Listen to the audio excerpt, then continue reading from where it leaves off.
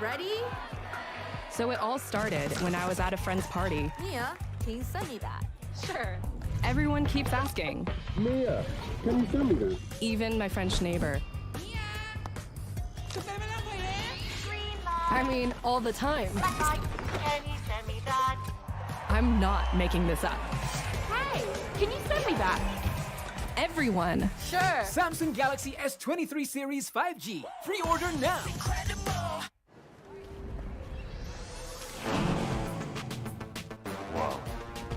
Attention passengers.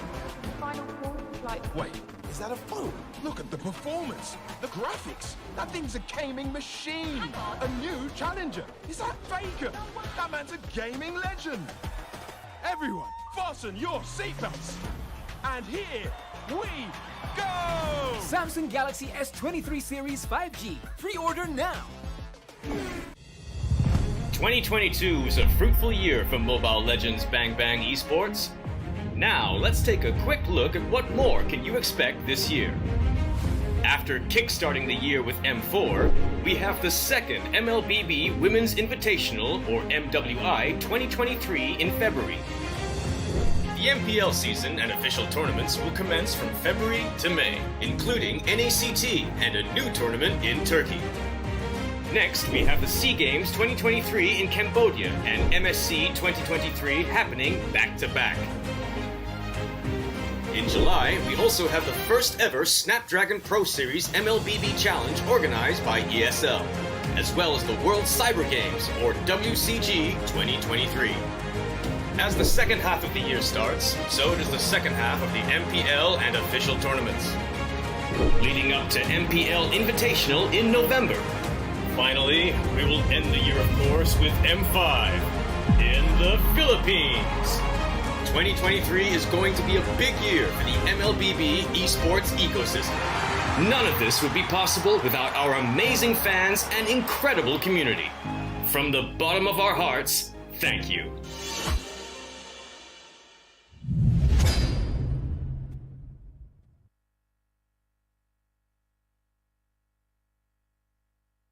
Ready? So it all started when I was at a friend's party. Mia, can you send me that? Sure. Everyone keeps asking. Mia, can you send me that? Even my French neighbor. I mean, all the time. Can you send me that? I'm not making this up. Hey, can you send me that? Everyone. Sure. Samsung Galaxy S23 Series 5G. Pre-order now.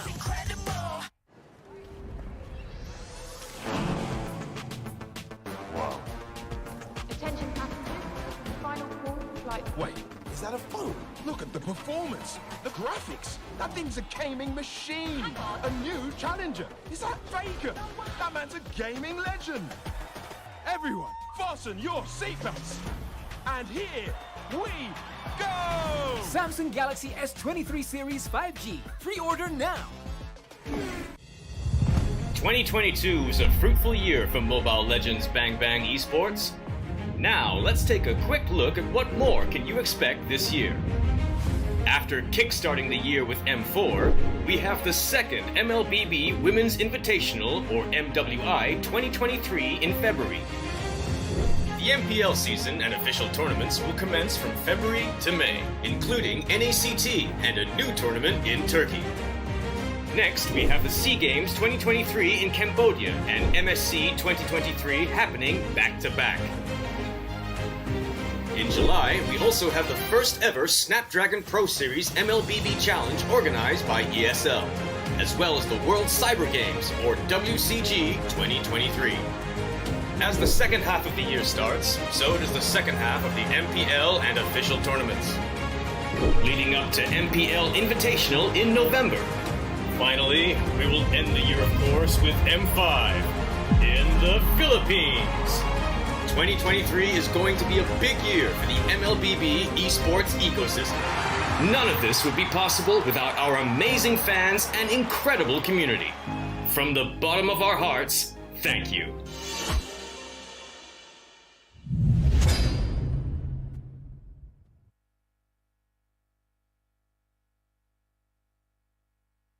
Ready? So it all started when I was at a friend's party. Mia, can you send me that? Sure. Everyone keeps asking, Mia, can you send me that? even my French neighbor.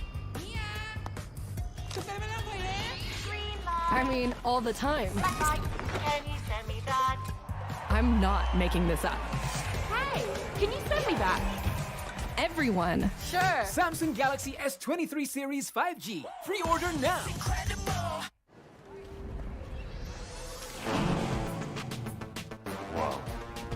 Attention passengers. Final call for flight. Wait, is that a phone? Look at the performance, the graphics. That thing's a gaming machine. A new challenger. Is that Faker? That man's a gaming legend. Everyone, fasten your seatbelts. And here we go! Samsung Galaxy S23 Series 5G. Pre-order now. 2022 was a fruitful year for Mobile Legends Bang Bang Esports. Now, let's take a quick look at what more can you expect this year. After kickstarting the year with M4, we have the second Mlbb Women's Invitational, or MWI, 2023 in February. The MPL season and official tournaments will commence from February to May, including NACT and a new tournament in Turkey. Next, we have the SEA Games 2023 in Cambodia and MSC 2023 happening back-to-back. In July, we also have the first ever Snapdragon Pro Series Mlbb Challenge organized by ESL, as well as the World Cyber Games, or WCG 2023. As the second half of the year starts, so does the second half of the MPL and official tournaments, leading up to MPL Invitational in November. Finally, we will end the year, of course, with M5 in the Philippines. 2023 is going to be a big year for the Mlbb esports ecosystem. None of this would be possible without our amazing fans and incredible community. From the bottom of our hearts, thank you.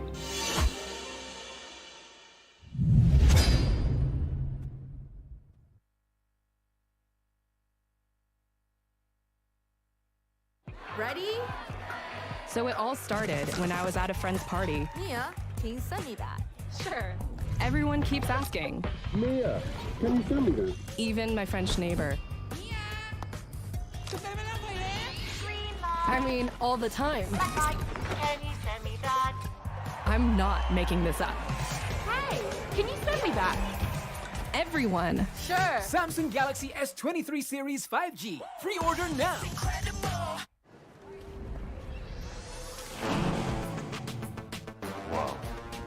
Attention passengers. Final call for flight. Wait, is that a phone? Look at the performance, the graphics. That thing's a gaming machine. A new challenger. Is that Faker? That man's a gaming legend. Everyone, fasten your seatbelts. And here we go! Samsung Galaxy S23 Series 5G. Pre-order now. 2022 was a fruitful year for Mobile Legends Bang Bang Esports. Now, let's take a quick look at what more can you expect this year. After kickstarting the year with M4, we have the second Mlbb Women's Invitational, or MWI, 2023 in February. The MPL season and official tournaments will commence from February to May, including NACT and a new tournament in Turkey. Next, we have the SEA Games 2023 in Cambodia and MSC 2023 happening back-to-back. In July, we also have the first ever Snapdragon Pro Series Mlbb Challenge organized by ESL, as well as the World Cyber Games, or WCG 2023. As the second half of the year starts, so does the second half of the MPL and official tournaments, leading up to MPL Invitational in November. Finally, we will end the year, of course, with M5 in the Philippines. 2023 is going to be a big year for the Mlbb esports ecosystem. None of this would be possible without our amazing fans and incredible community. From the bottom of our hearts, thank you.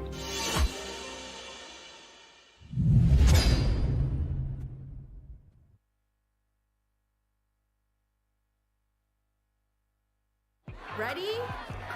So it all started when I was at a friend's party. Mia, 빙산이다. Sure. Everyone keeps asking, Mia, can you send me that? even my French neighbor. Green I light. mean, all the time. Black light. Can you send me that? I'm not making this up. Hey, can you send me that? Everyone. Sure. Samsung Galaxy S23 Series 5G. Pre-order now.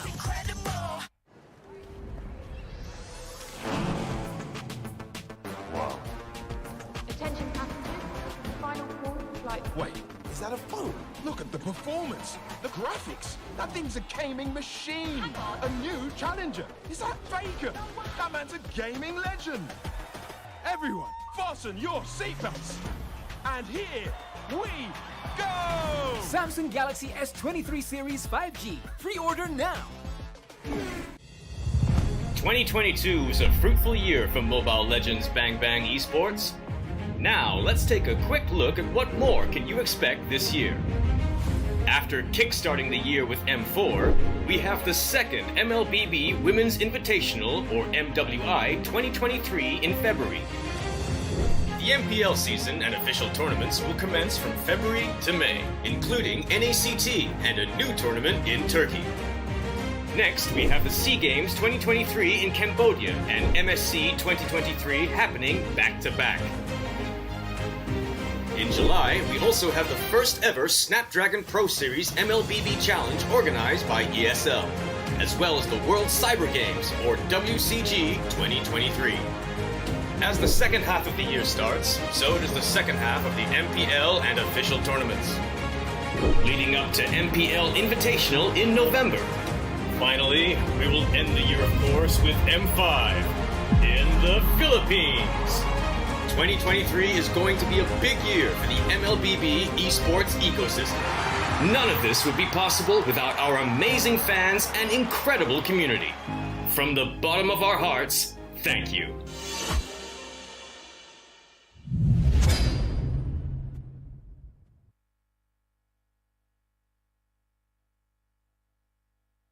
Ready? So it all started when I was at a friend's party. Mia, 빙산이다. Sure. Everyone keeps asking, Mia, can you send me that? even my French neighbor. Green light. I mean, all the time. Black light. Can you send me that? I'm not making this up. Hey, can you send me that? Everyone. Sure. Samsung Galaxy S23 Series 5G. Pre-order now.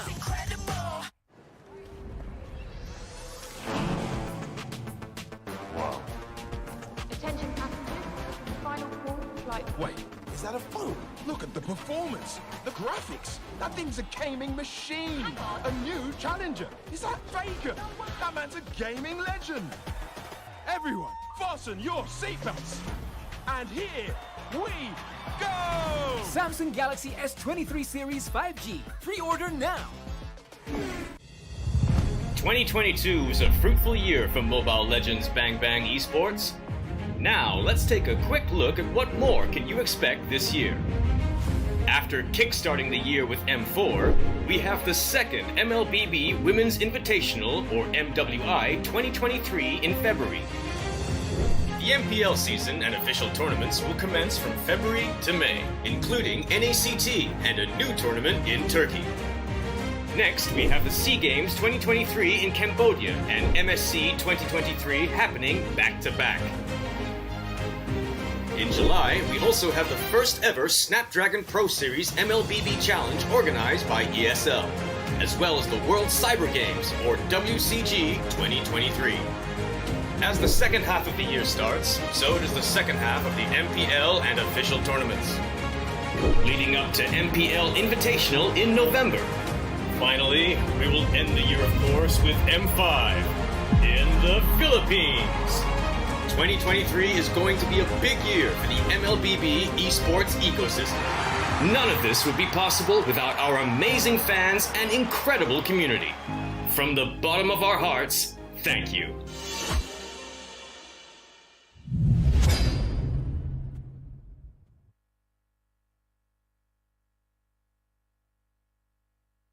Ready? So it all started when I was at a friend's party. Mia, 빙산이다. Sure. Everyone keeps asking, Mia, can you send me that? even my French neighbor. Green light. I mean, all the time. Black light. Can you send me that? I'm not making this up. Hey, can you send me that? Everyone. Sure. Samsung Galaxy S23 Series 5G. Pre-order now.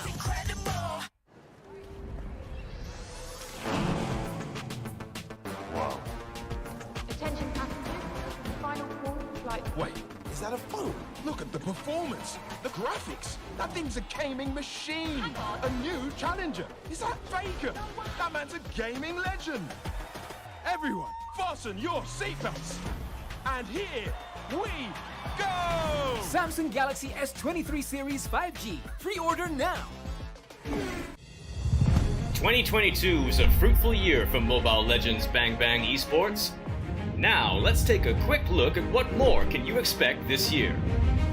After kickstarting the year with M4, we have the second Mlbb Women's Invitational, or MWI, 2023 in February. The MPL season and official tournaments will commence from February to May, including NACT and a new tournament in Turkey. Next, we have the SEA Games 2023 in Cambodia and MSC 2023 happening back-to-back. In July, we also have the first ever Snapdragon Pro Series Mlbb Challenge organized by ESL, as well as the World Cyber Games, or WCG 2023. As the second half of the year starts, so does the second half of the MPL and official tournaments, leading up to MPL Invitational in November. Finally, we will end the year, of course, with M5 in the Philippines. 2023 is going to be a big year for the Mlbb esports ecosystem. None of this would be possible without our amazing fans and incredible community. From the bottom of our hearts, thank you.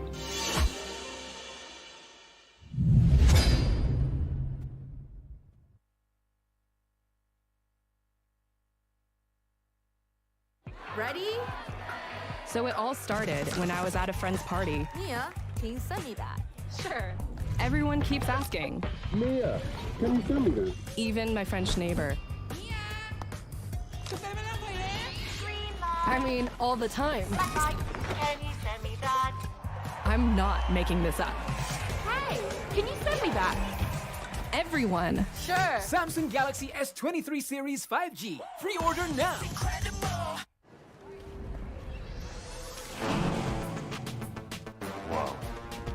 Attention passengers, final call for flight. Wait, is that a phone? Look at the performance, the graphics. That thing's a gaming machine.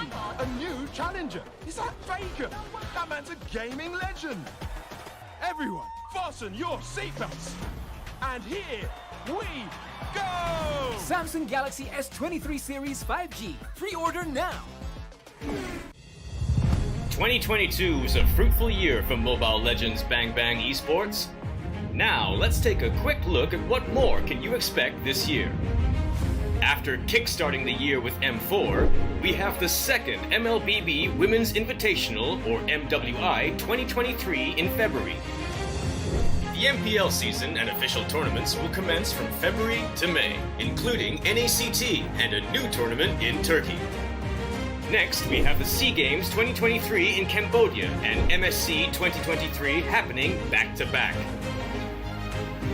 In July, we also have the first ever Snapdragon Pro Series Mlbb Challenge organized by ESL, as well as the World Cyber Games, or WCG 2023.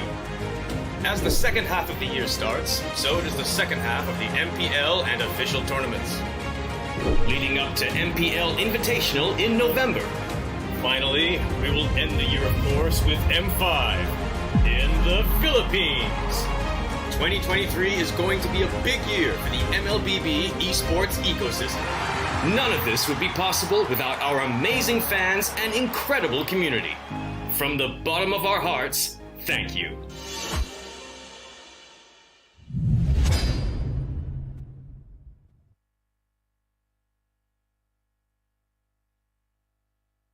Ready? So it all started when I was at a friend's party. Mia, can you send me that? Sure. Everyone keeps asking, Mia, can you send me this? even my French neighbor. Green light. I mean, all the time. Black light.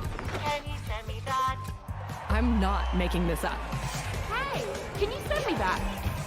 Everyone. Sure. Samsung Galaxy S23 Series 5G. Pre-order now.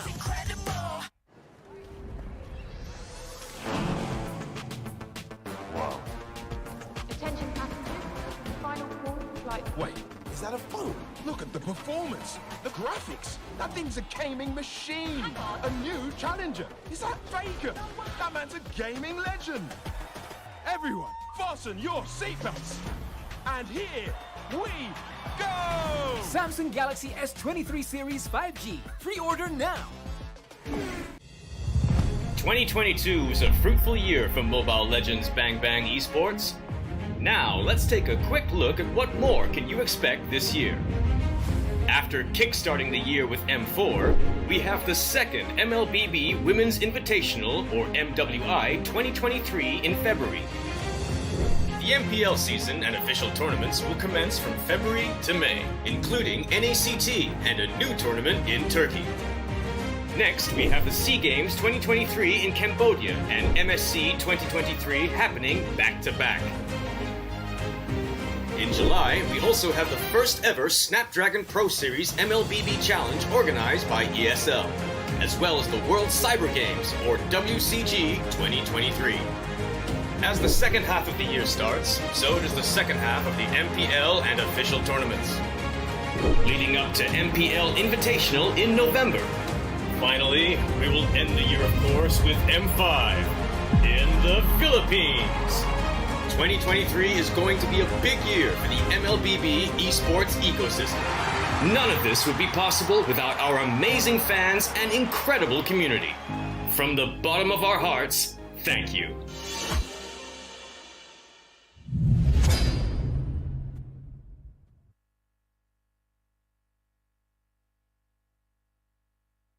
Ready? So it all started when I was at a friend's party. Mia, can you send me that? Sure. Everyone keeps asking, Mia, can you send me this? even my French neighbor. Green light. I mean, all the time. Black light. Can you send me that? I'm not making this up. Hey, can you send me that? Everyone. Sure. Samsung Galaxy S23 Series 5G. Pre-order now.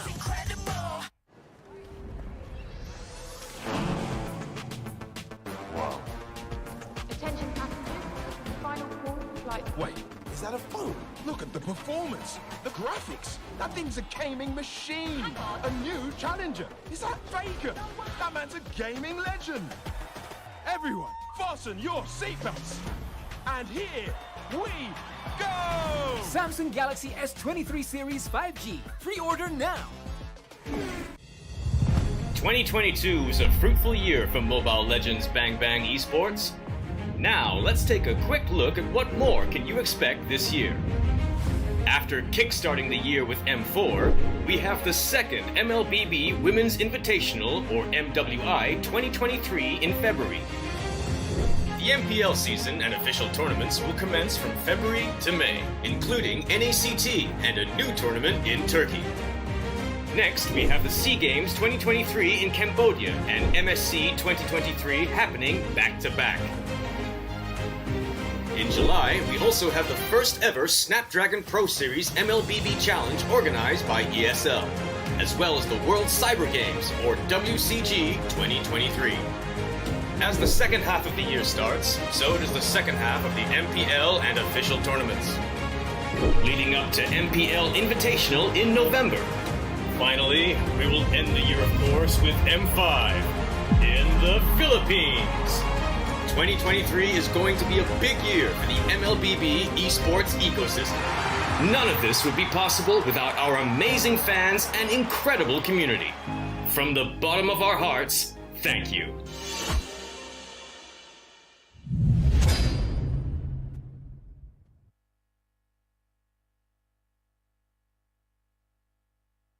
Ready?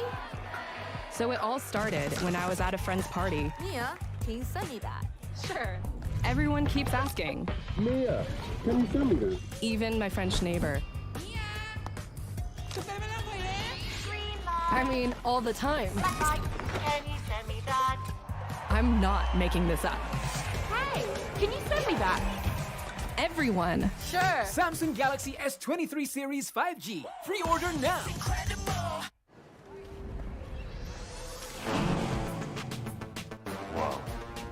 Attention passengers, final call for flight. Wait, is that a phone?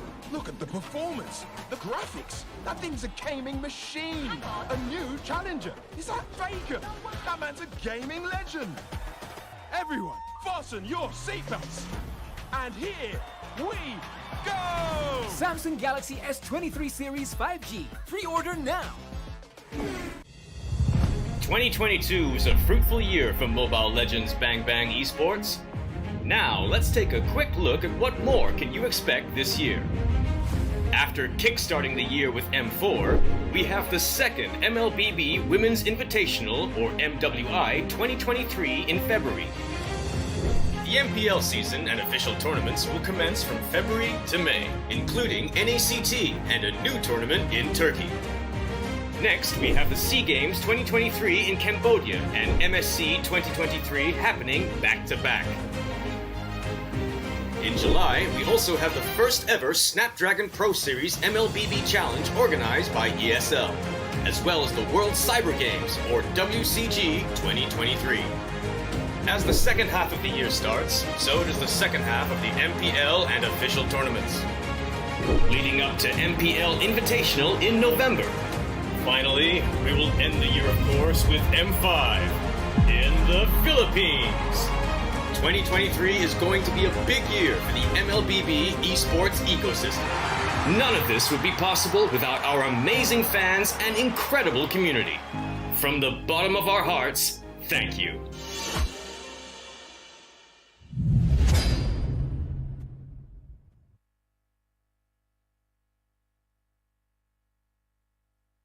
Ready? So it all started when I was at a friend's party. Mia, can you send me that? Sure. Everyone keeps asking, Mia, can you send me that? even my French neighbor. Green light. I mean, all the time. Black light. Can you send me that? I'm not making this up. Hey, can you send me that? Everyone. Sure. Samsung Galaxy S23 Series 5G. Pre-order now.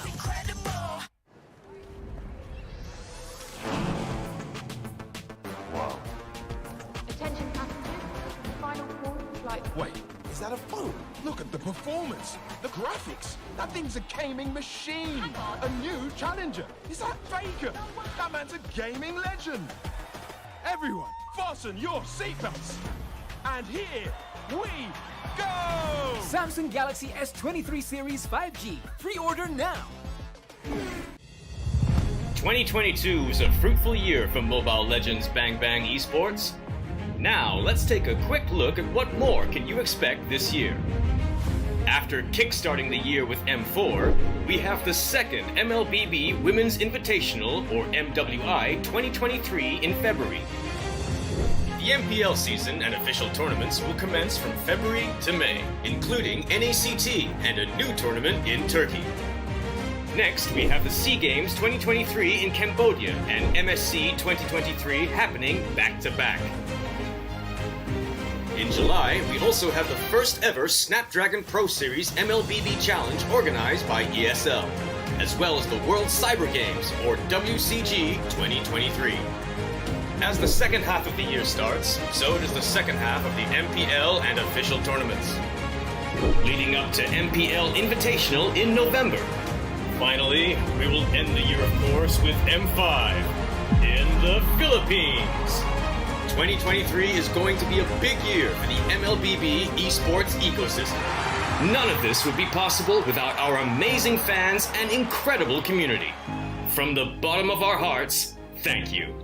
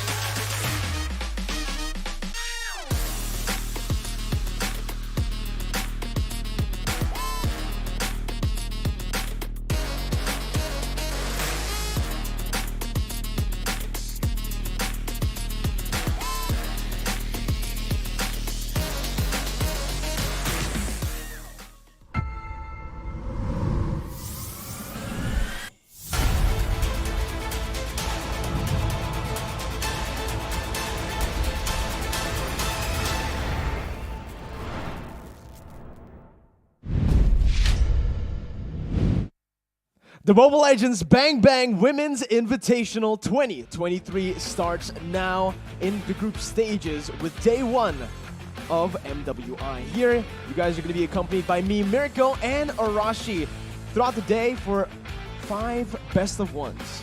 5 best of ones, man. I mean, so many things can happen right here because, you know, it's a completely different landscape compared to what we're used to. So I'm very excited to see what kind of surprises these teams have in store for us. Absolutely. You know, again, looking at the women's scene here, Arashi and Mlbb, so far, you can kind of say that it's been dominated by one particular team right now so far, right? Exactly. I don't know who that is. Yeah, I wonder. Might be some... It's a team that is very you know, that you're very familiar with, I must say. I think it's a team that, you know, I support in MPL. Really? Yeah, but, you know, it's fine. Some people say it's the Mirko curse, but sometimes the curse works. But here, ladies and gentlemen, obviously, with MWI 2023, upsets are ready to happen, actually. We've seen so many crazy upsets happen throughout the tournaments we've seen, even through last year. So this year, with the absolute domination of Bigetron era in the women's scene, there's still a lot of contenders that can take their spot. Also, let's talk a little bit about the first match that we have on the day, right? Because Bigetron era are going to be facing off against the Burmese Ghouls, a team that are quite notorious for being the underdogs in an international tournament.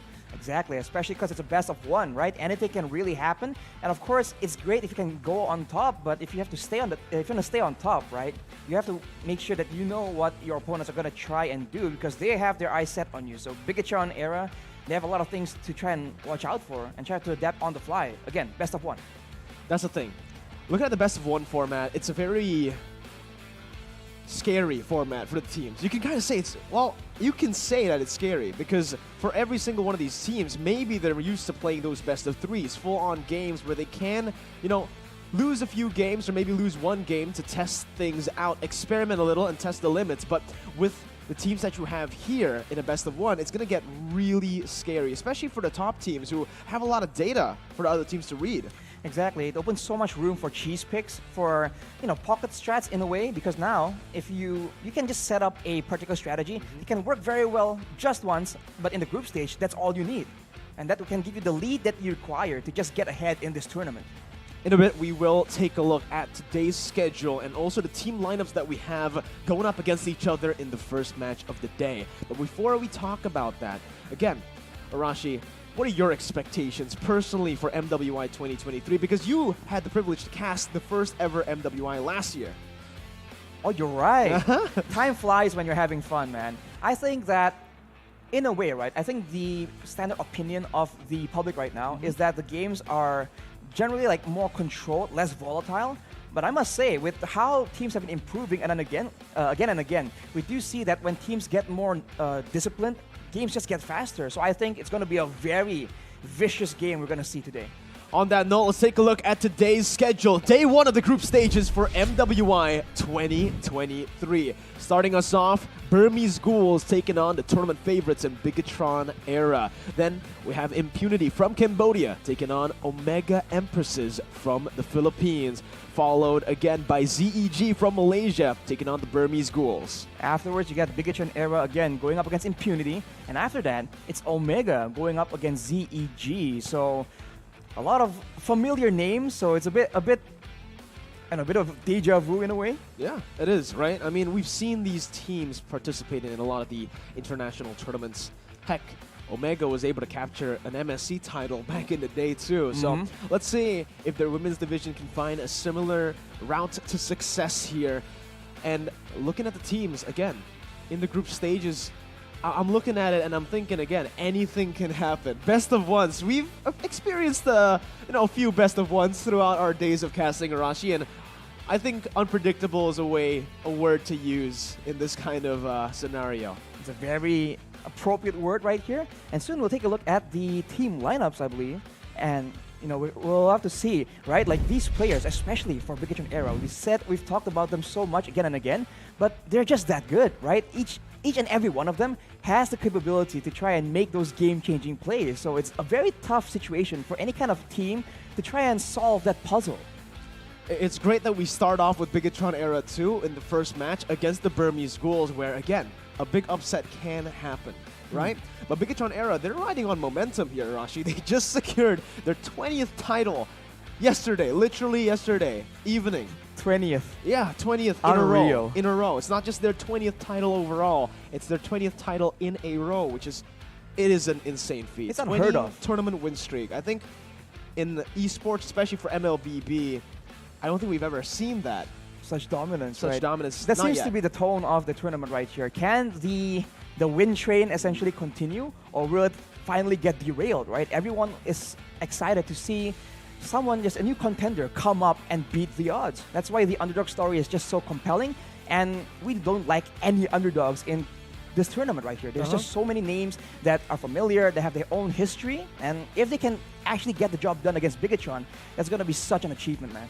It's a double-edged sword, though, right? Being a champion, being a champion for 20 tournaments in a row, definitely get some eyes on you. A lot of teams are looking at Bigetron Era right now, and they're reading through them, right? And those teams, starting off with with the Burmese Ghouls, have the chance to take them down here. Burmese Ghouls, again, let's take a look at the organization's history. They made it all the way to the grand finals of M2, the men's division.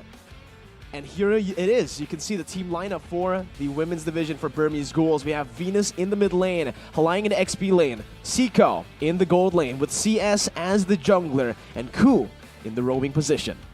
Definitely ready to make a surprise, a last stand, whatever you want to call it. They're here to try and fight Bigetron Era for their dominance. And honestly, it does seem like, I don't know, I do, as I mentioned, I do predict that it's going to be a very vicious game, a lot of kills in the early game, because with the current meta, right, we haven't seen any crazy changes. And if the other tournaments are any indication of how the games are going to go, we know that especially in at level 2 or level 3, that's where everyone just suddenly gets so much more active. Again, I mean, every time I see a Burmese team, Rashi, it just feels like an upset is in the making, right? On the other side, though, we are going to take a look also at their opponents, who's going to be up against the Burmese Ghouls. I think a lot of you guys know who it is for the lineup, too. This is the lineup that we've seen so many times before for Bigetron Era, but we won't see it just yet. I think it will be their main 5. I don't think they're going to be experimenting much in an international tournament. Right? In a best-of-1 format, too. One mistake, well, there are no rooms for mistakes. Well, on the flip side, if they are able to actually experiment on a best-of-1 and still come out on top, that's also a massive statement. I mean, as Mirko likes to put it, the reigning, defending champion. So if they want to try and make a statement and try and assert their dominance early on, right, get that mental warfare going, this is a chance to do so. But again, it's a big gamble. It's a massive gamble here. In MWI, again, an international tournament for the women's scene, I think they can't really go for anything too experimental, right? Stick to what works. If it ain't broke, don't fix it. Bigetron Era so far, with their dominant reign, that's been the motto for them. They haven't really changed a lot of things. They've just been focusing on these minor changes, right? And I think that's why they're so consistent. They haven't been changing too much. They've just been sticking to that same identity that they had in the beginning as a team, and they're sticking with it all the way through, just fixing some minor little issues here and there to ultimately create this, I don't know how to call it. I want to mix a word with robot, this Titan. This cyborg. Bigetron. It's a robot. Well, I mean, again, it just seems like they're so calculative, right? Yeah. It seems like they have a formula that works, and now, whenever they try and practice and they change some things, it's never something major. It's always some minute details, right? Just some fine polishing, just to ensure that everything works, and there's no real gap, there's no real chink in the armor for any teams to try and take advantage of. And in a way, that's also a big strength, but at the same time, we already mentioned that the data is on the table. All these teams now, especially, if they want to try and upset the odds, they have analysts, they have coaches that have been paying attention to the playstyles. If one of these teams can just find something that Bigetron can't really deal with, right? Now that's a double-edged sword, because they've been doing it for so long. They can't just adapt and change just like that. Exactly. And, you know, speaking of changes within Bigetron Era here, I think Burmese Ghouls can try to exploit that. The fact that Bigetron Era have had their most massive change in a while, right? They have a new coach, Susugaja, in the coaching department here. So Burmese Ghouls, they might be able to take advantage of that. Looking at this new Bigetron Era, it feels like it's the same, but it's kind of different in a way where they play the early game. Usually you see a more aggressive Bigetron era where now it feels a bit more passive. They play a little bit more standardly up until those power spikes, so they utilize power spikes a bit better, but they wait for that moment to happen. If Burmese Ghouls can stop that setup from happening here with their lineup, it's going to be insane, but here it is going to be the main five from Bigetron era as expected. No crazy changes here. Still everybody within their roles as well. There's no real crazy changes at all.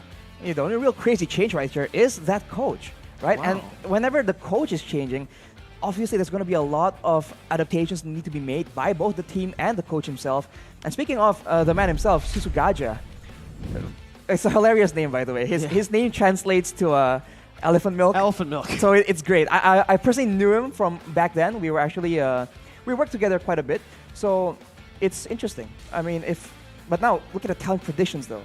Well, you know, Arashi, I think we'll start with you, right? Bigetron era versus the Burmese Ghouls. Who do you think is going to take it? I think despite some changes, you can't argue with the data. So I'll go with Bigetron because I'm an analyst. I have to go with the numbers, right? So I think Bigetron will be my prediction. Well, you know, if you've known me for a long time, I'm going to say Bigetron. That's all I'm going to say here. So, Bigetron era 2. Wow, that's such a shocking prediction from Mirko. I wonder why he predicted Bigetron era. But honestly, you're right. If you look at just the data too, it's crazy. This is the most dominant team we've seen in MLBB history. Maybe even like, if they end with like 100 win streak of all time in esports history. It's going to be a big issue for any kind of team to try and beat that record, but here the keys to victory for the Burmese Ghouls. Off-meta picks could catch era off guard. We've talked about this already early on. Tracking and predicting rivals' movement and location, right? Tracking is so important, and if you're going to try and mess with that setup, right? Tracking and finding and predicting where they're going to be is going to be important. And play safe and defensively early on, and in that mid-game, hold out, along with just according with their game plan. Because you already mentioned that Bigetron, they are so lethal when they get rolling, when they get that snowball going on, and they can control the rest of the map. The main key here, I think, is to neutralize Vival and Vivian, right? The mid control from the side of Bigetron era is just so good, and Burmese Ghouls need to try to neutralize that early on. If they are actually able to match that movement, the rotations coming in, and actually stay safe up until they reach their own power spikes, honestly, that's the real key to victory, right? That's basically to sum it all up. Burmese Ghouls, they need to play also without any pressure. They need to chill out, right? Because a lot of teams, when they're up against strong teams, it's all about that mentality. If you think the enemy team is strong, then they are going to be strong. But if you think you're equally matched up, hey, it's a mental game, right? They have to be the samurais. They have to conceive. Exactly. They have to believe before they can achieve that. But speaking of achieving, the keys to victory for Bigetron era right here, as you mentioned, Vivian's disruption, right? It's been to the enemy strategy. This is something they have to try and work around. It's just such a nuisance. Vival's kill instinct and the gold farming capabilities. Because obviously, especially in the mid game, right? If you can try and mess with the gold lane early on, the mid game becomes just a bit more manageable. And on paper, everyone should win this as long as they don't play carelessly and do something crazy. But when you're in their shoes, right, with all the wind in your sails, maybe that's exactly what we're gonna see. Yeah. This is, again, how they're going to have to take the game here. Also, they can't really get too confident in the game. They need to understand that every single team is a contender here, and they need to bring out their best. Obviously, respect their opponents too.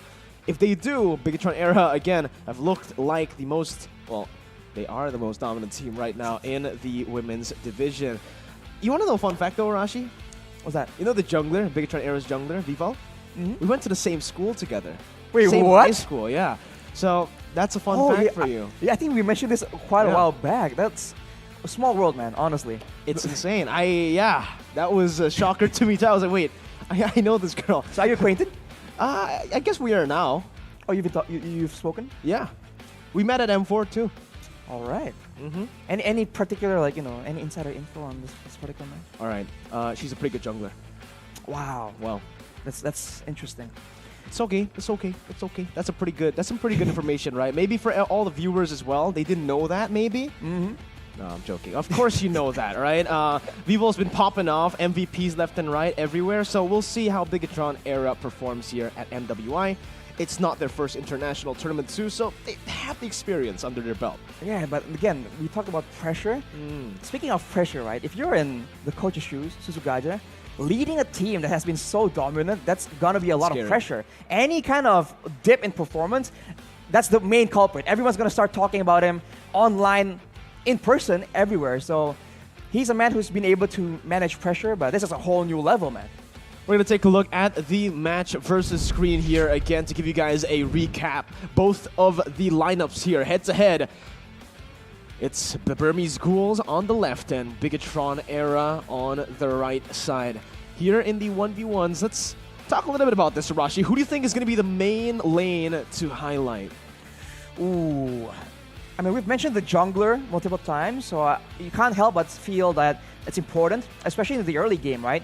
Early tempo, early setup, it's gonna be all about those neutral objectives. So I think it makes sense.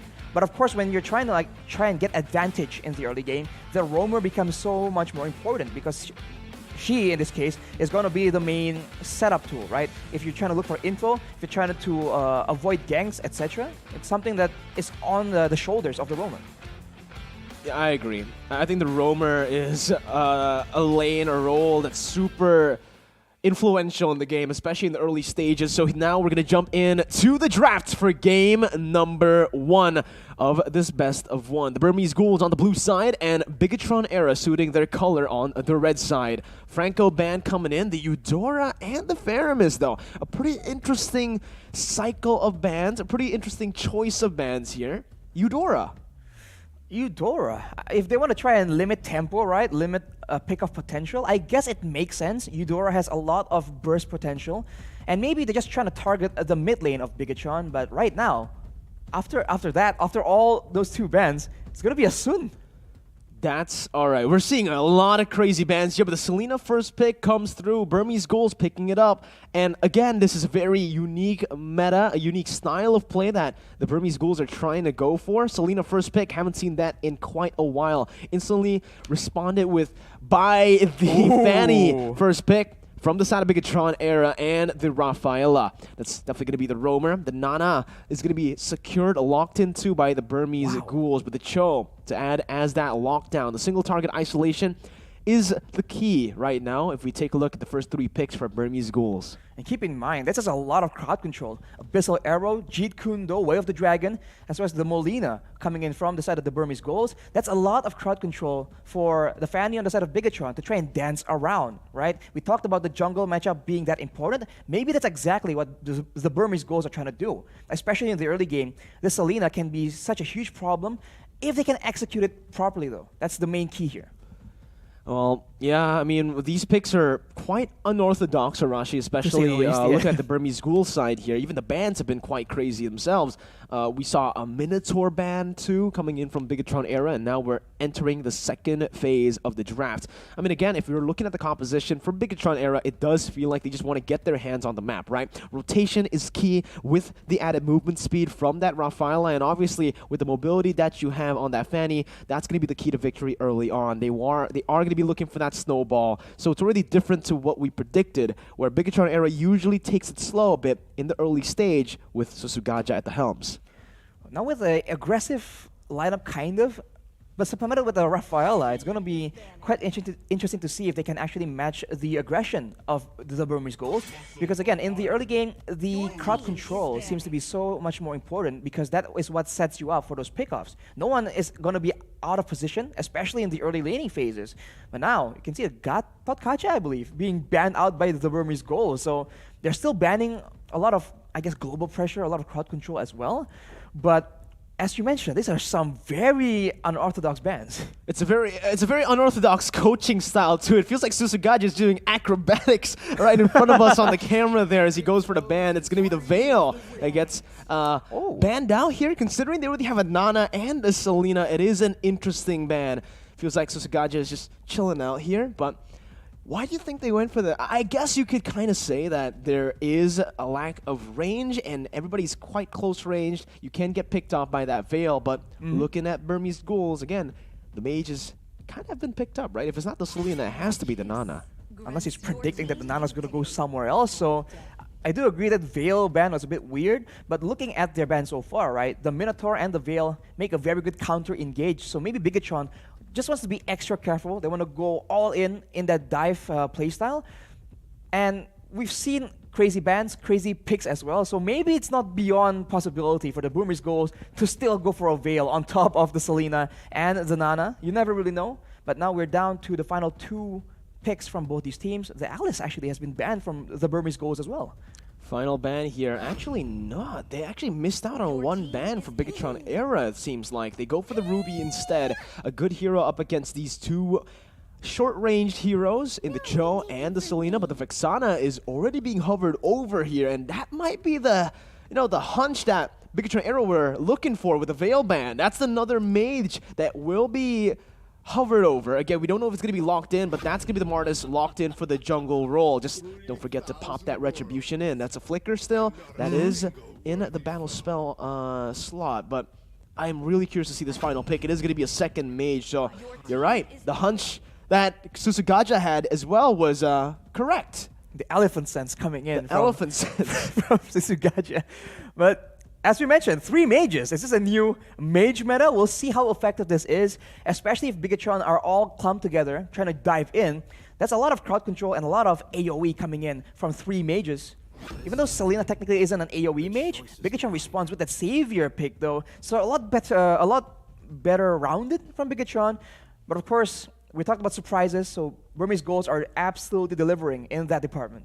There it is. Both of the drafts are wrapped up. A very interesting first game draft for both of these teams. But I think for the side of Bigetron era, we can both agree that they have a more standard draft where they have, a good mix of almost everything. Good pick potential. They already have good disengage as well. Proper engage, sure, you could kind of say with the Ruby. I think that's what's lacking with the Burmese Ghouls composition. They're really, really banking on the Selena to get those Abyssal Arrows for the setup to come through for their single target damage. And that's going to be so important in the early game, because if they don't get rolling, it's going to be very difficult for them to deal with the more rounded composition, especially if Bigetron can adapt and just adjust how they want to play, right? That is the advantage of a more rounded composition. If you're on the back foot, you can try and make up, play a bit more defensively. If you're winning, you also have an equally good chance of just snowballing as well. So we're going to go straight into the line of dawn, it seems, Mirko. Yep, we're diving in instantly. Whoa, already crazy fights going on in the enemy jungle. City is actually going to be on the fanny. First blood over to the Burmese Ghouls as they try their best to secure the purple buff. Fumi echoes the roamer. Vival is the mid laner, so scratch all that, Arashi. They have changed a lot. Venus going to be able to find that Jikundo. Oh, be able to dash, disengage as well. Vivian finds it, flickers forward, gets a stun out to 2 members, and that's a kill over to Vival. Fumi Echo secures another. What is this? The rolls, Arashi, what's going on here? Vival is in the mid lane. I have no idea, man. The Burmese Ghouls just go all in, trying to get the invade onto the purple buff, but Bigetron were able to secure it. Granted, it's not in the hands of who is supposed to go, but Vivian right now getting the purple buff and getting 1 more kill. Bigetron trying to match fire with fire right here. My goodness, Shell though, gonna be solo killed actually in the gold lane by the Valentina. Seacup doing a good job securing a kill, getting them back to even. But if you look at the gold department, it does feel like Burmese Ghouls have a slight edge. Abyssal Arrow, they're not going to be able to connect, but that's going to be the Mystic Field. Lock and Coup in place. Regeneration popped in before he gets out of aggro, so it's not really going to help Coup get more HP. Venus is waiting in that bush. Still looking for more here. Jumps into the Jikundo, but it is in Bigetron era's territory. They will be able to disengage out of this one.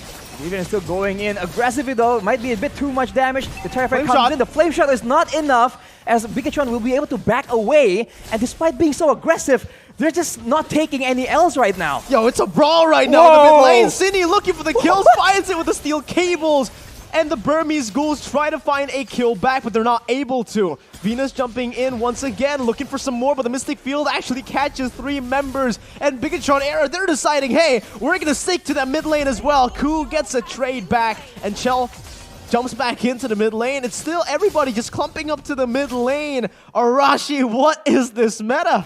This is insane. And honestly, if you think about it logically, right, the more rounded composition means better late game. They are in possession of a savior that's going to be very damaging in the late game, as well as a Moskov. If they keep trading like this, Bigetron has a bit of an advantage. But even then, with all the aggressive early game damage, the base damage coming in from these major spells in the early game, the Burmese Ghouls were unable to get a decisive kind of victory in the early game. It seems like Cine is the one that's just getting a lot of time to actually make plays, but cast a curse, man. I spoke too soon. Yeah, just don't say anything, Arashi. Don't predict what's going to happen because it's going to go the opposite way. Vivian here finding that I'm offended. Going to be terrified down. That's a flicker over from Venus too, but she doesn't have the Jikundo or the way the dragon just yet to actually go for that. A turret up top gets taken down. That's tier 1 in the gold lane for Bigetron Era. Even though we're literally dead even in kills, it's still Bigetron Era leading with a 2,000 gold lead here.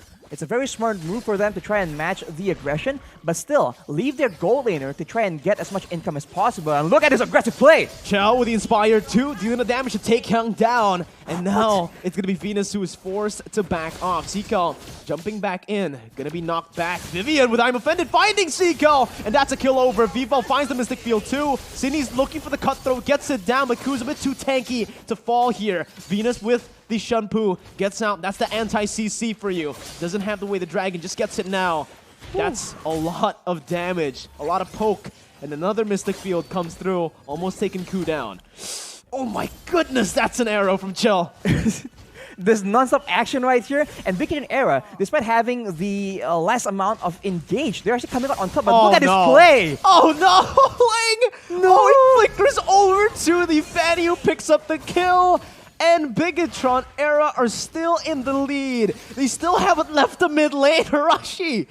Oh my god. Again and again, it's the same thing. And now Burmese Ghouls, they're still trying to go and contest this purple buff. It makes sense logically, but Cine is still trying to actually make all the plays happen. There's not enough pressure coming in from the Burmese Ghouls. Cine going to be falling here in the purple buff. That's a two-man stun with a Mystic Field, but the decimation from Ku finds another. Chell now jumping in. That's going to be another kill for Ku. That's a triple kill for Ku. And she's going in for a rampage. Another one, but she gets shut down under the tier 2. Vivalt picks it up, walking through in the bush against Seiko, melee range. And it's going to be an equalizer for the Burmese Ghouls here. Both gold and kills more or less evened out, and now the Burmese Ghouls will be able to take the mid lane turret, so that's going to be very beneficial for them. But look at that, Vivian still making the plays happen. But at what cost? Uh-oh, that's Rafaela falling down. Venus still looking for the Jikundo. Has it, knocks her up here. Cine jumping in with the Cutthroat, dealing the damage, taking a kill back in. Steel cables all around, just styling across the place. And that's Venus very, very low. Cool, he has that decimation. He's looking for it here, but she will not be able to find it just yet. Vivian disengages properly. We were talking about setup and neutral objectives. This game has none of that. Look at the turtles, right? Not a single one has been taken, I believe. Both teams are just going for lane domination and then structures afterwards. So this is a wild performance from both these teams. Definitely not what we expected. I did say I predicted a violent, vicious game, but not like this. You predicted right. That's what I have to say for you. But it does seem like the Burmese Ghouls just literally don't care of the side lanes here. Vivian's going to be caught in. Venus looking for the Jikundo. Finds the way the dragon, but it's the angle that's not just right there. Vivian actually gets out, gets the kill back too. And remember, they are ignoring the side lanes. The Fanny's just munching on the tier 2 down below, and it will be a kill over. Another structure for Bigetron Era. They just played the macro game so much more calculatively, and we talked about setup, but look at Shell making the plays happen right here. Oh man, that's a double kill. Just popping in. With 3 spears in total, she was able to find that double kill, and the split in the map, the way they're able to do it, just forces the Burmese Ghouls to respond. It's always Seiko on the other side of the map when they want to look for these 5v5s. It's not going to happen because the baptism connects onto Ku, and that's the damage to take her down. Venus wants to get something back in, but without the flicker, she can't really be looking for that way the dragon play. We're talking about the win conditions where the Burmese Ghouls need to stall, need to play calculatively, but they're just going in again and again. And right now they will be able to pick up a kill, it seems like. But nevertheless, it's only the Roamer and Bigetron Era are still having so much more pressure around the map. And speaking of Bigetron, Shell actually built a Golden Staff on that Moskov, so that's an interesting itemization choice. Usually we see a lot more critical, a lot more attempts to go for the burst damage, but going for the Golden Staff might be a new approach that they're trying out here. It's the attack speed meta here for Moskov. Vivo, though, going to be caught in. That's a lot of damage placed in as well as the decimation that's going to come through. Ku finds the kill, but will be traded back through. Chell finds it back. Killing spree for her as Hling looks for another, but it is just going to be a 1-for-1. The jungler for the mid laner. So still, technically, do I even call her the jungler? She doesn't have retribution here. Chell, though, jumps in, finding the stun down, but the way the dragon locks her up, as that's going to be the baptism to try to find a disengage. That is just not ready for Bigetron era. Your gold laner making solo plays, engaging onto your opponents. Cine. Definitely not the normal approach. Cine goes aggressively, gets a kill against 3 people, essentially solo. Everyone's just making solo plays right now. Vivian too, the rover, she's actually split pushing the mid lane here. She's able to dish out quite a bit of damage for that on that tier 2 as she looks to disengage. Ku still looking for some more here. Remember, she brought the execute on the Martis, so there's no purple buff taken for her just yet. Wait, do we have a remake? What's going on here? It's going to be a surrender for the Burmese Ghouls. I'm not too sure what just happened there in game number 1, but Bigetron era will be able to take the game. Did they? Is it a remake? I have no idea. Is it the retry issue that you called out? Exactly. Well, no way, right? Bigetron era is your winner, so it's not a remake. It is just it's a surrender. I think this is the first surrender that I've seen in a competitive match in an international tournament. But Bigetron era, congratulations for the win. I'm still quite speechless, to say the least, about what actually happened in that game. Mid lane brawl style gameplay.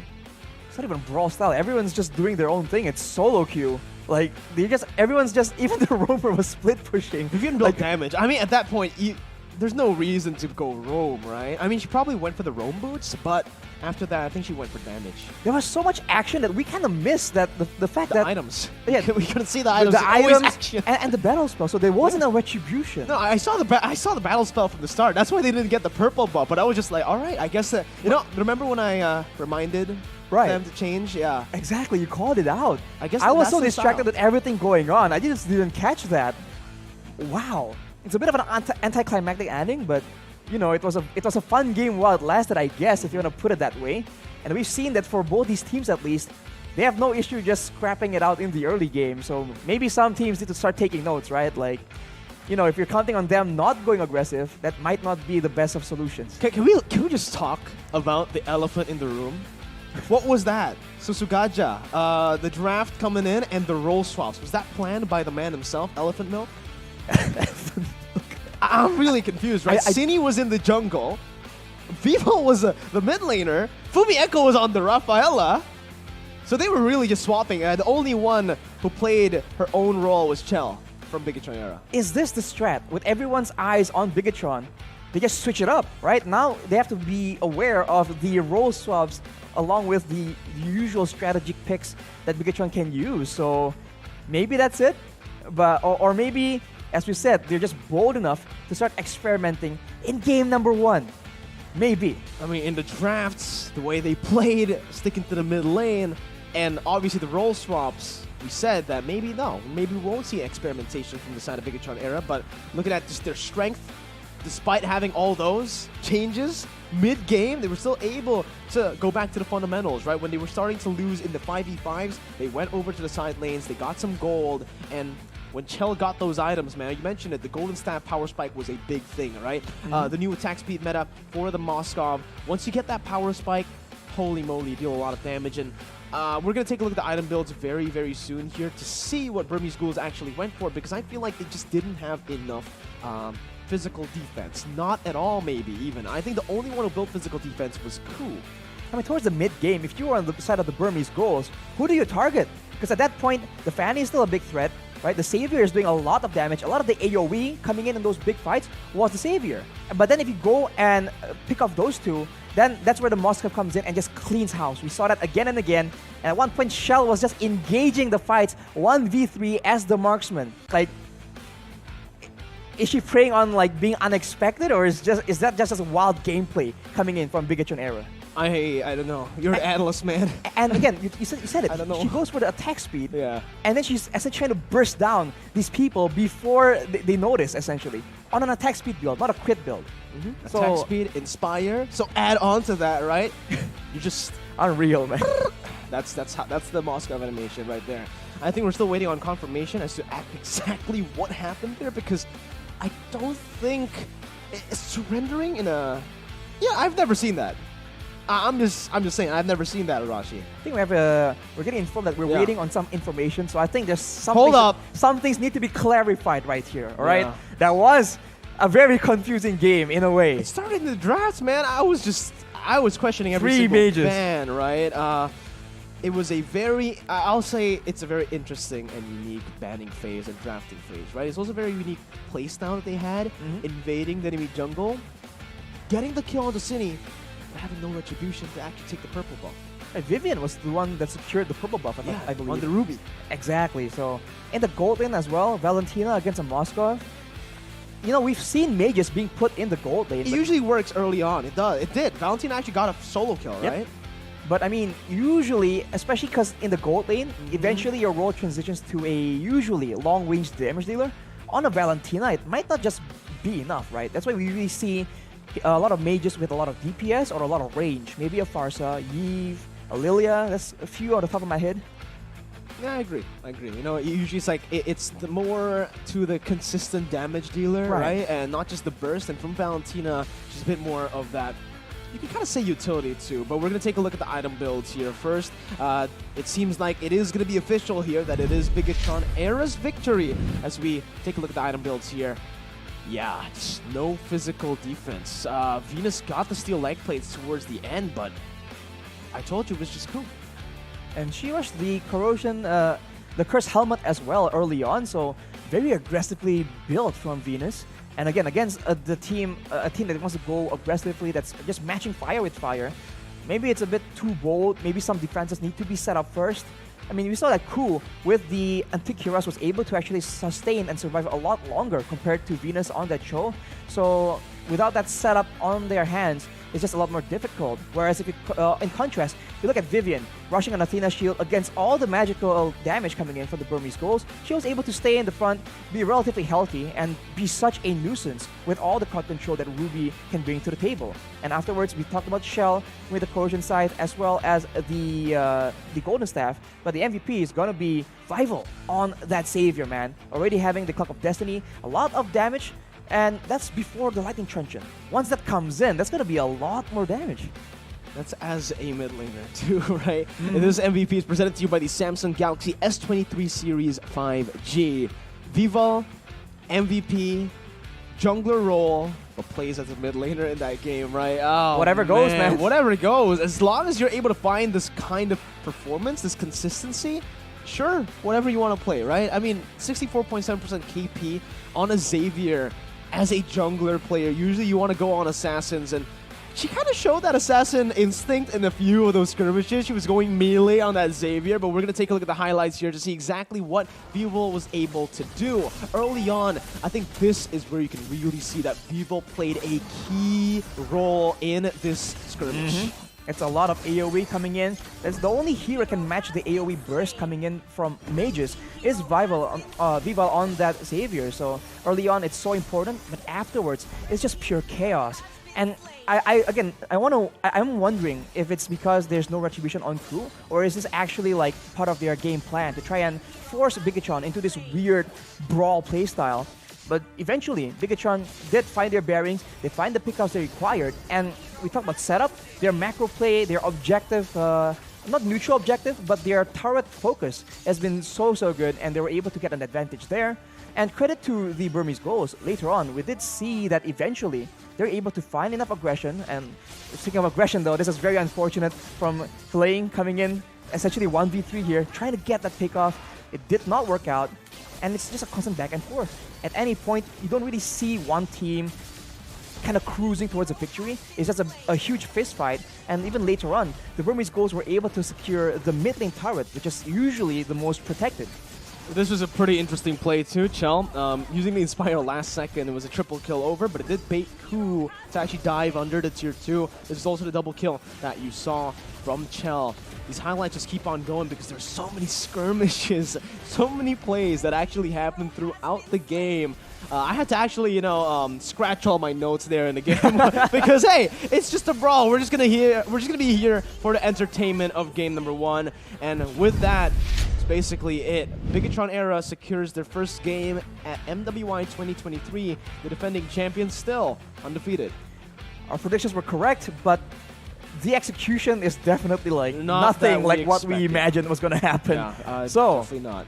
I wonder if this sets the tone though for the rest of the tournament, right? Is it going to be this crazy? You know, it's going to be an exciting prospect, but most likely not. Let's be real. Yeah, I mean, I really hope it won't be as crazy as game 1, because if every game is as crazy as game 1, then nothing is crazy. Oh, exactly. Right? So you gotta get that. You gotta get the highs and the lows. The highs and the lows, right? I hope for game 2 we get a standard draft, because that was a very experimental draft, right? We gotta be honest here. That was a very experimental draft. We said it's a unique draft, but we gotta be honest. It was very experimental, especially from the side of Burmese Ghouls. 3 mages, all and no retribution, right? Do you think that was a choice, or do you think that was a mistake? A logic, the logic inside me. Flicker to execute. So exactly. Logically she changed speaking, it. I don't really see like the benefit of going execute instead of retribution.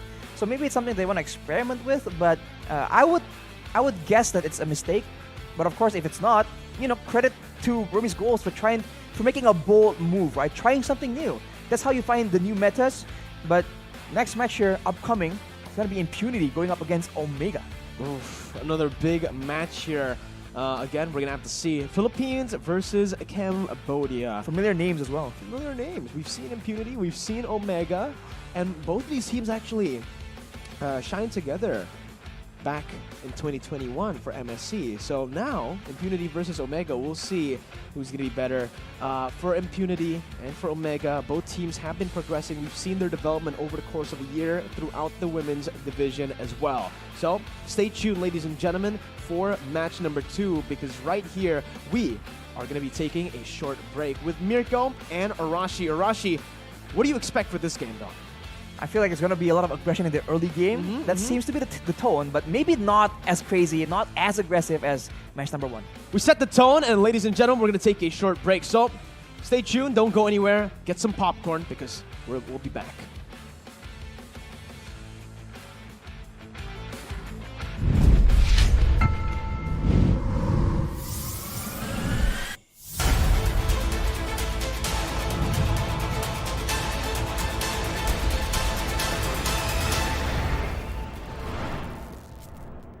Ready? So it all started when I was at a friend's party. Mia, can you send me that? Sure. Everyone keeps asking, Mia, can you send me that? even my French neighbor. Green light. I mean, all the time. Red light. Can you send me that? I'm not making this up. Hey, can you send me that?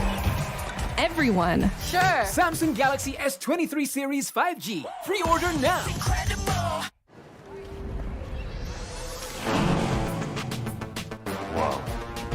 Attention passengers, final call for flight. Wait, is that a phone? Look at the performance, the graphics. That thing's a gaming machine. A new challenger. Is that Faker? That man's a gaming legend. Everyone, fasten your seatbelts. And here we go! Samsung Galaxy S23 Series 5G. Pre-order now. Mimpi para gamers untuk jadi juara. Membanggakan Indonesia. Sebuah potensi besar yang menjadi komitmen BCA untuk support gaming ecosystem. Kini game bukan hanya rekreasi, butuh konsentrasi dan kolaborasi. Leveling up untuk bisa unjuk aksi. Bersama kita dukung e-sport Indonesia. BCA Pro Gamer. Berat pikiran. Plosa Citrus, daya semangat alam. Hisap, segarnya menembus kepala. Pikiran enteng dan lega. Plosa bisa kerok dan pijat. Masuk angin, mantap. Plosa Citrus.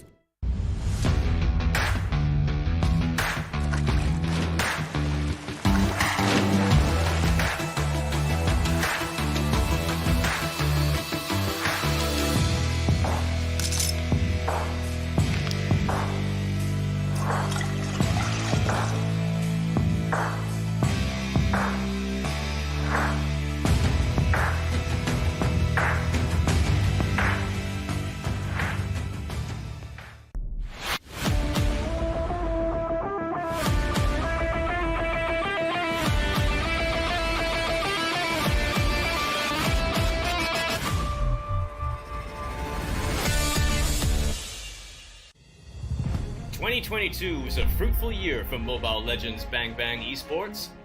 Now, let's take a quick look at what more can you expect this year. After kickstarting the year with M4, we have the second Mlbb Women's Invitational, or MWI, 2023 in February. The MPL season and official tournaments will commence from February to May, including NACT and a new tournament in Turkey. Next, we have the SEA Games 2023 in Cambodia and MSC 2023 happening back-to-back. In July, we also have the first ever Snapdragon Pro Series Mlbb Challenge organized by ESL, as well as the World Cyber Games, or WCG 2023. As the second half of the year starts, so does the second half of the MPL and official tournaments, leading up to MPL Invitational in November. Finally, we will end the year, of course, with M5 in the Philippines. 2023 is going to be a big year for the Mlbb esports ecosystem. None of this would be possible without our amazing fans and incredible community.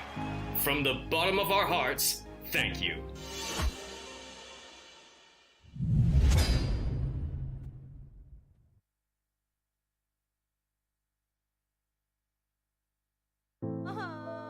Warga plus 62 emang banyak maunya.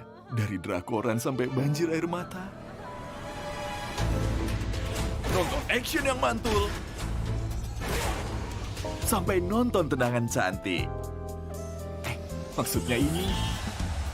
Mau nonton apapun, semua ada di video.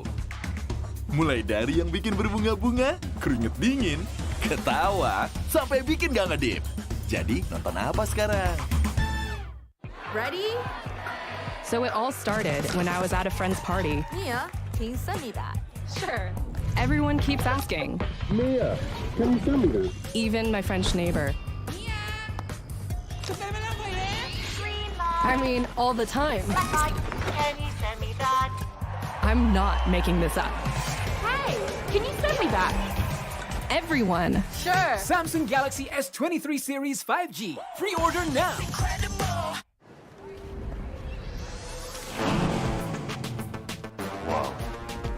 Attention passengers, final call for flight. Wait, is that a phone? Look at the performance, the graphics. That thing's a gaming machine. A new challenger. Is that Faker? That man's a gaming legend. Everyone, fasten your seatbelts.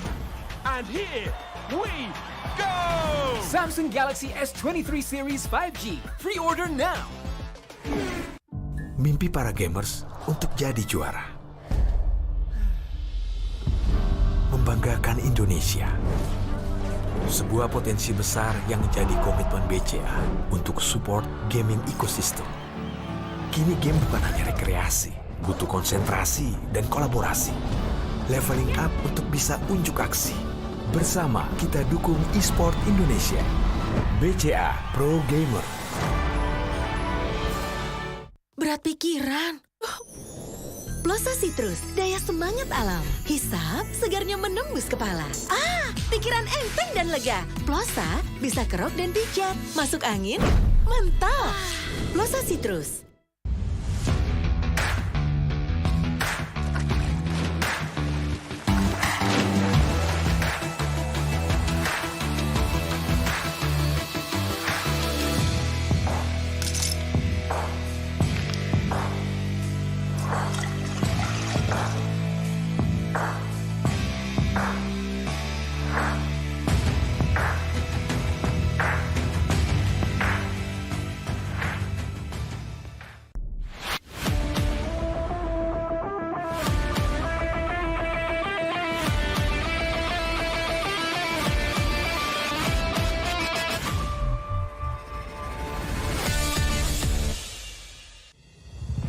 ...2022 was a fruitful year for Mobile Legends Bang Bang Esports. Now, let's take a quick look at what more can you expect this year. After kickstarting the year with M4, we have the second Mlbb Women's Invitational, or MWI, 2023 in February. The MPL season and official tournaments will commence from February to May, including NACT and a new tournament in Turkey. Next, we have the SEA Games 2023 in Cambodia and MSC 2023 happening back-to-back. In July, we also have the first ever Snapdragon Pro Series Mlbb Challenge organized by ESL, as well as the World Cyber Games, or WCG 2023. As the second half of the year starts, so does the second half of the MPL and official tournaments, leading up to MPL Invitational in November. Finally, we will end the year, of course, with M5 in the Philippines. 2023 is going to be a big year for the Mlbb esports ecosystem. None of this would be possible without our amazing fans and incredible community. From the bottom of our hearts, thank you.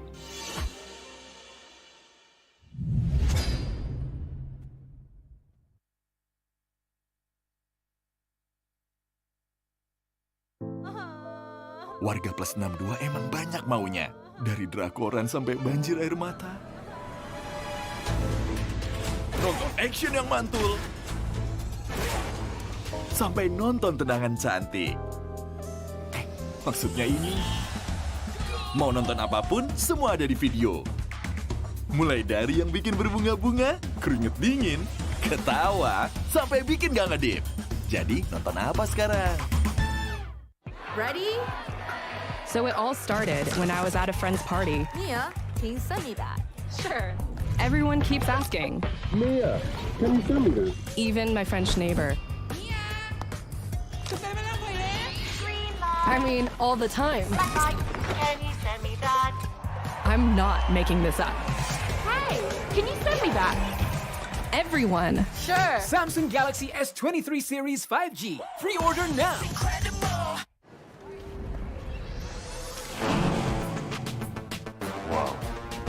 Attention passengers. Final call for flight. Wait, is that a phone? Look at the performance, the graphics. That thing's a gaming machine. A new challenger. Is that Faker? That man's a gaming legend. Everyone, fasten your seatbelts.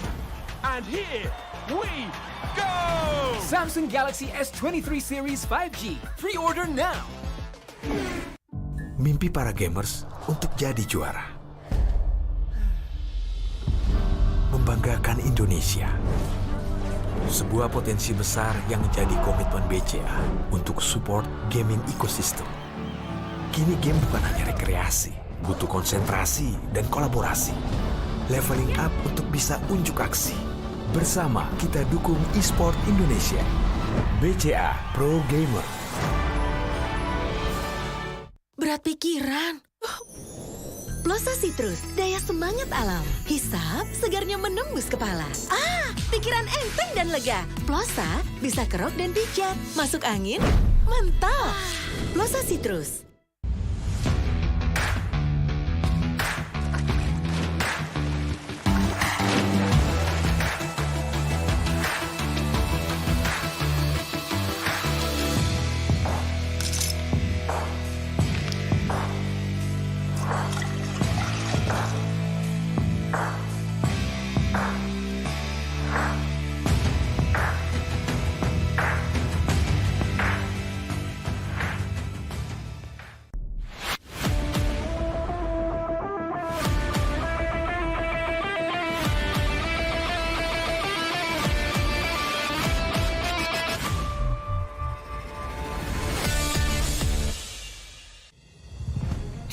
Was a fruitful year for Mobile Legends Bang Bang Esports.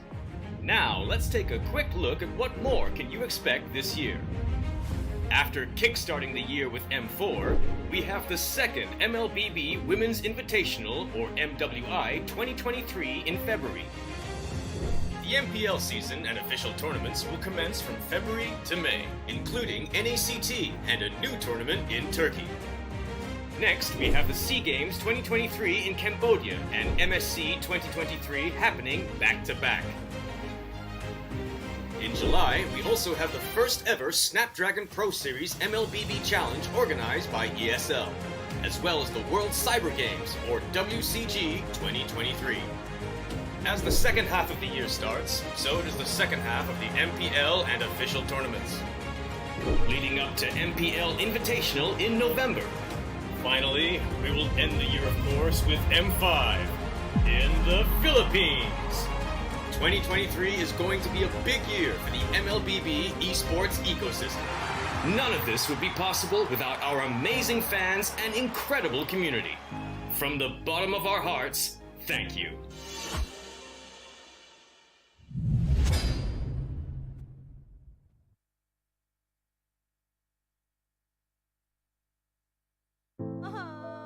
Warga plus 62 emang banyak maunya. Dari drakoran sampai banjir air mata. Nonton action yang mantul. Sampai nonton tendangan cantik. Maksudnya ini. Mau nonton apapun, semua ada di video. Mulai dari yang bikin berbunga-bunga, keringet dingin, ketawa, sampai bikin gak ngedip. Jadi nonton apa sekarang?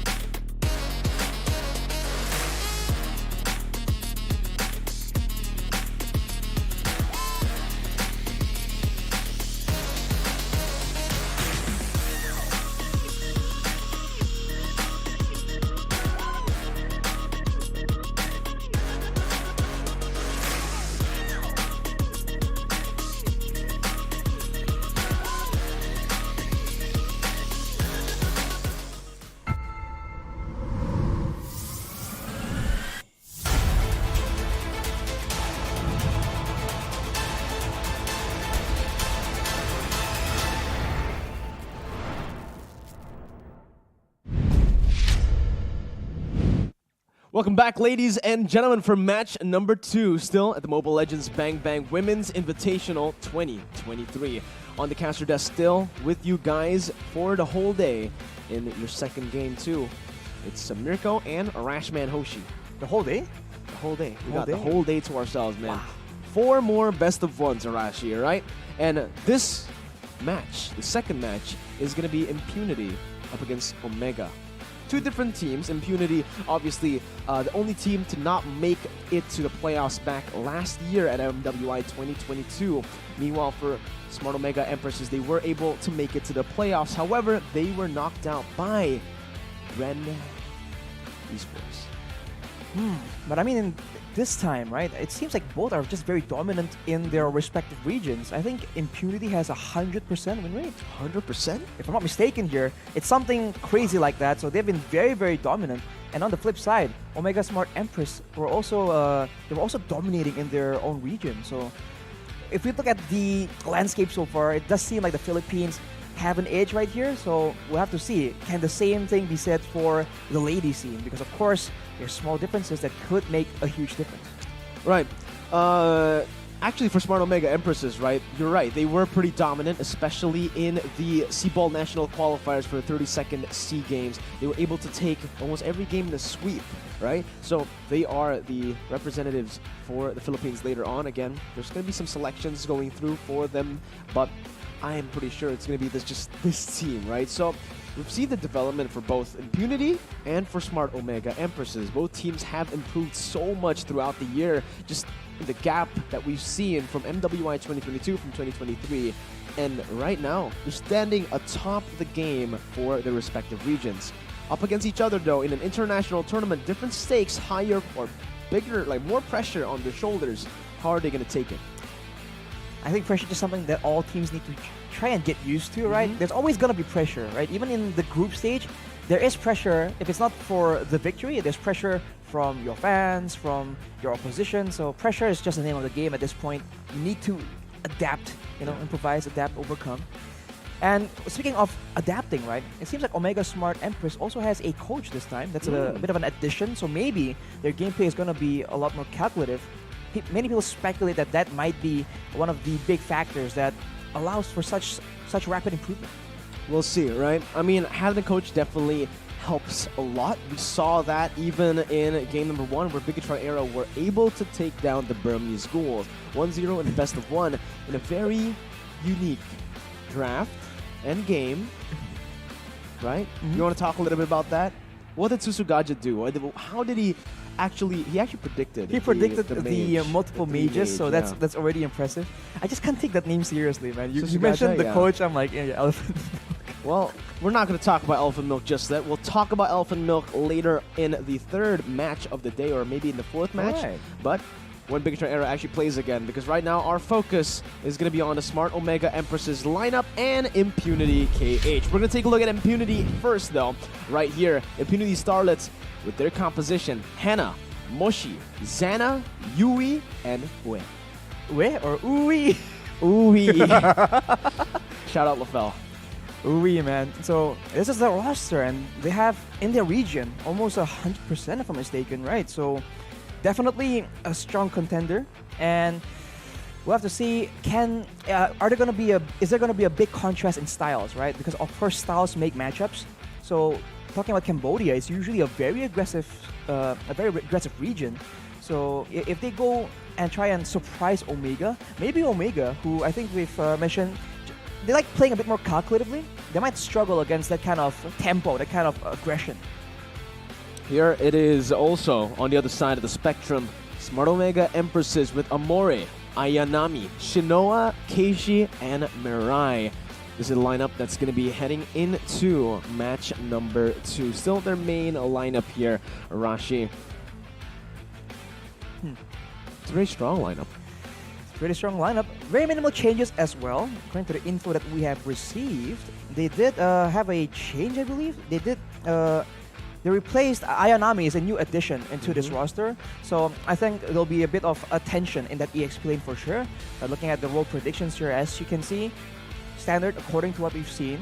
And that EXP lane, right? Moshi going up against Ayanami Will there be a difference in maybe experience in the mental calmness in that matchup? Because the EXP lane, that lane is so brutal if you start falling behind. It's effectively a 1v1, unless, of course, their team actually wants to play and roam into that lane instead. But that will also leave the gold lane open. It's a big question mark here as to where Smart Omega Empresses will play to. It is going to be exactly the same, but hey, we saw the role prediction for both Bigetron Era and Burmese Ghouls in Game 1, and they didn't really follow their role predictions, right? So here, we might see a difference as well in the game. Smart Omega Empresses and Impunity Starlets, they can actually take the chance to go and rotate their roster a bit. If the enemy team has done their digging, have done their assignments, research, then they might be in for a massive curveball.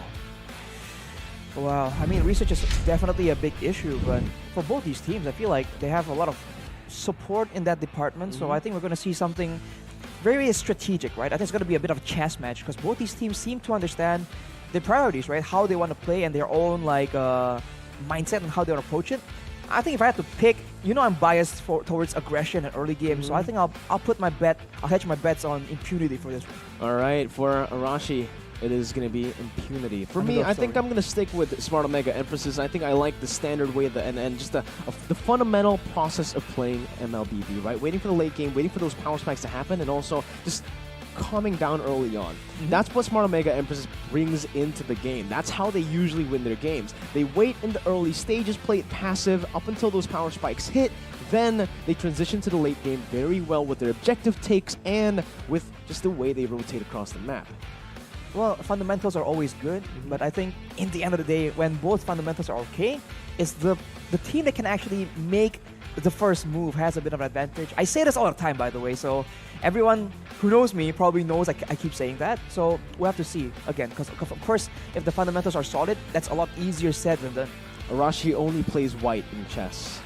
He wants to go first, take the initiative. And you know what? Fun fact: white has a better win rate actually in chess. So sometimes it does work playing for the early game. I guess you can kind of that's a metaphor. I guess you could use that metaphor here in the game too, where early game is going to be a lot more important, especially considering the meta right now is is pretty good for the early game teams. The assassins, the fighters too. And looking at Impunity Starlets, here are the keys to victory. Optimizing the gank potential from Yuri. They want to go and be aggressive in the early game. These ganks need to work out in the early game. Play safe and stick together, right? Since if they want to make sure that they don't get picked off by the fundamentals, right? By the rotations. Hold up. They need to make sure that they stick together. There's safety in numbers for sure. Emphasize on Xana's versatility. They have mechanically better players, as we were mentioning. They might try and make more solo plays, so if they can actually get success there, they can just throw a wrench in the plans of Omega to try and go for that fundamental gameplay, right? Just shake things up. Don't let the Filipino team set up. I think this is, you can technically say this for a lot of Filipino teams, right?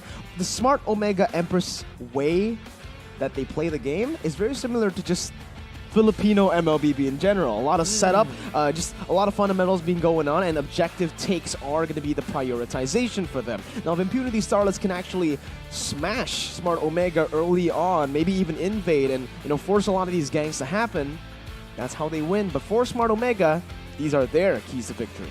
Well, here we go. Keep Xana in check in the early and mid game, right? Keep everything controlled, but play aggressive since the early game. So they can do a bit of both. I think if they can identify or get a winning draft, they have no issue just pressing the tempo.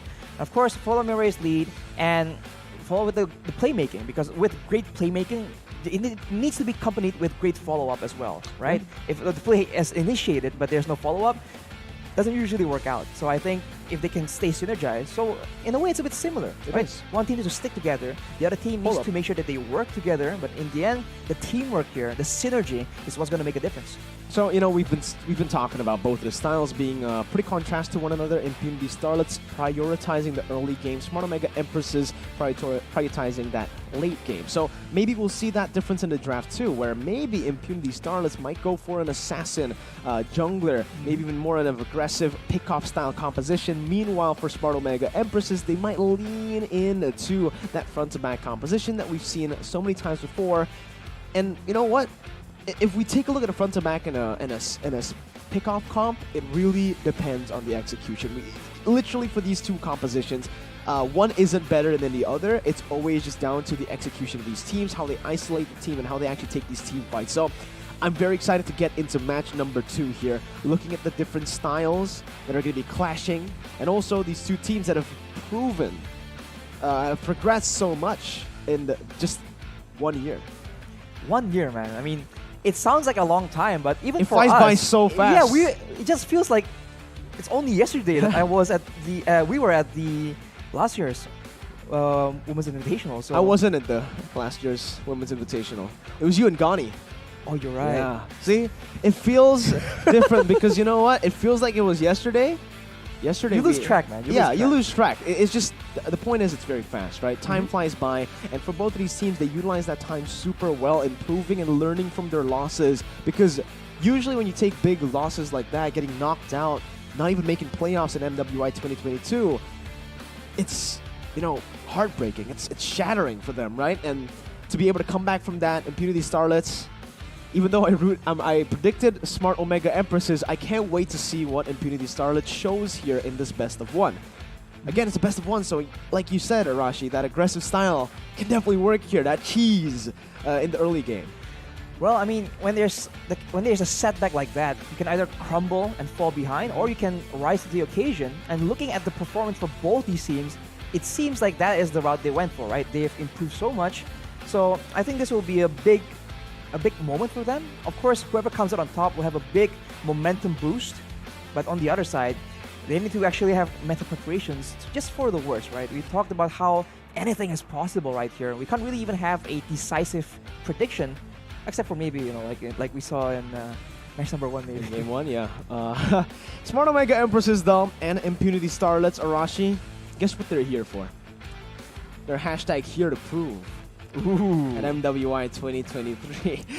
Ooh. Arashi's impressed by that. That's the tagline, buddy, of MWI 2023. And technically, again, for these two teams, I feel like the tagline works for them the best because they are really here to prove. Both of these teams didn't really have a very successful run last year, right? So they really are here to prove how much they progressed and to prove that there are contenders outside of Indonesia in the women's scene.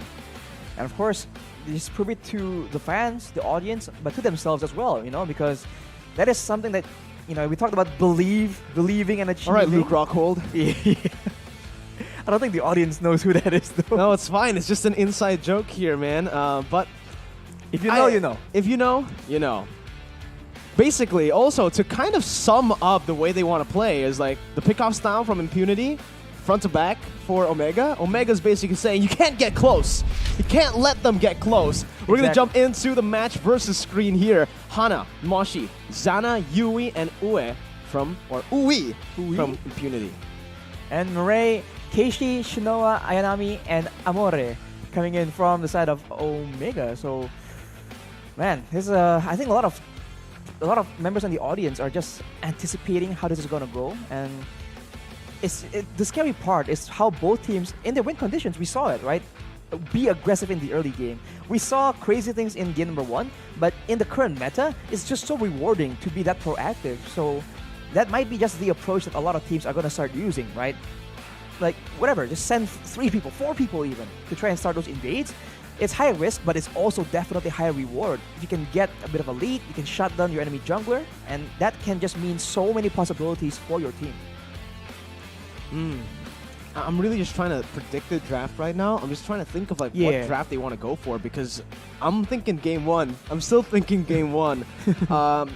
Maybe that's the new meta coming into this tournament here that we just haven't seen before. But now we're taking a look at the player cams for Smart Omega Empresses. It does look like they are ready for this game, Arashi. Yeah, they're locked in. You're definitely considering, right? They have a coach now, so the drafting phase, becomes a lot more important. And we'll have to see. Early on, we did see that coach Susugaja, he was able to actually get a bit of a read into their opponents. We'll see if Omega Smart has the same kind of resources, the same kind of possibility, because with a fundamental approach, right, being able to predict your opponent's movements or their preferred playstyle is a big win condition. If you can try and make sure that your opponents are not in their comfort zone, they themselves must resort to the fundamentals. So if you play on that fundamental style already, then you're automatically one step ahead. That's something that they need to show us right now again, right? Because we mentioned this, well, I'll mention it again. The Philippines is the strongest MLBB region in the world. I think, we really can't argue about that anymore. And for now, the female division is catching up too, right? You could see it here. Despite still being mostly dominated by the Indonesian teams in the female division, usually still Indonesia, the Philippines are climbing up slowly but surely. Here, we're also going to take a look at Impunity Starlets' player cams here, and that does seem like they are ready, even though I think they're short of one person. Yeah, we're still waiting on that player to get back here, but it does seem like they're in good spirits too. In a best of one, that's exactly what you need. You need that confidence, man. You need to make sure that you confidence. Well, you are confident. How You're to not confident. You are the definition of confidence. Confidence given shape, given form. Well, if they want to be in form, playing in game number 1, they have to have confidence. They have to make sure that they don't doubt, they don't have any hesitation in how they play, because that one moment, that few microseconds of hesitation can make or break, especially in the early game, right? When you're level 2, there's only 2 spells each for each hero, so everything must count. Everything, there's no room for mistakes, basically, right? In the best of Not one, at all. the way they play too. Still waiting again here as we take a look at the player cams for Smart Omega Empresses. We're still discussing the draft. Right, this is what you want to see though, right? Can you read the lips?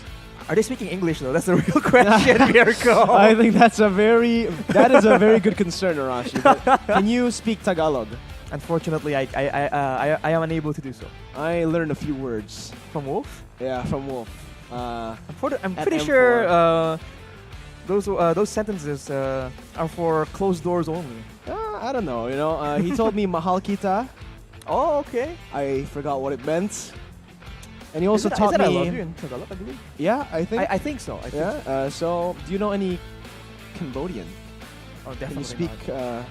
no? I was friends with the Cambodian ones, actually. That's a pretty funny story, but their language, by the way, I mean, a bit of a sidetrack here, but that language is very complicated, honestly. That region, right? The languages from that region is something else. So it fits you. Why? You're a complicated man. Wow.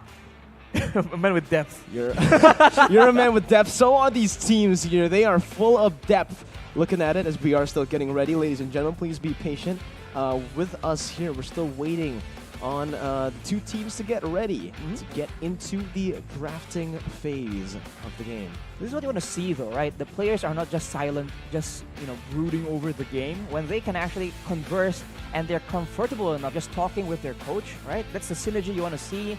It also shows you that there's a bit of trust between the coach and the players, because that's very important, man. If the coach does not have the trust of the teammates, it's going to be weird. If the players also don't trust the coach, that makes the execution, the drafts also quite complicated. So I think for both teams, having so much talk, so much discussions here, it's a good sign for sure. We can expect good things in the drafting phase, I think. With both of the teams having a coach, obviously that's what we're going to be expecting, right? A draft that is solid. Win conditions going to be pretty... I'm forgetting the word here. You're blanking out. Yeah, I'm blanking out, but like the win conditions are going to be set. That's basically it, right? It's going to be very easy to read those kind of drafts here in the way that you have to play the game. But it again comes down to how they execute their game plan, because we've seen and we've heard so many times that the drafts plays such a massive influence into the game, right? Definitely. Right now, especially in the current meta. But I think if the skill for both of the teams is that different, they can pull off any single draft, right? We're looking at it right now. I think in the female scene, it's still very prevalent. Even though you lose in the draft, I think your execution can carry the game. Of course, the adaptations in-game has a huge impact as well. I mean, Mike Tyson himself mentioned it, right? Everyone has a plan until they get hit in the face. Oh. So if you... What? I thought you were talking about the other line.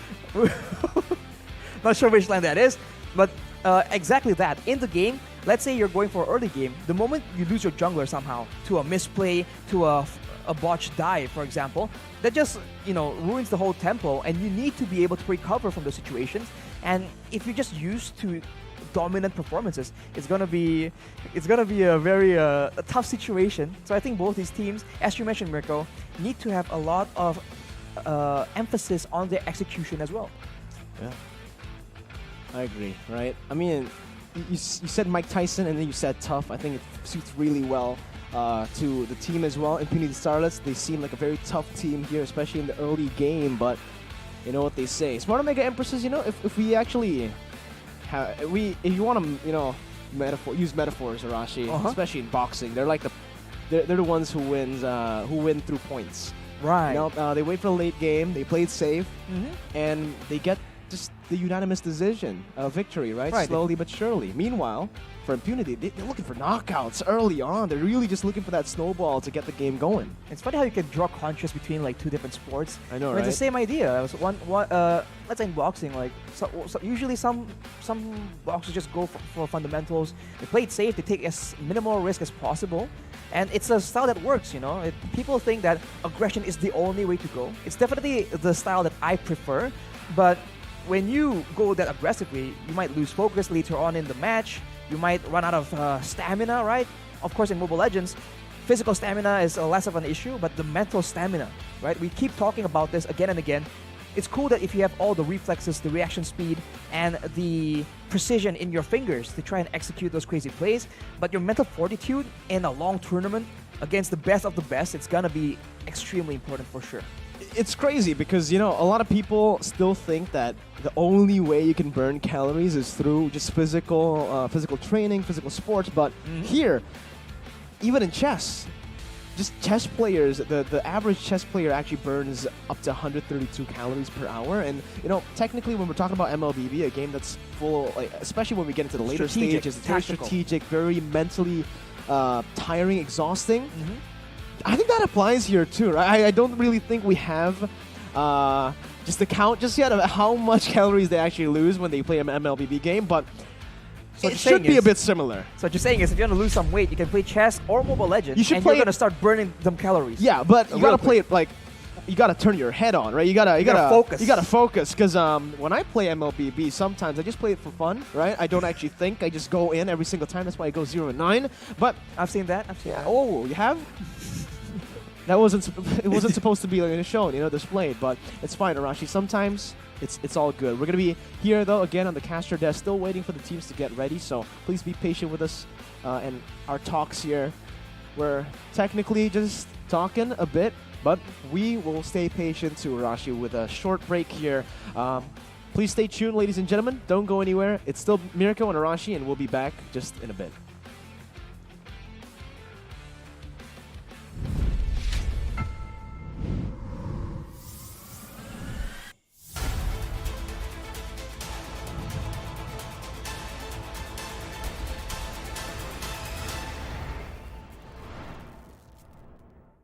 Ready? So it all started when I was at a friend's party. Mia, can you send me that? Sure. Everyone keeps asking. Mia, can you send me that? Even my French neighbor. I mean, all the time. Can you send me that?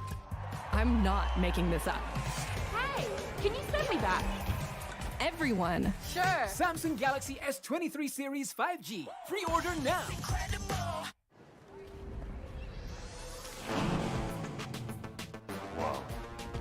Attention passengers, final call for flight. Wait, is that a phone? Look at the performance, the graphics. That thing's a gaming machine.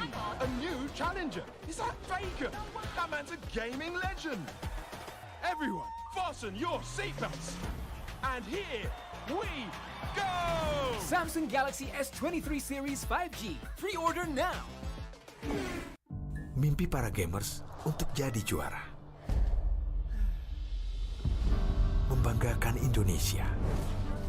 Sebuah potensi besar yang menjadi komitmen BCA untuk support gaming ecosystem. Kini game bukan hanya rekreasi, butuh konsentrasi dan kolaborasi.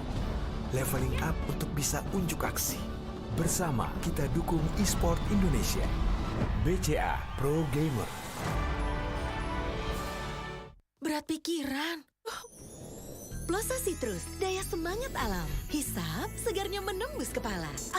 Pikiran enteng dan lega. Plosa bisa kerok dan pijat. Masuk angin, mantap. Plosa Citrus.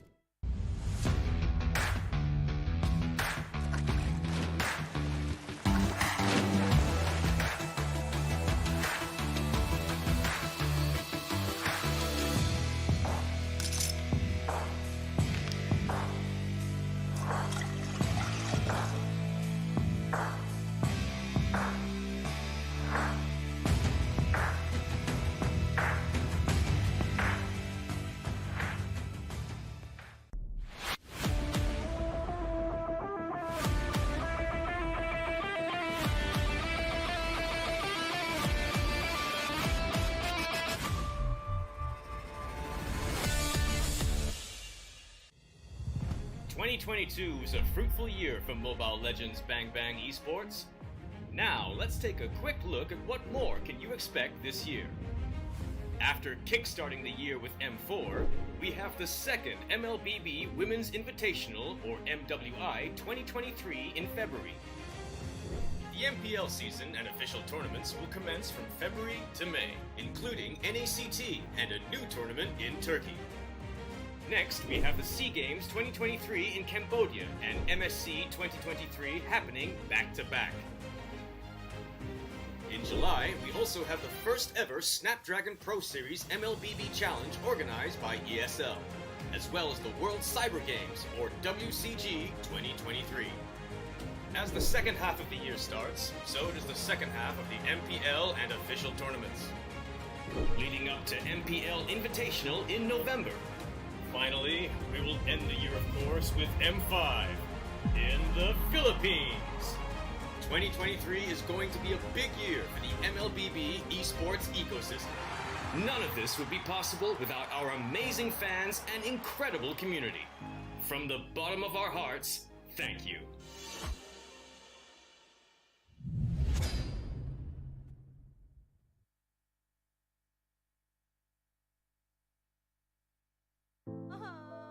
Warga plus 62 emang banyak maunya.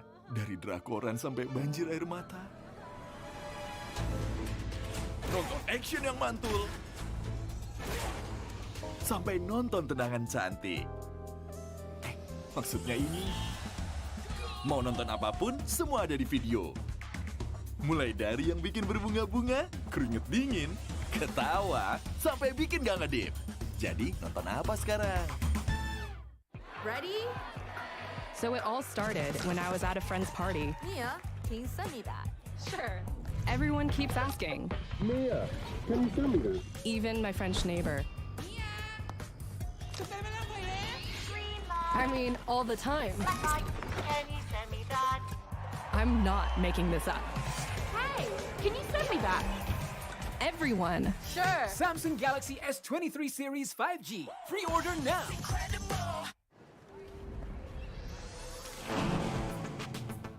Wow. Attention passengers, final call for flight. Wait, is that a phone? Look at the performance, the graphics. That thing's a gaming machine. A new challenger. Is that Faker? That man's a gaming legend. Everyone, fasten your seatbelts. And here we go! Samsung Galaxy S23 Series 5G. Pre-order now.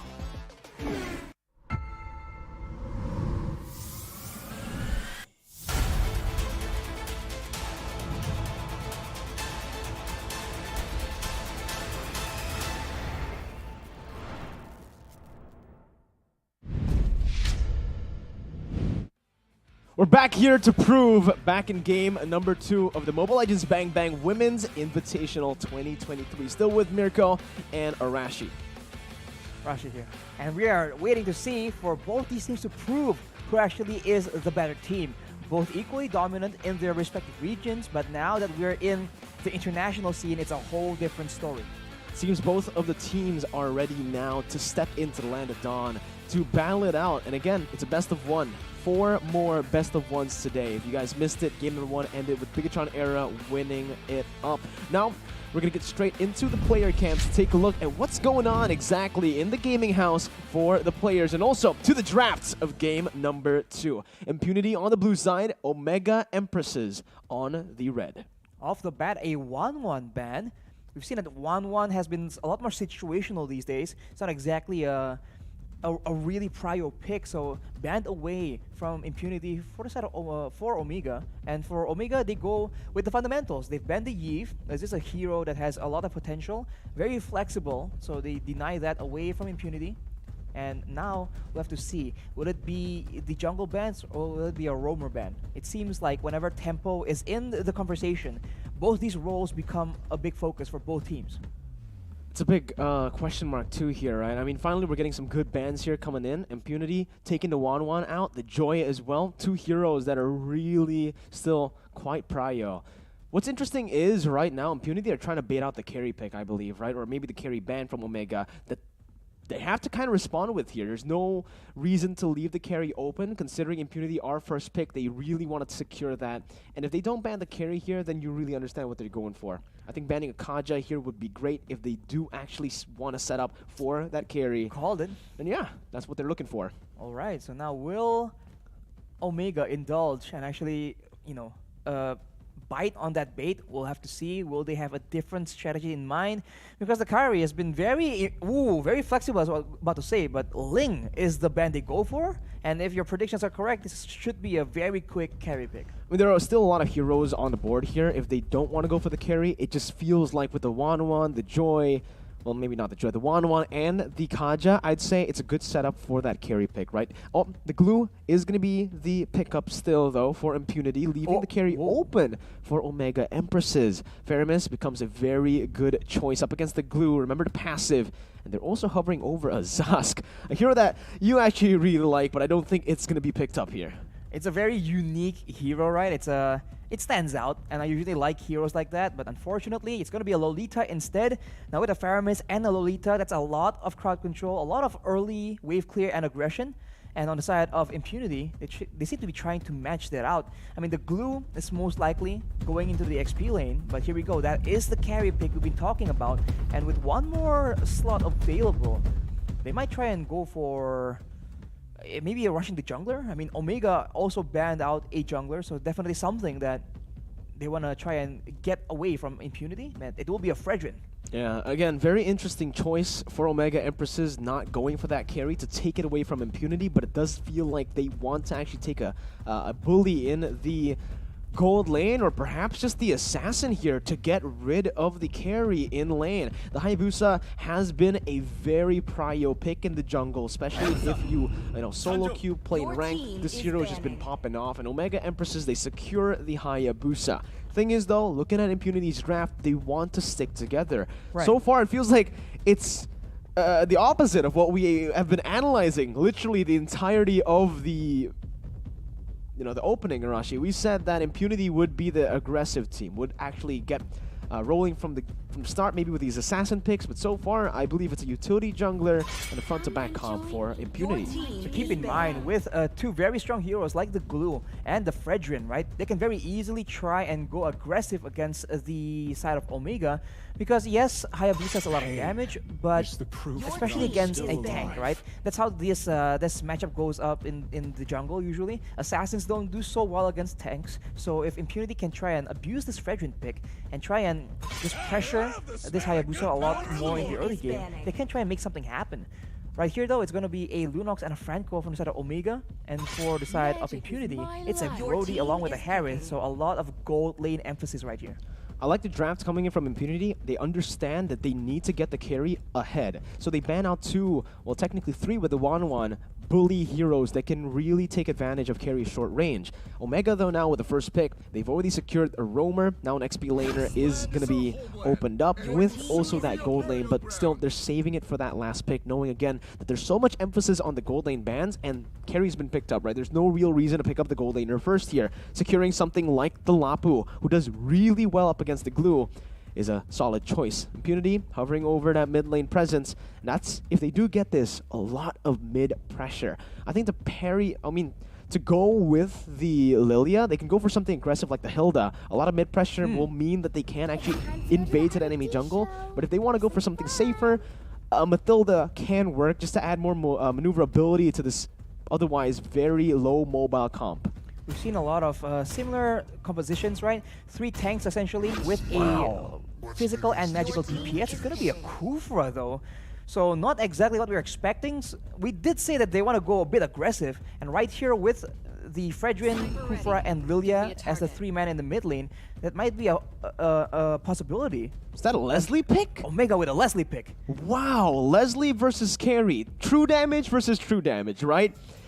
But man, I haven't seen the Leslie for quite a long time. Technically, if you look at it on paper, Leslie can actually, evade from a lot of the engages and can actually kite better up against the carry, scales as well.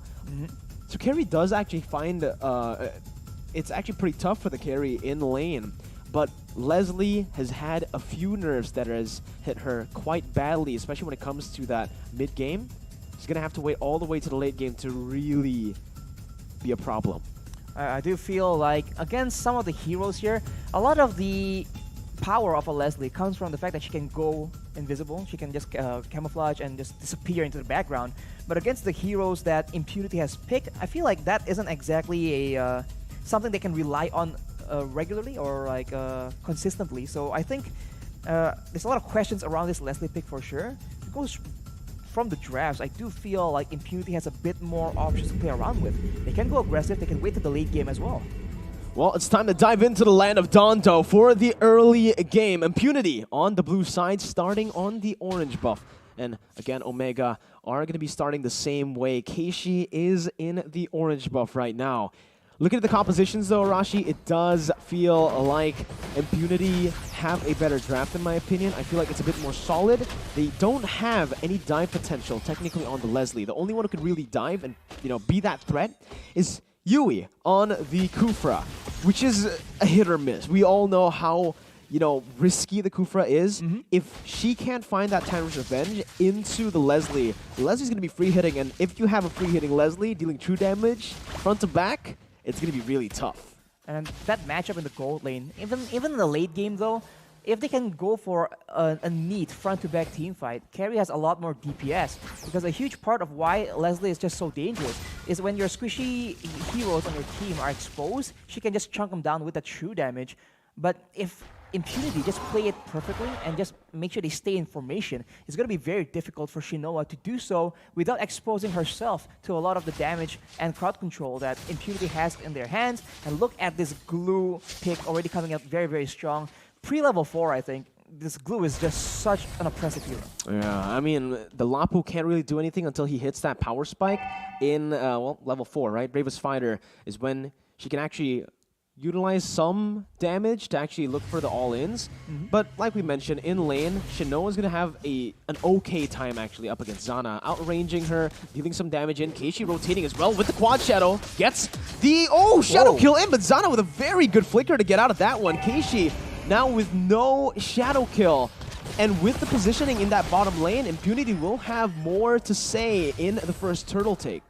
You're converging on this turtle, and it seems like Omega still wants to try and contest it. That might be a mistake. No retribution on board. Asking for the retribution from Yui here. As that's the bravest fighter to actually escape, but that's the split connecting, and it's first blood over to Impunity. Moshi just jumps on her back, following Ayanami all the way to her own orange buff. And actually, you can see that it's a bit of a trade here. Impunity actually lose to their own orange buff, but look at this play here. Oh man, Amore going to be caught again. Has the Cult Altar to buy a little bit more time, but is going to lose all of the Cult Altar HP under the tier 2. Ayanami here from the XP lane coming in. That's a shadow kill as well. Zana still able to escape for a bit, but Keishi with the high and dry gets it. Luminon Blast charged in onto 2 members right now, and that's a kill over. Ayanami is massive here as he jumps in, finding a double kill. Moshi still on top of her, still trying to get out now with a slam pass. Does get out, gets stunned up by a bit, but there's not enough damage to really get the kill down.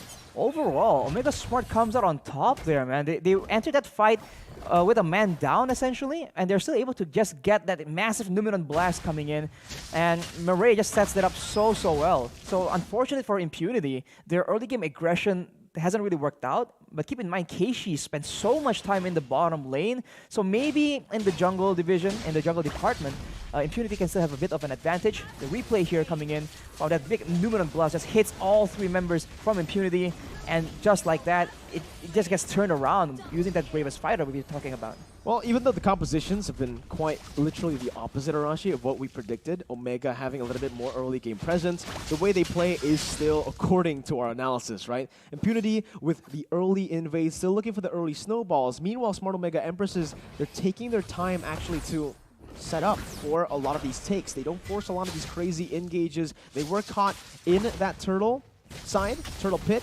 Shinoa, though, still buying a lot of time. Actually, Yui is going to be baited in. Amore rotating down with Mirai, but Zana has taken a whole lot of gold from that turret shield. 4 minutes in, still, it's Impunity actually losing out in gold. Smart Omega are looking for more here on the turtle. And you can see Moshi just trying to contest that 1v2, but look at the Numenon blast coming in on 3 people, as Keishi will be able to secure the turtle. And Omega Smart here just have all the control, and they might get 1 more kill on top of this. Uh-oh, Moshi with the split. That's Tyrant's Revenge. Not the Rage just yet. Claps. Not finding anyone. Moshi in the bush. Keishi looking for the quad shadow. Jumps back away, jumps back in, finishing Moshi off. Doesn't have the shadow kill to really go for more here, but it's already such a good play from Smart Omega Empress. Amore jumping in with the Shadow Stampede there. Hana gonna be able to get out with the black shoes. But both teams disengage. It's still just a 2,000 gold lead for Smart Omega. Murray is just in the right place at the right time. Every single time there's a big engagement. And look at here, there's a movement being made by Omega Smart to try and make the play happen. But Ui on this Kufra has not been able to find a lot of success. And I think that they're trying so hard to set something up here. Oh, that's the shadow kill. Hana gonna be dove on. The killing spree picked up. And that's the snipes from Shinoa. Just to poke them down. They have the range advantage, and they certainly will be able to take the structure down. Tier 1 gonna be falling as well. 2 turrets to Smart Omega's name. The setup game so far has been impeccable from Smart Omega. It just seems like Impunity has a bit of an advantage, but then they overstay. They're unable to get the kill quickly and decisively, and using that time, Smart Omega are able to just prepare a counter-engage using the Numenon Blast as well as the Cult Altar. They can just buy so much time, and it just makes it very difficult for Impunity to try and get any aggression going. Uh-oh, bottom lane pick off. This is what we're seeing right now as Murray is actually able to disengage, and now Black charged in, flickers forward, finding Yui. Yui still in the midst of it all right now as Ayaman is trying to go in for the back line, jumps into the Bravest Fighter with Keishi, and that's a kill over. Ayanami with a massive Bravest Fighter, and also just some snipes going in to poke Zana down, even canceling her recall. 2k gold difference, but it does seem like Smart Omega, they're just able to outlast the majority, the bulk of the damage coming in from Impunity right now, as Moshi goes in 1v4. That's a bit too much damage. Oh, the split though. She's all good. She gets out, but the first turret... she actually jumps back in with the split. The Bravest Fighter again by Yanami. Still trying to find some more. Moshi in the midst of it all, going to be falling down to the true damage from Shinoa, as it's a bit too much. Ayanami with a flicker out. Hana still looking to take the pressure back for this turtle take. Third turtle of the game going to be contested. Yui 2 levels below of Keishi. The contest comes in. Nope. That's the bouncing ball. Basically saying... shoving Keishi out. Zoning him away from the mutual objective. Impunity finally finds a bit of a pickup here, but now they're setting up for a turret dive. Would that be enough though, as Murray again just denies that play altogether by being in the right spot, denying any kind of dive towards the back line. So Impunity, they have to try and start matching Smart Omega in how they want to set up. They need a front to back and match and maybe try and go toe-to-toe against Shinoa, just trying to trade DPS, because Zana does have an advantage in that department. Murray is, well, so far the MVP in my opinion, right? She's just been everywhere on the map, constantly providing that vision for the team, and obviously also the setups that have just been impeccable. These Numenon Blasts have been connecting on the prio targets really well. Shadow Stampede again by Amore, bringing Yui back into the turret range. Keishi is 2 levels ahead of the enemy jungler. Pops in the quad shadow, getting out. Ayanami now, still in the midst of it all, using the Bravest Fighter to buy some time, but it's going to be taunted back up. That's Numenon Blast charged in. The flicker as well, only connecting onto the jungler. The Cult Altar has been popped. It's an all-out fight here as the shadow kill will be placed in, only to the glue. Still though, Moshi is gonna fall. That's the passive from the Faramis, dealing a whole lot of damage to the split.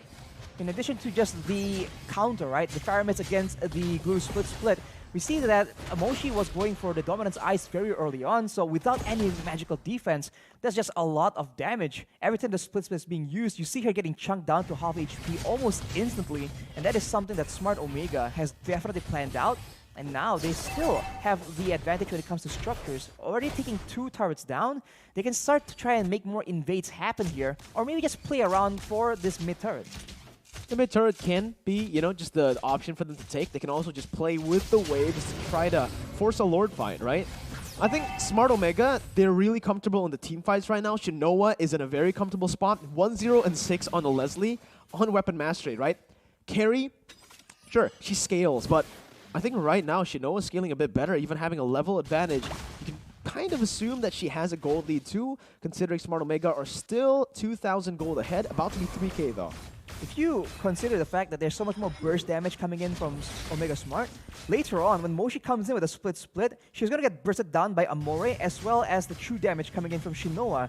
This effectively means that Impunity, they're almost guaranteed to lose one of their frontline members, and that's a very difficult thing to try and adjust and play around with, especially because Amore now has that Lightning Truncheon. That's a lot more burst damage that Impunity doesn't really have an answer for just yet. Ui does have the Athena shield right now, but it won't really be enough to deal with the rest of the team as well.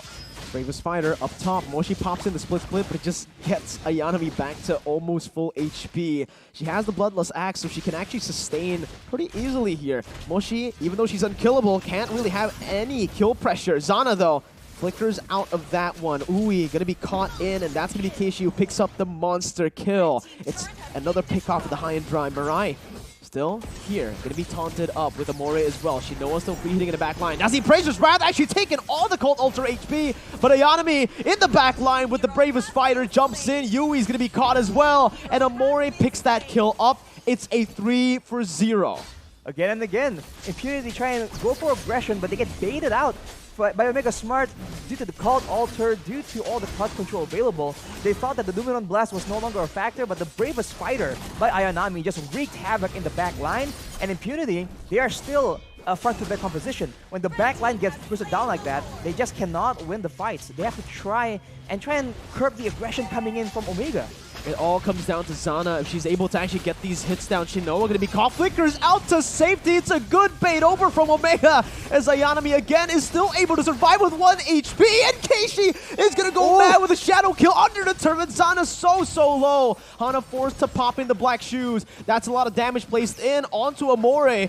Flickering out to safety here. Keishi's still looking for it. She still has the Quad Shadow back in, but she decides to go for the purple buff. She has a massive lead in terms of the XP department. 2 levels ahead still. And they just disengage. Again, this is the Filipino style that we've been talking about, Rashi. It's just very clean, very fundamental, but it works. Now with the Lord that they picked up in the middle of all that chaos, they're gonna try and play calculatively, try and get the pickoffs going on. And whoa, that's a big engagement. Will that be enough though? Only to Mirai though. Amore brings her back in with the Cult Ultra 2, and the Moonlight Blast is popped in, forcing the flicker from Moshi. And just like that, no more backline threat. Yui getting poked down by the true damage from Shinoa as they constantly just march in. And what? Where did Hana go? She disappeared under the base turret from the true damage and obviously from the Faramis. But my goodness, she got bursted down. This is the new Faramis as well, where she just does so much burst. It's honestly, you don't expect it. You don't see it coming at all, and this is the difference, right? Omega Smart has so much more burst damage, and Impunity is struggling to make sure that the fights go on long enough for their DPS to make a difference. And to make things even more difficult, there's a lot more threat, a lot more pressure towards the back line. Zana is not having a good time at all. Right now, with the core items here, the Corrosion Sight and the Golden Staff, it's pretty okay, but with only a Wind of Nature, the burst magical damage is still there. The combos are unreal. The zoning Numenon Blast. Actually, Yui wasn't able to really help out the other Yui, right? I mean, holy moly. Smart Omega, they're just really good at even just isolating the enemy targets with their AoE abilities. Shinoa with the Endless Battle completed as well, even more true damage, even onto Yui here. It's just constant chunks of 1.3, 1.4k true damage, and that is not something you can keep up, you can keep accepting and tanking for a long time. But even then, they know their limits. Even though they have a man advantage here, they're just happy to control the jungle and make sure that they don't make a mistake. They played very calculatively, and this is that fundamental style that we've been highlighting the whole time since the beginning. Moshi getting out with the slam pass, but the Luminant Blast comes in, and that's the quad shadow actually following through. Godlike picked up by Keishi. Yui tried to use the bouncing ball to get out there, but the poke and the damage just keeps on coming in. Ayanami now there. Oh my goodness, Hana gets sniped down. The true damage is massive. Base turn number 1 falling down in the top lane with the bottom lane as well. Now as Yui tries to go for the rage, but it gets bursted down by Shinoa. One more hit is all it takes for Zana to fall, but they will not be able to find it just yet. They jump in one more time before cracking the base wide open to secure their first match in MWI. Solid performance by Smart Omega and Impunity. They just had no answer, no solutions at all against the burst damage, against the crowd control, and you know that their win condition is to allow the carry to just keep hitting again and again. But even in that last fight, you saw that Mireille on that Lolita just completely shuts down any kind of damage coming in from the carry. So even though there's more DPS in the hands of Impunity, it just gets blocked by the Bulwark, and that effectively means that in a front-to-back situation, Omega Smart still comes out on top. It's just so hard for Impunity here because if we take a look at the draft, I feel like Omega just took it. Despite Impunity having 3 of the most broken heroes in the game, the Fredrin, the Glue, the carry, it all comes down to execution again when we're talking about, you know, how it's played. Carry in lane. Up against the Leslie, she won't really be able to bully the Leslie too much here with the invisibility that she has. The only way that the carry actually cancels out the invisibility is through her first ability, right? The spinning light wheel, but it's not gonna happen. It's not gonna hit. It's not, it's not an ability that can hit just like that. You really need to time it, and it's a very slow-moving skill shot, which is just really hard to get on a target. So because of that, the Leslie was able to just farm up. They did not have anyone that can really gank and pick off. The Fredrin is really bad at ganks, especially towards someone like a Leslie who has this proper disengage, a built-in second ability that can knock you back, also acting as a dash. I feel like both teams were struggling in the engage department, but fortunately for Omega, they are completely happy just scaling, right, and just counter-engaging with the Luminant Blast. So Mireille wasn't really feeling any pressure to try and do anything extraordinary, whereas for Ui on the Kufra, you can see that the plays were attempted again and again, but it just wasn't enough. This is why we say that Kufra is just so inconsistent, it's just so hit or miss, and we saw in the early game that Impunity had some advantage, but then they were losing a fight with a man advantage, with a numbers advantage, whereas when both teams are just in that stalemate, right, just struggling to engage onto each other, the team with the assassin has a more independent playmaking. So we saw Keishi just go in and out, making the plays happen, and eventually we did see that Zana on carry was able to survive several ganks, but eventually one of those is gonna work out, and that's what we saw happen in that gold lane. I think the main problem again for Impunity is the fact that they built themselves such a solid front to back. It's a bit too solid because it's literally just the front to back composition. They can't do anything except front to back. Meanwhile, if you take a look at Omega, they can front to back. They can front to back perfectly fine, but they also have proper backline threat towards the enemy. The carry is never seen free hitting. Never. Meanwhile, you can see Leslie just having a blast over in the back line, not really being targeted by anyone. And guess what? The only person who can really dive into that back line is the Kufra. Hit or miss. We mentioned this in the early stage of the draft as well. If they go for this Kufra, it is high risk, high reward. Shinoa was able to free hit, and that's why she got the 11.0 rating. 4-0 and 10, 11,000 gold. This is unheard of. Again, Leslie, usually we don't really see Leslie anymore.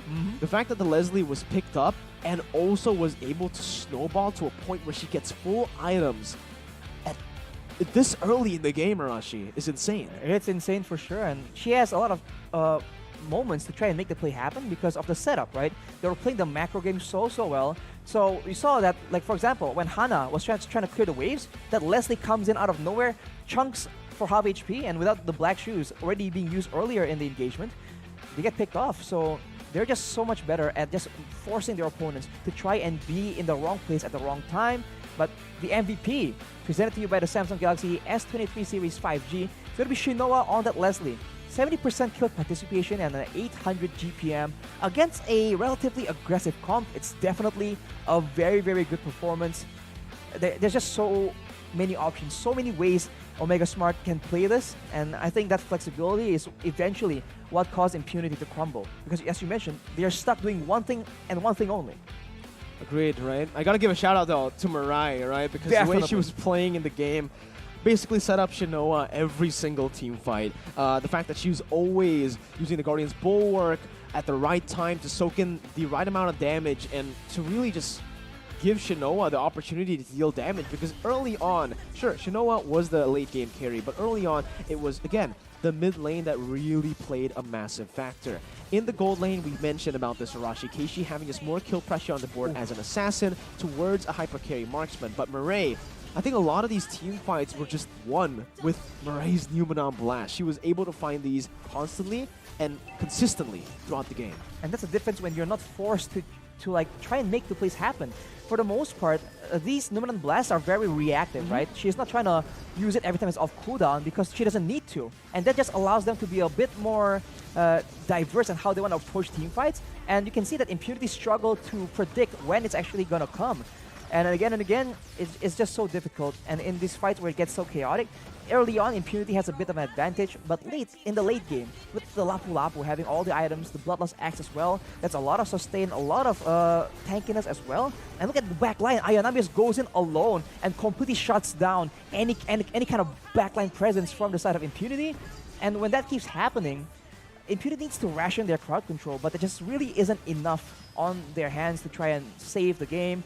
And I think this is where as well you can see that Moshi gets picked off and Hana in the bottom side. Look at that burst damage. It's unreal. She uses the black shoes and then afterwards gets sniped in the end. So there's just no right answer here coming in from the side for Impunity. When your frontliner, the glue, the most tanky frontliner you have, gets bursted down just by a single quad shadow with just one hit from Shinoa, you know it's going to be a really tough game, right? If you built your composition around that front to back, but your front is that squishy late in the later stages up against an assassin, then the front to back isn't really going to work. The carry, even though she's powerful, even though she's meta, there are ways to beat her, and Omega basically showed how it's done here in game number 2. Yeah, that Bulwark was just such a crucial part of their strategy, man. The carry in that final big fight, that was the make or break fight, right? She did 0 damage because everything was blocked out. And then by the time she backed away and tries to rejoin the fight, Keishi comes in and it's good night. She just gets deleted. And the thing is, she bought the win of nature. She had to steal leg plates. If, let's say, Keishi doesn't get the kill, we still have Ayanami on that Lapu that can flicker forward and get the damage done. But enough of match number 2. We're going to get ready for our next match. A ZEG from Malaysia taking on the Burmese Ghouls here. You can see it, Burmese Ghouls with the first game loss. Are they going to be able to come back here and stay strong up against the Malaysians? Are they going to try and do that the very unorthodox, I guess, unconventional battle spell, though? We'll have to see if that is part of their plan, right? If they're going to do it again, or are they going to revert back to something a bit more standard? Of course, we'll just have to wait and see. It's a big question mark right now, because from the first game that we saw from the Burmese Ghouls, there were a lot of question marks, a lot of questions, a lot of doubts, especially from a lot of the viewers in the comment section. Again, no retribution. Still, me and Arashi were talking in the back rooms about if it was a mistake or if it was actually a creative decision made by the team to maybe go for something, because technically you can understand with the destination and the execute you're looking for the resets, right? So there is a reason to maybe explain that, but we are going to be taking a short break before we head on over to our third match. It's been Arashi and Mirko. We'll be right back, so stay tuned.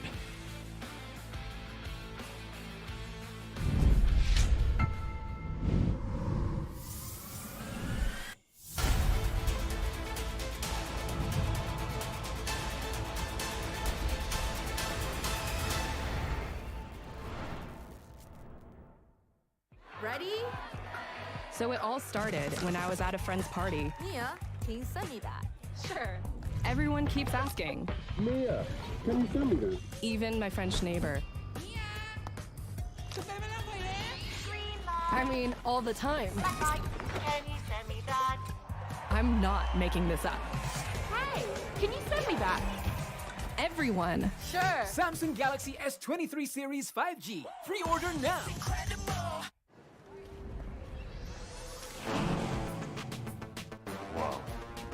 Attention passengers. Final call for flight. Wait, is that a phone? Look at the performance, the graphics. That thing's a gaming machine. A new challenger. Is that Faker? That man's a gaming legend. Everyone, fasten your seatbelts. And here we go! Samsung Galaxy S23 series 5G. Pre-order now. Mimpi para gamers untuk jadi juara. Membanggakan Indonesia.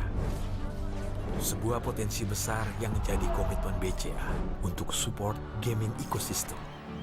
Kini game bukan hanya rekreasi, butuh konsentrasi dan kolaborasi. Leveling up untuk bisa unjuk aksi. Bersama kita dukung e-sport Indonesia. BCA Pro Gamer. Berat pikiran. Plosa Citrus, daya semangat alam. Hisap, segarnya menembus kepala. Pikiran enteng dan lega. Plosa bisa kerok dan pijat. Masuk angin, mantap. Plosa Citrus.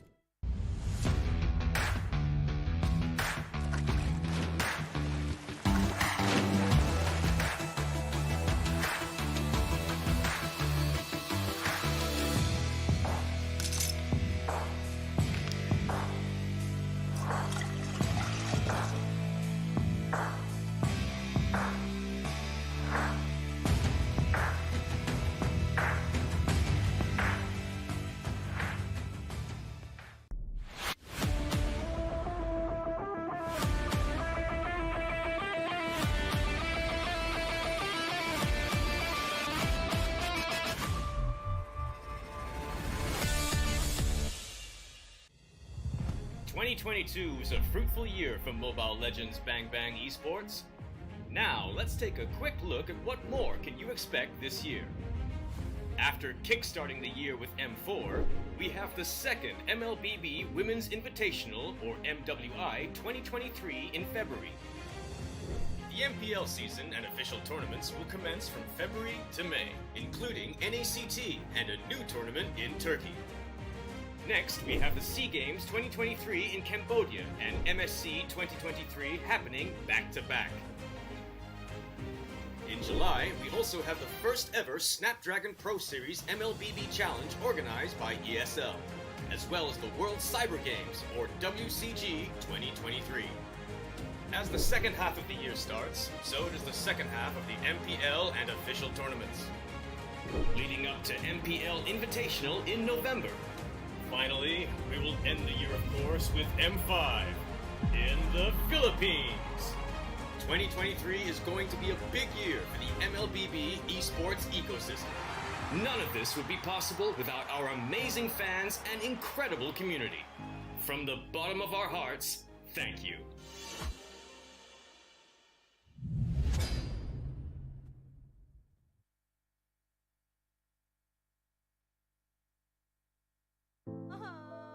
Warga plus 62 emang banyak maunya.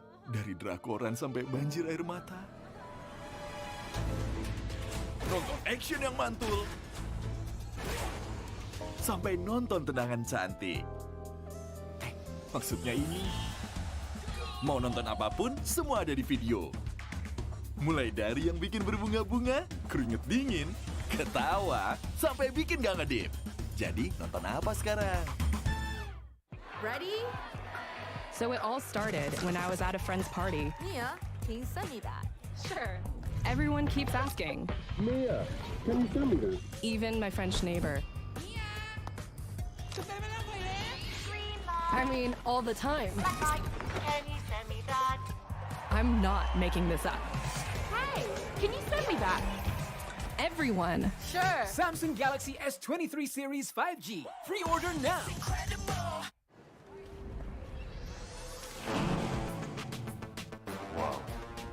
Attention passengers. Final call for flight. Wait, is that a phone? Look at the performance, the graphics. That thing's a gaming machine. A new challenger. Is that Faker? That man's a gaming legend. Everyone, fasten your seatbelts. And here we go! Samsung Galaxy S23 series 5G. Pre-order now. Mimpi para gamers untuk jadi juara. Membanggakan Indonesia. Sebuah potensi besar yang menjadi komitmen BCA untuk support gaming ecosystem. Kini game bukan hanya rekreasi, butuh konsentrasi dan kolaborasi. Leveling up untuk bisa unjuk aksi. Bersama kita dukung e-sport Indonesia. BCA Pro Gamer. Berat pikiran. Plosa Citrus, daya semangat alam. Hisap, segarnya menembus kepala. Pikiran enteng dan lega. Plosa bisa kerok dan pijat. Masuk angin, mantap. Plosa Citrus.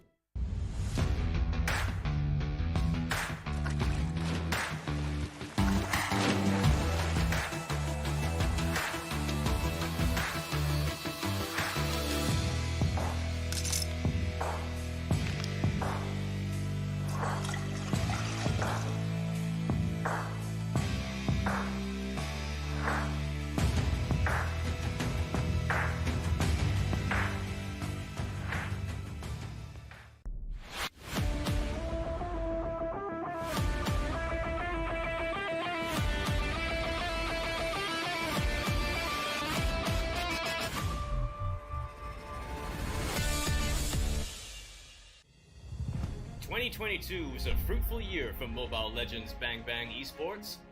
Now, let's take a quick look at what more can you expect this year. After kickstarting the year with M4, we have the second Mlbb Women's Invitational, or MWI, 2023 in February. The MPL season and official tournaments will commence from February to May, including NACT and a new tournament in Turkey. Next, we have the SEA Games 2023 in Cambodia and MSC 2023 happening back-to-back. In July, we also have the first ever Snapdragon Pro Series Mlbb Challenge organized by ESL, as well as the World Cyber Games, or WCG 2023. As the second half of the year starts, so does the second half of the MPL and official tournaments, leading up to MPL Invitational in November. Finally, we will end the year, of course, with M5 in the Philippines. 2023 is going to be a big year for the Mlbb esports ecosystem. None of this would be possible without our amazing fans and incredible community. From the bottom of our hearts, thank you.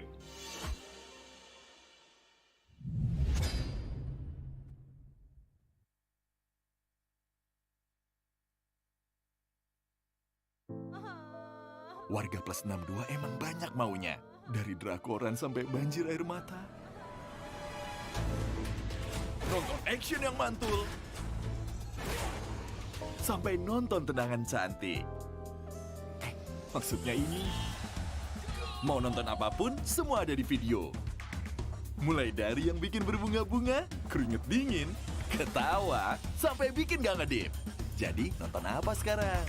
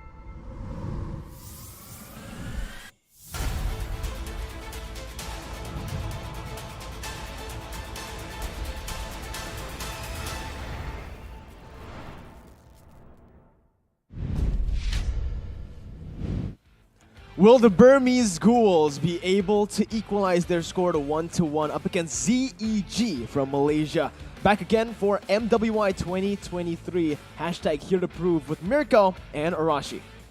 What's up, guys? Honestly, saw it. It's crazy. We saw that Burmese Ghouls were doing some kind of experimentation, allegedly, and now they're up against what we usually refer to as the wildcard region. So things might get a bit spicy.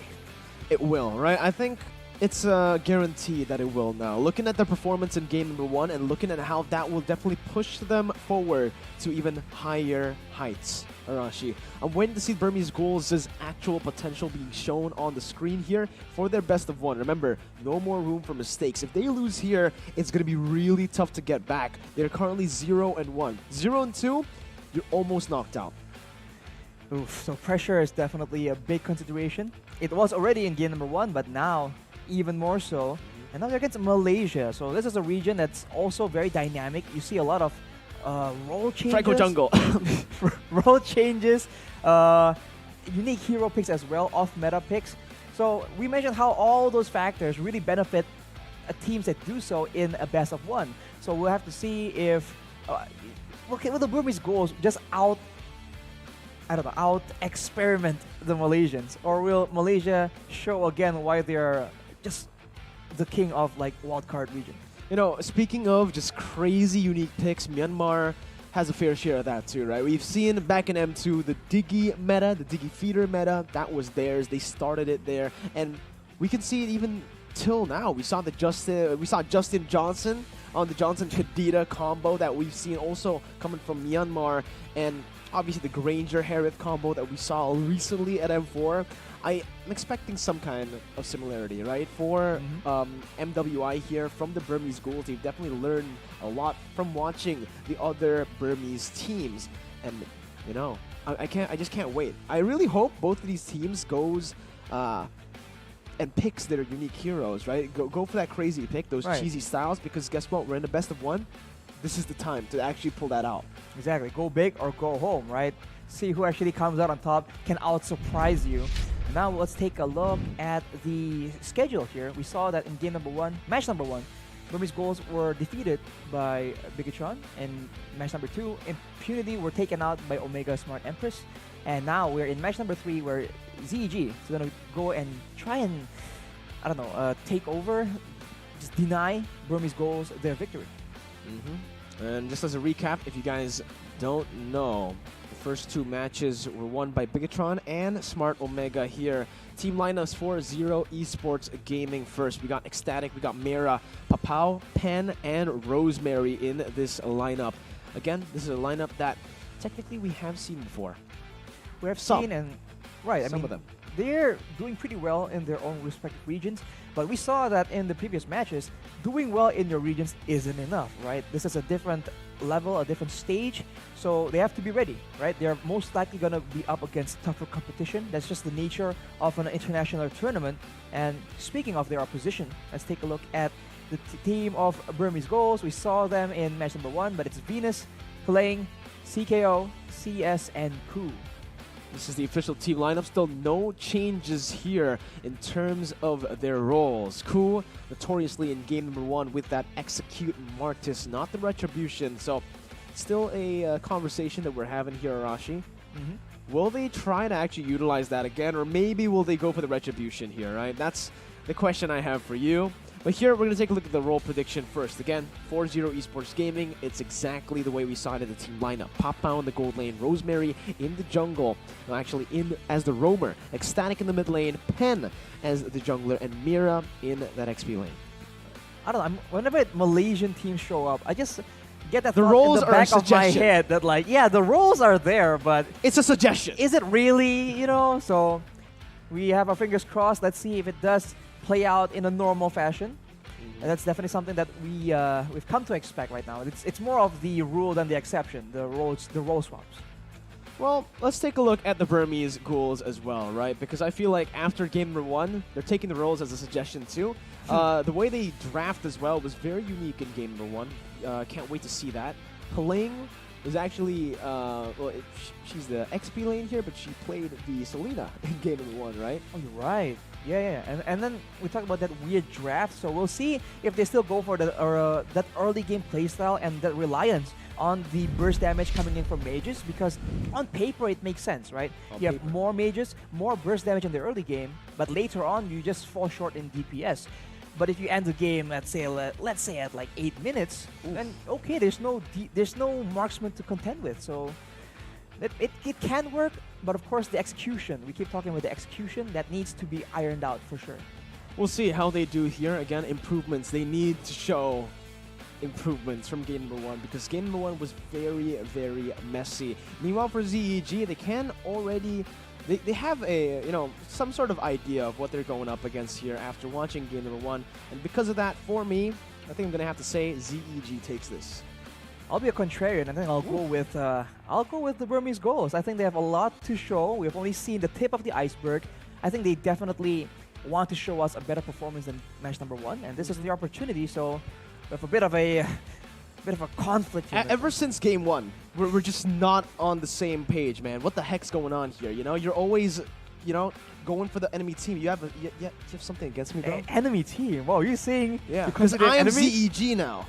Well, maybe I just like playing devil's advocate. So let's go for it. Now we have a bit of a divide here, so a bit spicy here in the commentator desk. I think it's okay, because so far I'm still at 100%. Arashi 50% after Impunity lost game number 2. But hey, you can equalize here. Let's see the keys to victory first for ZEG. Be careful with sneaky ganking from Ghouls in the early games. Sabotage Seiko's farming phase, because of course farm is just so important, especially in the early game, right? That just sets the tempo and the income for the mid game, which is usually very item reliant.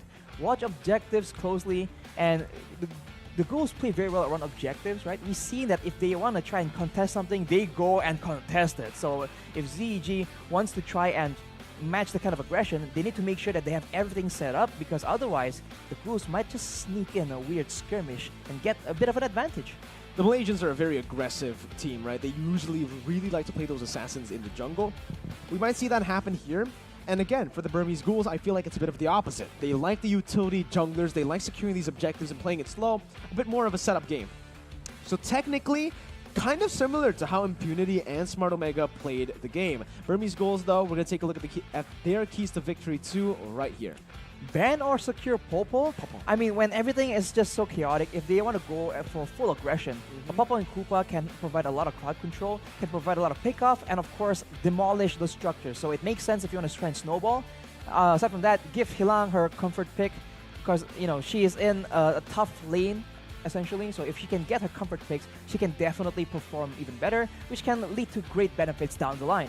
And for ZEG, Aris likes to play aggressive, so counter the early game and punish them if they overextend. We saw, funny enough, similar playstyle, a similar matchup in match number 2, actually, right? Just if you can bait them and then punish afterwards, that's gonna be something that the Burmese Ghouls can try and do, but that depends on that draft. That's how you beat aggressive teams, right? Force them to overextend and take them to your territory where you ultimately have the upper edge. Here you go. We're gonna take a look at the match versus screen here. Both of the teams as we enter the player cams. First for ZEG, getting ready, we're just jumping straight into the drafts here. Right. No time for waiting, Arashi. ZEG on the blue side, Burmese Ghouls on the red. Group stage, best of 1. A reminder again that it's a best of 1. Valentina banned out. Still, that's, Valentina has lost a lot of prio in in recent patches, Arashi, but here ZEG are still prioritizing it as the first ban. I mean, our beloved comrade Lafel mentions that it's a bit of a buff because of the nerf. We see a lot more Valentinas being picked, but now it's getting banned again. So we'll see if there's a particular plan coming in from ZEG, or if they've just seen that the Burmese Ghouls used it in match number 1, so they're trying to deny that. The Faramis has been banned away, so that suggests perhaps that the Burmese Ghouls might want to go for a glue eventually. We did see that the Faramis can do just such insane damage against a glue. That is something that they do not want to have happen to them. I think ZEG, though, they can play around that. They can just ban out the glue, and that's exactly what they do here. They are still technically threatening the first pick carry. That is still very possible here. The Kaja is still left open as well. Again, if you really want to go for something like a carry here, you want to take the Kaja out. The 1-1 is also something that is available that needs to be, that's a question that needs to be answered by both of these teams, right? Do they want to trade these marksmen out? Do they want to just battle it out in the gold lane, or they want to trade? I think at this point, Burmese Ghouls, looking at the bans, it's better for them to just go for a trade. You take one prio hero, I'll take two. Well, before that, though, you have to address the question, are the Burmese Ghouls even going to pick a marksman? Because we saw that they were quite comfortable just using a mage in that lane, but against ZEG, looking at the win conditions, that might be a bit of a steep gamble. They ban away that Lapu Lapu, because after glue, that's usually the next in line. And we did say that part of the win condition is to ensure that Hilang actually has her comfort picks. So I think banning out these stronger heroes will allow her to have a bit more flexibility in who she wants to try and take into the EXP lane. Lapu ban comes through here, actually, from the Burmese Ghouls. So actually, it might be Burmese Ghouls who are looking for the front to back here, maybe even looking to go for that carry, right? They're getting a lot of these dive heroes out of the way, and also the Fairness that can work as somewhat of a counter to the carry, having 2 HP bars. So, we'll see. ZEG, though, they have the first pick. They can say, well, they can say no carry for you. They bat it out. They want to pick up something like a 1-1 on the Kaja here, and Burmese Ghouls need to answer it.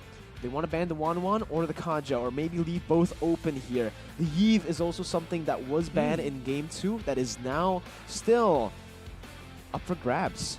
A very flexible hero, and I think Yve is just a bit too flexible. You can even have flexibility in your item builds depending on the situation. So it's very strong if the team wants to play strategic, and as you called it, Mirko, banned away by the Burmese Ghouls. But now if ZEG goes for, let's say, a 1-1, the Lolita is still available to counter. And we saw that that Bulwark is just a huge pain for any marksman that tries to do DPS. I think at this point, though, ZEG going for the 1-1 is still very good for them, right? If they go for the 1-1 here, Burmese Ghouls actually pick up the Lolita, they can answer with the Kaja, but scratch all of that. They actually go for the Fredrin first pick, just a proper flex pick. We call it a flex pick. We've been calling it a flex pick, but at this point, I feel like the Fredrin is just a jungler, man. We don't really see the Fredrin go to the XP lane anymore, and the Farsa is actually going to be the choice here from the Burmese Ghouls. First picking it, no hesitation whatsoever. Up against the Fredrin, it's a good pick. You outrange the Fredrin, and there's no way for the Fredrin to actually get to you unless he actually brings the Flicker. So, is this an XP Fredrin? That's the big question. I mean, for the most part, with all the more aggressive, the more trade-heavy heroes in the EXP lane, Fredrin becomes very situational. And speaking of trading-heavy, aggressive laners, Burmese Ghouls pick up a Yuzong, will most likely go to the EXP lane, right? Logically speaking. But of course, both these teams can very easily switch it up on us. Let's wait and see for now, as the ZEG now has 2 more picks. If they want to go for the early marksman, they have to contend with the Feathered Airstrike as well as the Black Dragon form. A lot of danger, precarious situation for any marksman in this against Burmese Ghouls right now. This is very, very interesting, right? I think, for me personally, I really love the drafts coming in from Burmese Ghouls this time around. They ban out the Lapu, they ban out the heroes that can really prove to be a threat up against the Farsa, and they also pick up the Yuzong. They don't have enough ban slots in the first phase to actually take the Yuzong out, so picking it up here as, you know, to take it away from ZEG is fantastic, and it works so well up against this composition that ZEG is going for. They lock into Sicilian despite seeing the Yuzong on the opposing team, and Burmese Ghouls can just build on that now by going for more, maybe dive heroes, maybe pick up an assassin right now in the jungle, something like a Hayabusa that can really stop the Sicilian early on. They can also just secure a gold laner here and head on to the second phase with a massive advantage by banning 2 other gold laners that do well against them. Burmese Ghouls, I think with this comp, going for 1-1 still works, even though you're up against the Lolita. The Lolita's gonna have, you know, her hands busy. The Bulwark's not gonna be available just for the 1-1 with the Yuzong and the Farsa constantly dishing out damage. Oh, man, I'm gonna feel... I would not want to be Sicilian against a Hilda, Yuzong, as well as a Farsa. This is a scary situation for sure. I mean, the Sicilian is outranged by the Feather Airstrike already, and even if he's able to wait that Feather Airstrike out, the Black Dragon form comes in. The Hilda in the late stage, mid to late stage of the game can one-shot you given the right circumstances. So already a very aggressive look coming in from Burmese Ghouls. I think ZEG, they have two very solid sources of crowd control here, the Fredrin and the Lolita. Considering the circumstances, they might just want some more. That could be a possibility. Protection.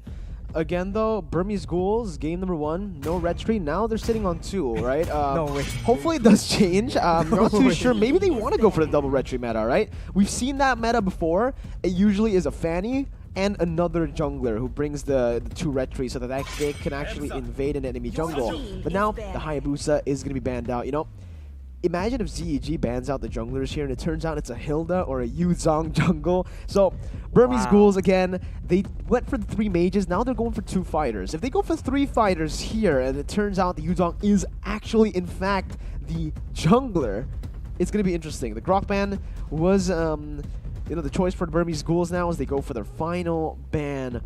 I think a wise choice, which is to get some more at this point. Yeah, just go for every dive hero possible, right?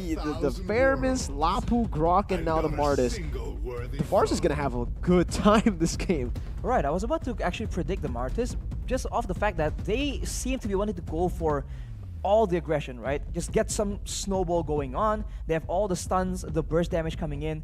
The only real issue is if there's a hero on the side of ZEG that cannot be crowd controlled. So they ban out that Grok and then the Martis. There's not really a lot more options for heroes that can face a lot of crowd control and live to tell the tale. So I think it makes sense, right, logically speaking.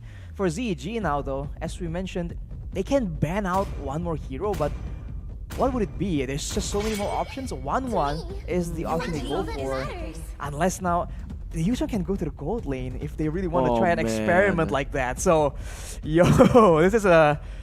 If you're in ZEG's shoes right here, this is confusing for sure. It's very confusing, right? I mean, technically for the Burmese Ghouls, I think they've read out ZEG's game plan really well here. They noticed that maybe... Well, they didn't notice, but they know that ZEG, Malaysian teams, really like to play those assassins, so maybe they read out that the Fredrin is, in fact, going to the XP lane. Banning out a lot of these jungle heroes like the Martis will mean that ZEG are forced to pick up the assassin, right? There's not a lot of junglers left open anymore here. Sure, we can still see the Barats, the Akai, and it's actually pretty solid in ZEG's composition with their front to back that they're building. But Burmese Ghouls, they pick up the Barats, and again, this is it. They take it away every single time. The counter to Farsa, the Yuzong, they pick it up. They pick up a Barats as well to force that assassin jungle, and just like that, you see the switch, you see that retribution being placed onto the Fredrin. They know that, hey, we don't have any more fighters to play with. They can go for the Akai, but with the amount of damage that Burmese Ghouls have in the Barats to counter the Akai, it's not really going to be it's not going to be that good. Exactly, just not as efficient, as effective. And what's really concerning to me right now is the 3 red trees. What is going on, man? Come on. This is crazy. ZEG now has very limited options. They need independent heroes that can survive this aggression alone, and maybe, right? Maybe if they can get something a bit more flexible, they can use this Lolita as a counter engage yet again. But that's a Terizla being picked up, so penalty zone can be a very effective deterrent in the right moment though. It will, again, the execution coming in, especially for the Yuzong, I feel, in this matchup, is going to be so important. The final pick though, will it be yet another surprise? I think there are no more surprises here. For me personally, I feel like getting a marksman with a high mobility marksman fits the best here in Burmese Ghouls composition. Something like an Irithel to really follow up with the dive that the team has, right? If you pick up something like the Melissa here, it can work if you want to cover to the back line, but who's gonna, you know, go and dive into the Sicilian? You need help. The Yuzong won't be able to do it just alone. The Farce is gonna be zoned away by the Terizla now. They go for the Lunox, so hey, more dive. I thought it was gonna be like a marksman that they wanted to go for. They have a lot of physical damage already, technically, so the Lunox isn't that far-fetched. I think it's a pretty good pickup here, knowing that it's you know, Arashi, it's a Burmese special. It's the Burmese special, the Lunox. We saw it at M2 from Ruby DD. Yes, we saw it at M4 as well from Falcon.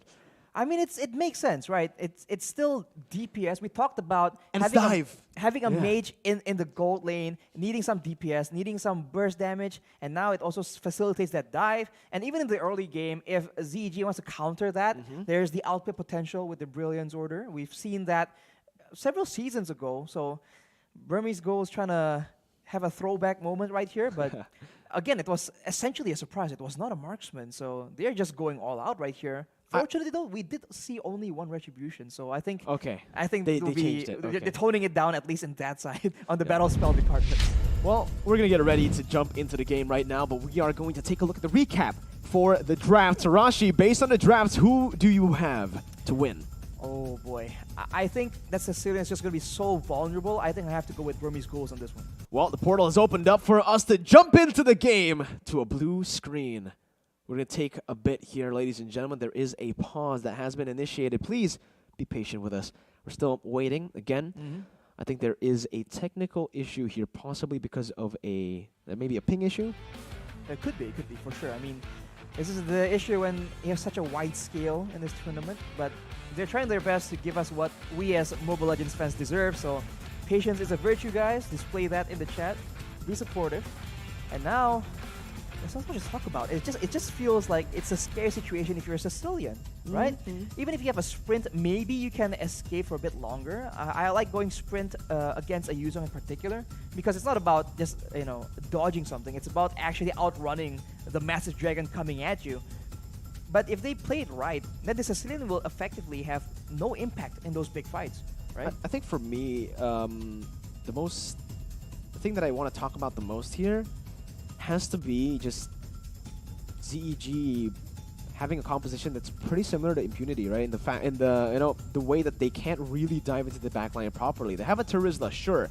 The only way the Terizla actually dives into the Farsa is with a flicker, right? You flicker penalty zone or penalty zone flicker, you are going to be able to get that range down to get a knockup. But other than the flicker, if the Farsa actually just plays it properly, stays in the back line, before that even happens, it's just going to be really tough, right? Yep. The Lunox is self-sustainable. You can't really engage on the Lunox here, especially if she has the Brilliance.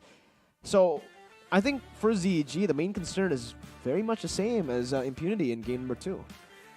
Yeah, it just really feels like the Burmese Ghouls have all bases covered. They have all the damage they want. They can dive.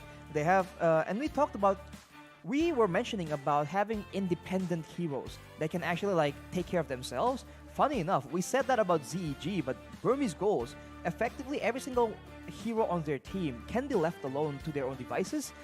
And I think that's going to lead to a lot of very interesting setups coming in from the Burmese Ghouls because they're not really locked into a particular formation or a particular rotation anyhow.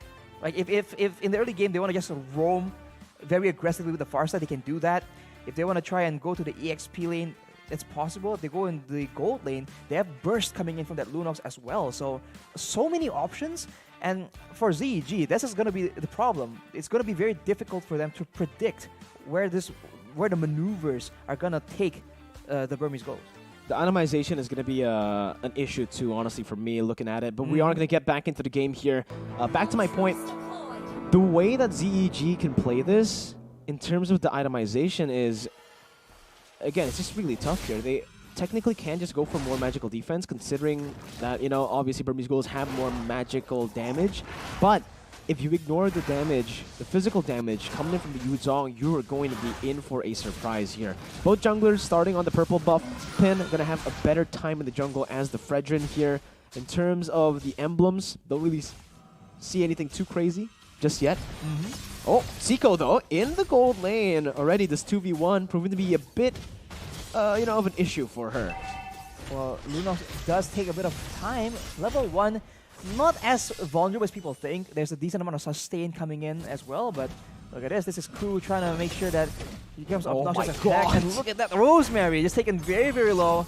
That Hilda presence in the early game is just so oppressive. Papao though, doing pretty well as the Brody here, dealing the damage and also not really vulnerable in these fights, actually winning out in the trades, but again, this Hilda is going to be a nuisance. Mira in the XP lane as the Terizla. This is a winning matchup. This is one thing that you can talk about, right? If you are from the side of Zero Esports Gaming, is the fact that they have the Terizla that is a winning lane. And if she actually plays the waves properly, she can actually constantly just bully and force the Yu Zhong to be at a level disadvantage by the time they both, well, by the time the level power spike hits. Exactly, it's a bit of an unfamiliar situation for the Yu Zhong to be the losing lane. It's just not as common to see these days. But Terizla is just an absolute lane bully.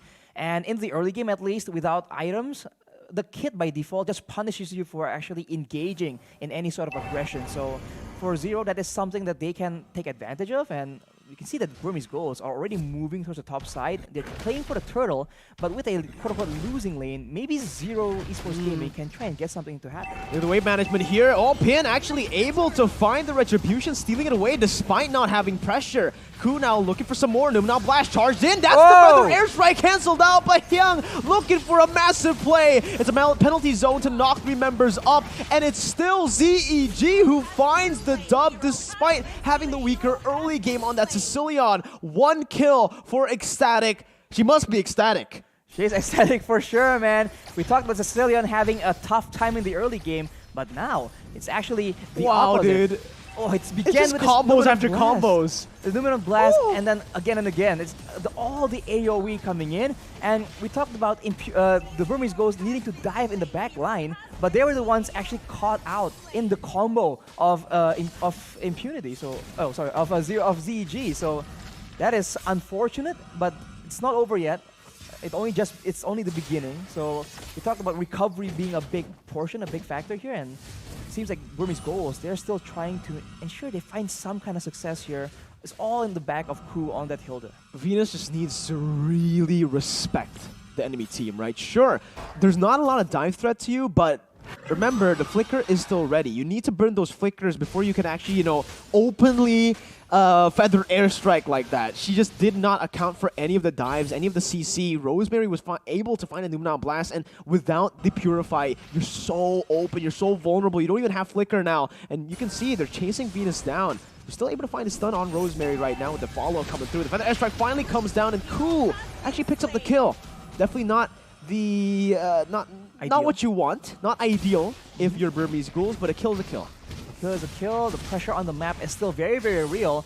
And this is where the Burmese Ghouls actually have an advantage. We talked about the burst damage being too much to deal with in the early game. If they don't get caught in a big 5v5 team fight like we saw at the Turtle early on, it's not gonna be it's gonna be pretty smooth sailing unless they make a huge mistake. Venus for sure needs to maintain distance. She cannot let them get close. Yeah, that was just pretty sad. I was looking at the minions. Papao just barely missed the cannon minion here, but it's gonna be the retry battle again, and Pin is just 2 on point here. Torn apart memory, already fully snacked, doesn't go for it just yet, goes for the stun, petrified up, that's the flicker out, but in the back line is gonna be Mira who finds the penalty zone onto Venus, who's 1 HP. Laying on the other side, gonna be falling to the hands of Papao. Not CS is running away, 1 HP, just barely, but Rosemary wants to chase, flickers forward, gets the kill. Ku pops in, no, doesn't even pop in a sprint, just gets a burst of movement speed to get out from that mid lane. It is still ZEG who are winning in this skirmish. 5 minutes in, and the tier 1 in the mid lane of a Sicilian is going to fall. Who would have expected this kind of outcome? And even in the bottom side, you do see that Papao on that Brody is finally able to take down a turret as well. They are just having such a good game right now. They're able to just make Burmese Ghouls confused on where to focus their attention on, and before you know it, their backline gets dived on. That was so annoying too. Seiko was recalling in the bush. Papao had no idea. She just pops the torn apart memory, and guess what? She finds a recalling Lunox, who's then cancelled, and now she's gonna miss a few minions in the way, maybe even everything, because she's rotating to the mid lane. She's losing a whole minion wave down below because of the rotation back to mid Arashi. Oh man, Seiko's not having a good time. Not at all. ZEG are the ones that are actually dictating the tempo. They're the ones taking care of the macro gameplay as well. This is a seriously confusing situation, and now the main engage is actually, I would say it's Peen, and the Retributions have been so on point right here. So Rosemary as well as Mira can focus on counter-engaging, and the Burmese Ghouls have no solution to the counter gameplay that ZEG is using against them right now. I think right now, Zero Esports, they're just really playing the map well, right? They understand the power of every single hero that they have. They have the Brody who's ahead in lane. They rotate the Brody over towards the XP lane to actually go for some sieges here, knowing that, again, that's what Brody does best. Mira on the weak side of the map, she's completely fine here. 4-man gank is fine. The Brody's going to be able to find more value because he actually jumps in with the penalty zone, baiting out every single ability. And again, it's still going to be worth it because the tier 2 is going to be sieged down by Papao and Pen. Sure, Burmese Ghouls find a kill, but even if they get the tier 1, the tier 2 up top is just so much more value, and they get it for free. Turret down below still not taken down. They're not even going to go for it because Luminal Blast finds 2 members. It's a dive, and it's a disaster for the Burmese Ghouls. And look at Ecstatic just picking up the kills a bit by bit. The bad impact at this point. 7 minutes into the game, still doing a lot of damage already. Burmese Ghouls, they're just getting completely out-rotated, out-maneuvered, and despite having all these tools, all these options in the early game, they have failed to make any successful executions. As we take a look at the replay on that fight, you can see that Rosemary starts off with a big Numenor Blast.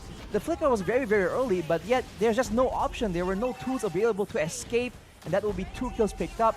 Tower as well, I believe.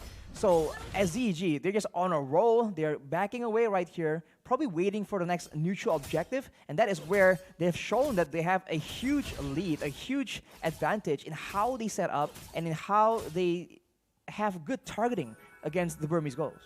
Holy moly, Arashi. Zero Esports Gaming, 8-5, but look at the gold lead. 5,000 gold lead actually right now. Just based on the objectives that they have. Mira, weak side player, right? You can see it. Ku rotating, the whole team rotating towards Mira, but she's all good. She can just run away. It's wow, Ku is actually going for it here. All the way under the tier 1. Even the feathered airstrike was popped in to clear out the wave, to dish out the damage. But again, it's just going to be another good trade for the side of Zero Esports Gaming. They not only get the tier 2 down below, Mira doesn't fall. It's just a tier 1 that falls. And the waves are pushed in the way where the Lord's going to be completely free here. Burmese Ghouls, I think the idea was good. They wanted to get a trade. They needed, that's the only trade that they could go for, but the timing was just off with the Lord spawning here. And Zero Esports, again, with better rotations on the map, pick up a free Lord. A free Lord for Zero Esports Gaming. And with they're already outmaneuvering the Burmese Ghouls early on, and now with this Lord, there's going to be a lot more pressure on the map, as it does seem like ZEG, they're trying to look for something else. Fortunately for CS, she's still able to secure her purple buff, but the orange might be a different story. But ZEG are on the bottom side, and looking at the items, the Lightning Truncheon is completed for Ecstatic, so this is a lot of damage. And if you're wondering how Mira is able to sustain for so long, she does have the Athena shield, and for the most part, that's one of the first items she rushed in. And Rosemary taking the opposite approach, going for the Radiant Armor. That's a sort of our memory, sniping him off, but Ecstatic finds it with a bad impact anyways. Cool, forced to use the sprint away. The Feather Airstrike in the mid lane only onto Mira. She's doing a real good job at zoning the members. Numenor Blast barely connecting, but still finding the jungler. And Ecstatic is able to pick up a mega kill. Seiko with the damage, definitely not enough. The Bulwark and the bad impact just deals more. Holy, 10 minutes in. How does Ecstatic deal this much damage, Arashi? 5-0 and 5, that is how, and now with that advantage, with 4 members down from the side of Burmese Ghouls, 10 minutes! It will be a 10-minute game picked up by ZEG. The Malaysians assert their dominance. The wildcard region comes out on top yet again. Wow, ZEG with their composition here that we doubted early on. You know, there's a lot of dive towards the Sicilian. How is the Sicilians going to play? Well, when Ecstatic's on that Sicilian, that's a question you do need to ask. She plays it phenomenally in the mid lane, playing it safe up until she can actually find those kills. Those stacks just keep rolling in, and the fact that the enemy team, Burmese Ghouls, just did not have enough pressure in the mid lane gave ZEG, Zero Esports, the opportunity to just farm up constantly. Even the Brody, which is constantly getting some damage onto the turret. Slowly but surely, once it fell, it's over. Brody rotates across the map, and the winning lane that they already had, Terizla, just is a menace already. I mean, the Sicilian didn't just survive, she was actually like dominating. Oh, yeah. 5-0 and 5 as a Sicilian against a Yuzong, against a Farsa, Hilda. against a Hilda. Lunox technically another diamond hero. Crazy. it doesn't really make sense. But if you look at the first few fights, you do see that the Burmese Ghouls, they have the advantage when it comes to pickoffs. But the first massive decisive fights, it was a 5v5, right? And that is where Zero Esports Gaming has a lead, has an advantage. And that wombo combo, especially the penalty zone coming in from the Terizla, I think was just so massive. And it seems like every single member from the side of ZEG, they know their job descriptions. We saw that in the second big team fight, it was a sporadic fight. Everyone was all over the place, but yet the Terizla found the Farsa, right? The Yuzong was able to be zoned out. I mean, they were able to avoid, the Sicilian was able to avoid the Yuzong. And all in all, everyone just did what they had to do to win the fight. And it seems like the Burmese Ghouls, they were just a bit more bewildered, just lost in how they want to approach that fight, because there's just so many things going on. I do also want to talk a little bit about the drafts, right? How they were drafting, because Burmese Ghouls, when they picked up the Hilda, they were expecting Zero Esports to pick up an assassin jungler. Right. They tried to stop that from happening, or actually try to force the assassin jungler to be picked up here, but it's just not going to happen. That's why the Fredrin is such a good first pick here, because even though we usually see it just in the jungle, instantly, it can still be flex, and that flex pick basically just enables Zero Esports to draft how they were able to in the second phase, right? If the Fredrin wasn't picked up, if they were actually forced to play the Assassins, the Assassin was definitely going to have a very hard time up against this composition. But also another thing that I do want to mention is that mid-control, the Farsa and the Hilda. The Hilda was too focused to rotating across the map that she completely forgot to help the Farsa get mid-control so that the Farsa can actually rotate and put some kill pressure down too in the side lanes, especially that Yuzong lane, because the Yuzong was just not having fun. Seiko, not having fun. Two weak side players, two weak side heroes in the matchups. You're not going to find any snowballing there. I think the Terizla pick was just a bit of surprise for them. They were expecting to have actually a winning EXP lane, and we mentioned this when the first turtle fight broke out. They were losing in lane cryo in that EXP lane, allows ZEG to actually get an advantage in setup. And even before that, I don't know, man. We saw that the Yuzong tried to actually dive in the back line, tries to go for the Petrify Furious Dive combo, but we didn't see a lot of big engages, big pickoffs off the back of those plays. So either ZEG was so good at just dodging away from it, or maybe the Yuzong is not a particular comfort pick. We'll have to find out and see in the next few matches. But again, the Yuzong was not able to get that pickoff, that dive that we've come to expect coming in from the Black Dragon form. With this, though, it does mean that Arashi, Burmese Ghouls are sitting at a 0-2 currently, and it is going to get really tough for them because it might just be a first-round exit in the group stages for the Burmese Ghouls. We're going to analyze the item builds right now to see how Zero Esports Gaming were able to find the victory in 10 minutes. And yeah, I mean, MVP ecstatic, you could see it, the 10.3 rating. And honestly, I just want to give a massive shout out to Pin here, who itemized really well. A good mix of magical and physical defense, on top of a bit more HP, right? Being tanky, being in the front line, and not to mention their retributions were very, very solid in the early game. There's a lot of chaos, but yet the retries were solid from Pin, and that is what allows them to actually get the advantage as well. I think I would give a shout out to Mira as well, because honestly, we question the fact that it's a Terizla. Any kind of dive in the backline will need to be facilitated with a flicker, but yet Mira made it work and just made sure that the Farsa was a non-issue. The MVP, though, presented by the Samsung Galaxy S23 series 5G, gonna be ecstatic on that Sicilian, just upsetting the odds, having a very strong early game to mid game even. It just looks like, maybe due to the wave control, but she was just having an amazing time, having pressure, having presence all around the map, and despite having all the tools available to counter her, the Burmese Ghouls were just unable to find that window of opportunity. Oh man, even in the end there, she actually went for a pretty early Divine Glaive, right? Knowing that she's so ahead, she still went for some utility technically. This is the highlights. This was the crazy fight, honestly. Just the chain from the Numenon Blast over to the penalty zone. Ecstatic also, the decision to go for Flicker instead of Sprint proved to be really, really good for them. And honestly, again, we gotta talk about Pian, because in this game, she's the shadow carry. She always gets the job done. Retribution always on point. Never lost a retry battle. Dies as the frontliner, but that's what the Fredrin's picked for. Exactly, but look at Papao in that fight earlier. We did see that Helene was trying to actually pick her off, but we saw that Papao was able to actually outplay it, essentially dodging away from the Petrify. And the only time where the Burmese Ghouls were able to get anything meaningful, some kind of kill, some kind of turret, is by grouping as 4. But at this point, ZEG was also ahead, so they have no issue at all. And eventually with that vision game, with that vision advantage, with the control in the different lanes, they were able to set up big plays just like this. And there was just no counterplay. It happened so quick, despite the fact that on paper there should be the ones that take it slow. There weren't the assassin, the burst composition that we were expecting.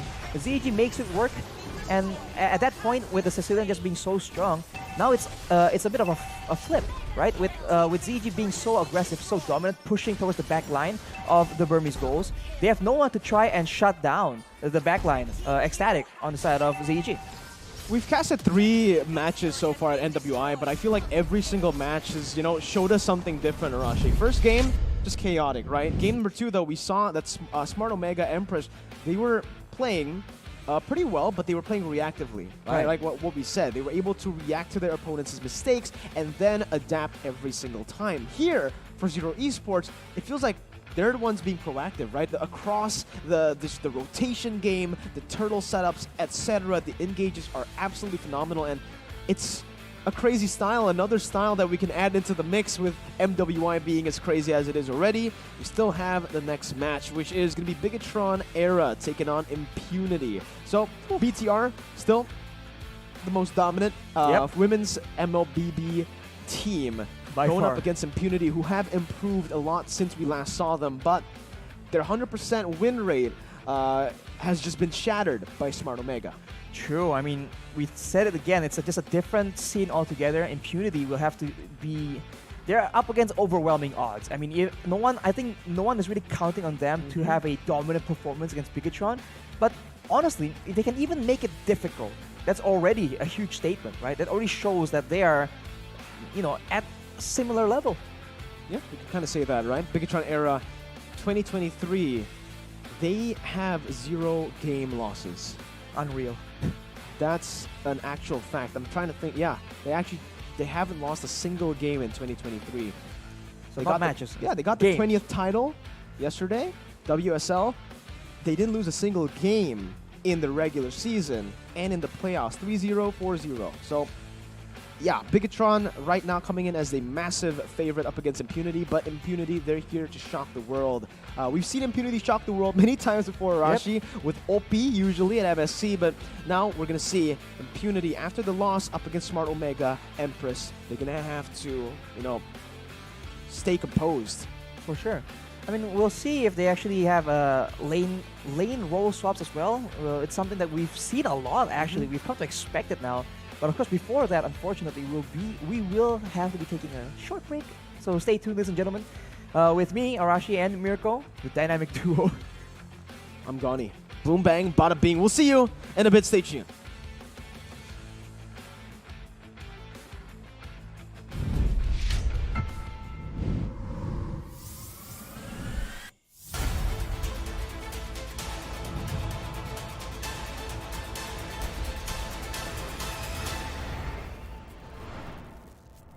Ready? So it all started when I was at a friend's party. Mia, can you send me that? Sure. Everyone keeps asking. Mia, can you send me that? Even my French neighbor. I mean, all the time. Can you send me that? I'm not making this up. Hey, can you send me that? Everyone. Sure. Samsung Galaxy S23 Series 5G. Pre-order now.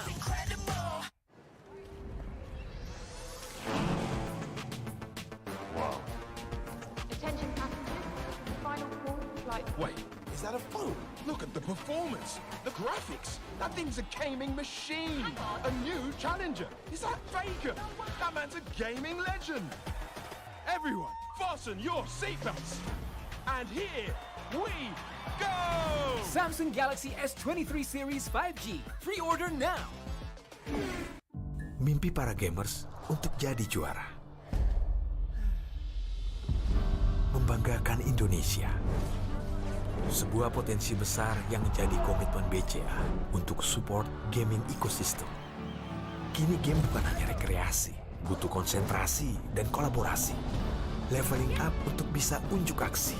Bersama kita dukung e-sport Indonesia. BCA Pro Gamer. Berat pikiran.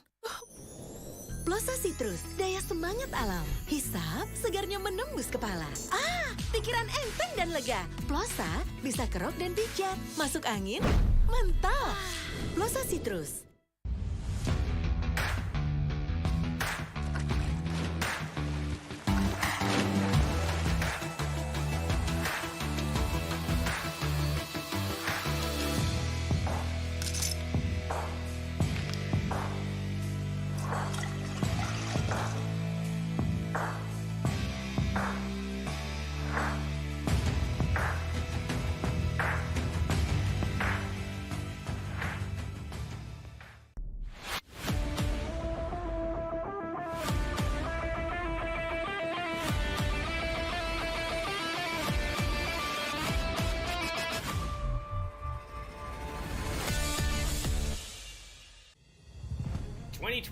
was a fruitful year for Mobile Legends Bang Bang Esports. Now, let's take a quick look at what more can you expect this year. After kickstarting the year with M4, we have the second MLBB Women's Invitational, or MWI, 2023 in February. The MPL season and official tournaments will commence from February to May, including NACT and a new tournament in Turkey. Next, we have the SEA Games 2023 in Cambodia and MSC 2023 happening back-to-back. In July, we also have the first ever Snapdragon Pro Series MLBB Challenge organized by ESL, as well as the World Cyber Games, or WCG 2023. As the second half of the year starts, so does the second half of the MPL and official tournaments, leading up to MPL Invitational in November. Finally, we will end the year, of course, with M5 in the Philippines. 2023 is going to be a big year for the MLBB esports ecosystem. None of this would be possible without our amazing fans and incredible community. From the bottom of our hearts, thank you.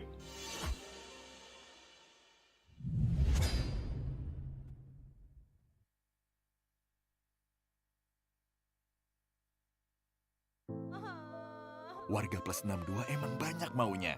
Dari drakoran sampai banjir air mata. Nonton action yang mantul.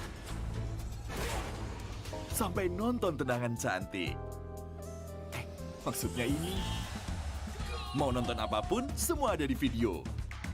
Mulai dari yang bikin berbunga-bunga, keringet dingin, ketawa, sampai bikin gak ngedip. Jadi, nonton apa sekarang? Ready?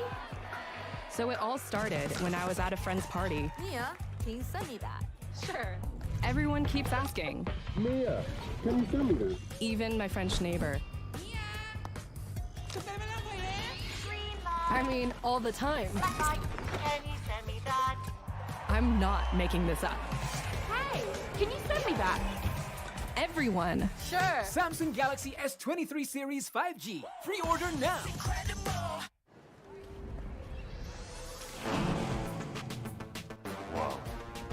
Attention passengers, final call for flight. Wait, is that a phone?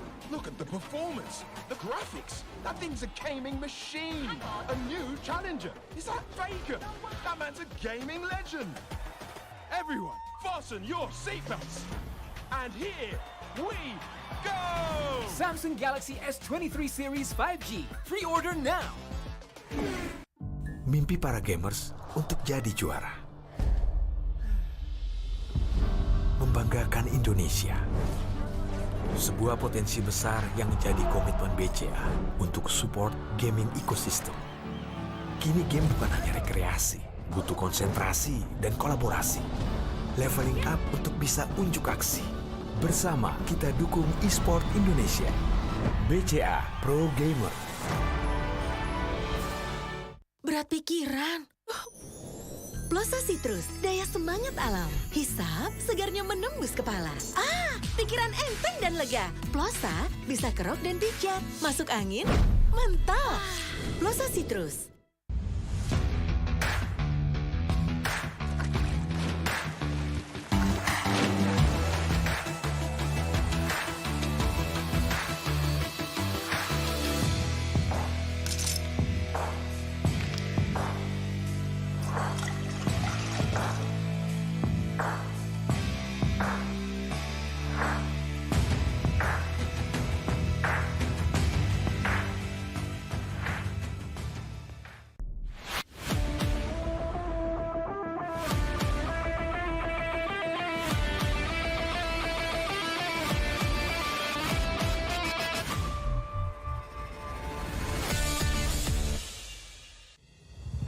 ...2022 was a fruitful year for Mobile Legends Bang Bang Esports. Now, let's take a quick look at what more can you expect this year. After kickstarting the year with M4, we have the second Mlbb Women's Invitational, or MWI, 2023 in February. The MPL season and official tournaments will commence from February to May, including NACT and a new tournament in Turkey. Next, we have the SEA Games 2023 in Cambodia and MSC 2023 happening back-to-back. In July, we also have the first ever Snapdragon Pro Series Mlbb Challenge organized by ESL, as well as the World Cyber Games, or WCG 2023. As the second half of the year starts, so does the second half of the MPL and official tournaments, leading up to MPL Invitational in November. Finally, we will end the year, of course, with M5 in the Philippines. 2023 is going to be a big year for the Mlbb esports ecosystem. None of this would be possible without our amazing fans and incredible community. From the bottom of our hearts, thank you.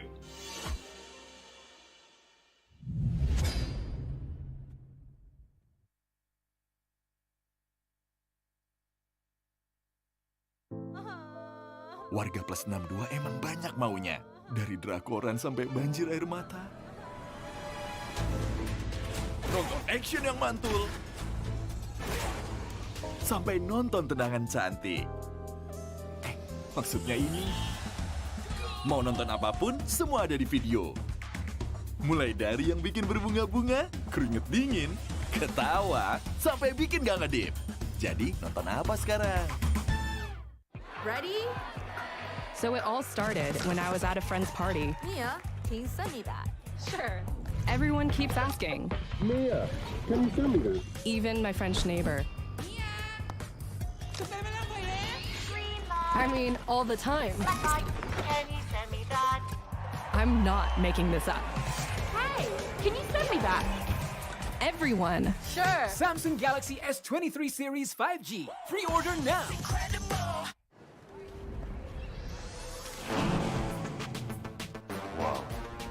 Attention passengers, final call for flight. Wait, is that a phone? Look at the performance, the graphics. That thing's a gaming machine. A new challenger. Is that Faker? That man's a gaming legend. Everyone, fasten your seatbelts. And here we go! Samsung Galaxy S23 Series 5G. Pre-order now. Mimpi para gamers untuk jadi juara. Membanggakan Indonesia. Sebuah potensi besar yang menjadi komitmen BCA untuk support gaming ecosystem.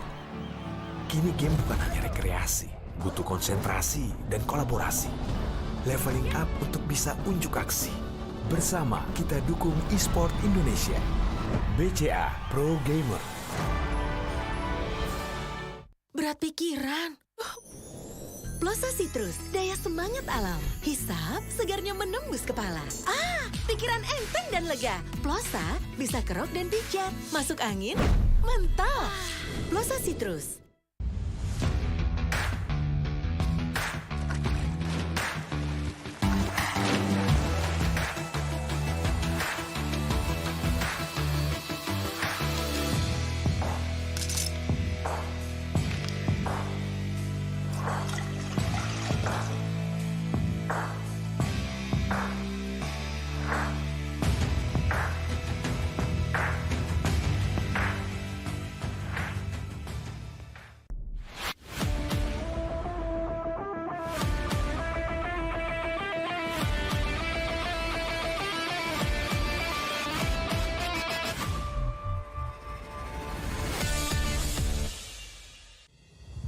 2022 was a fruitful year for Mobile Legends Bang Bang Esports.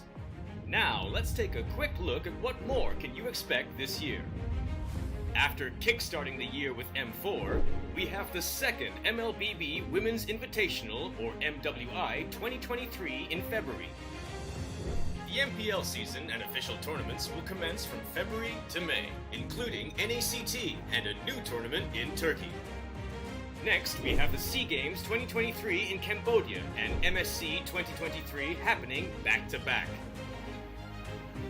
In July, we also have the first ever Snapdragon Pro Series Mlbb Challenge organized by ESL, as well as the World Cyber Games, or WCG 2023. As the second half of the year starts, so does the second half of the MPL and official tournaments, leading up to MPL Invitational in November.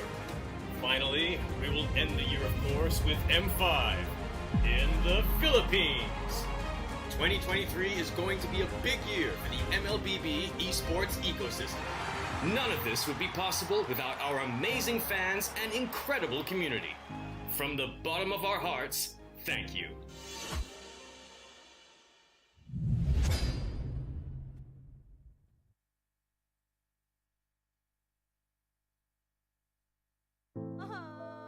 Warga plus 62 emang banyak maunya.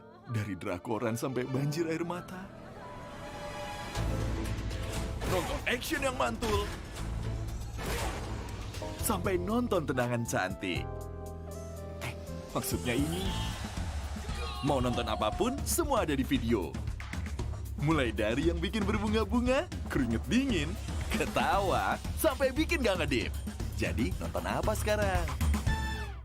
Ready? So it all started when I was at a friend's party. Mia, can you send me that? Sure. Everyone keeps asking. Mia, can you send me that? Even my French neighbor. I mean, all the time. Can you send me that? I'm not making this up. Hey, can you send me that? Everyone. Sure. Samsung Galaxy S23 Series 5G. Pre-order now.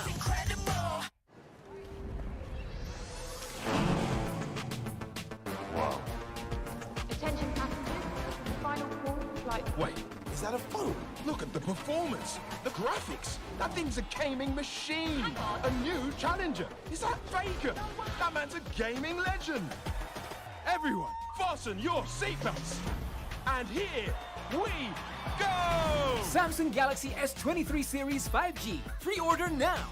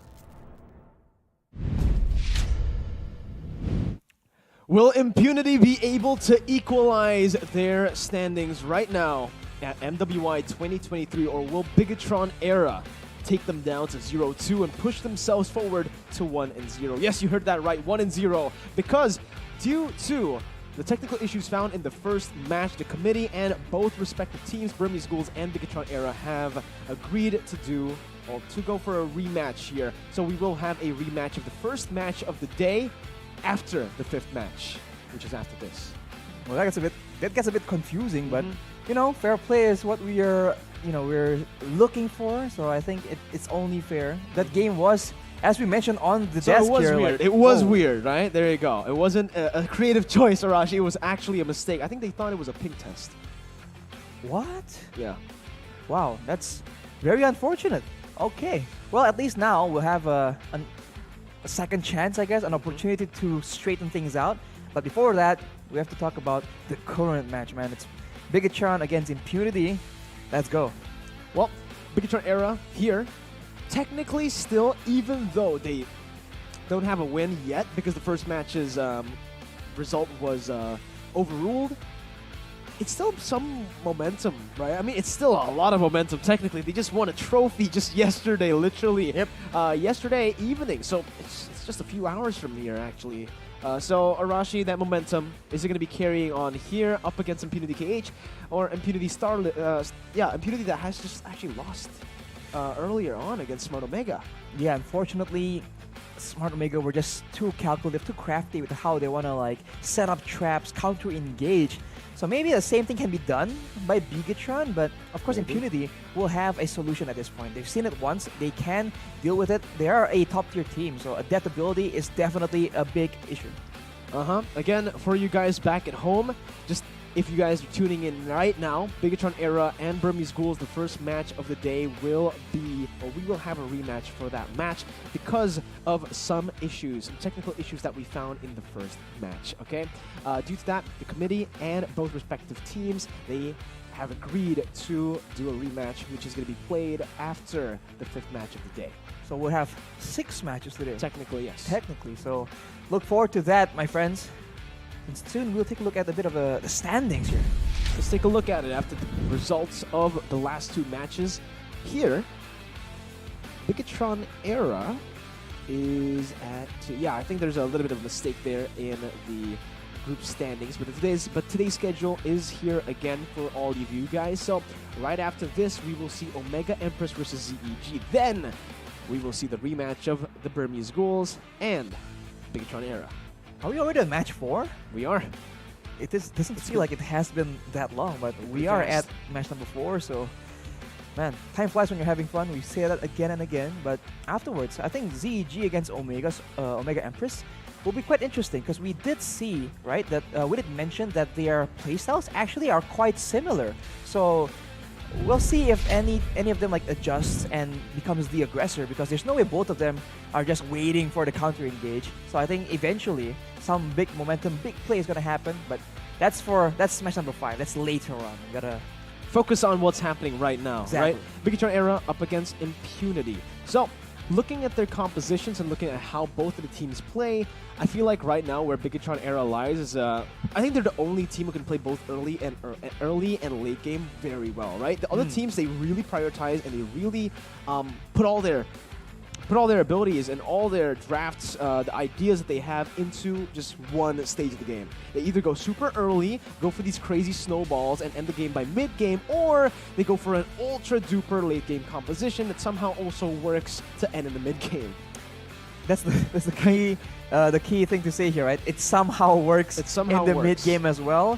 So we'll yet to see, right? How much is actually planning and how much it's just chance, it's just execution. So I think the longer, as the days go on, the more we're gonna see, right? Is it a lucky thing? Is it just all skill? Is it all planned? Or is there, it's just a splash of randomness in how these games are playing out? But I think for this next game, it's gonna be pretty calculative. Both Impunity and Bigetron, right? We've seen that they usually have a very solid plan on what they want to do, but we have to say, as far as execution goes, Bigetron has had the advantage. And now let's take a look at the lineup for Bigetron. It's going to be Cine, Fumi Echo, Shell, Vival, and Vivian. You can call her whatever you want, right? I mean, Vival, it works still here. What? Love. you want to, okay, sure. If you want to freestyle a bit, but this is the team. This is the most winningest team in Mlbb, the women's scene. Here also, though, from Impunity, we're seeing Hannah, Moshi, Xana, Yui, and Ue. Yui. 2 Yuis, technically. It really depends on how you pronounce their names, right? Ue, Yui, Ui. That's how Arashi says it. That's how LaFell would say it too, and I think that's how Gideon would say it. Yeah, I feel like we have a silent agreement on that. You're the only one out. There's what's going on here.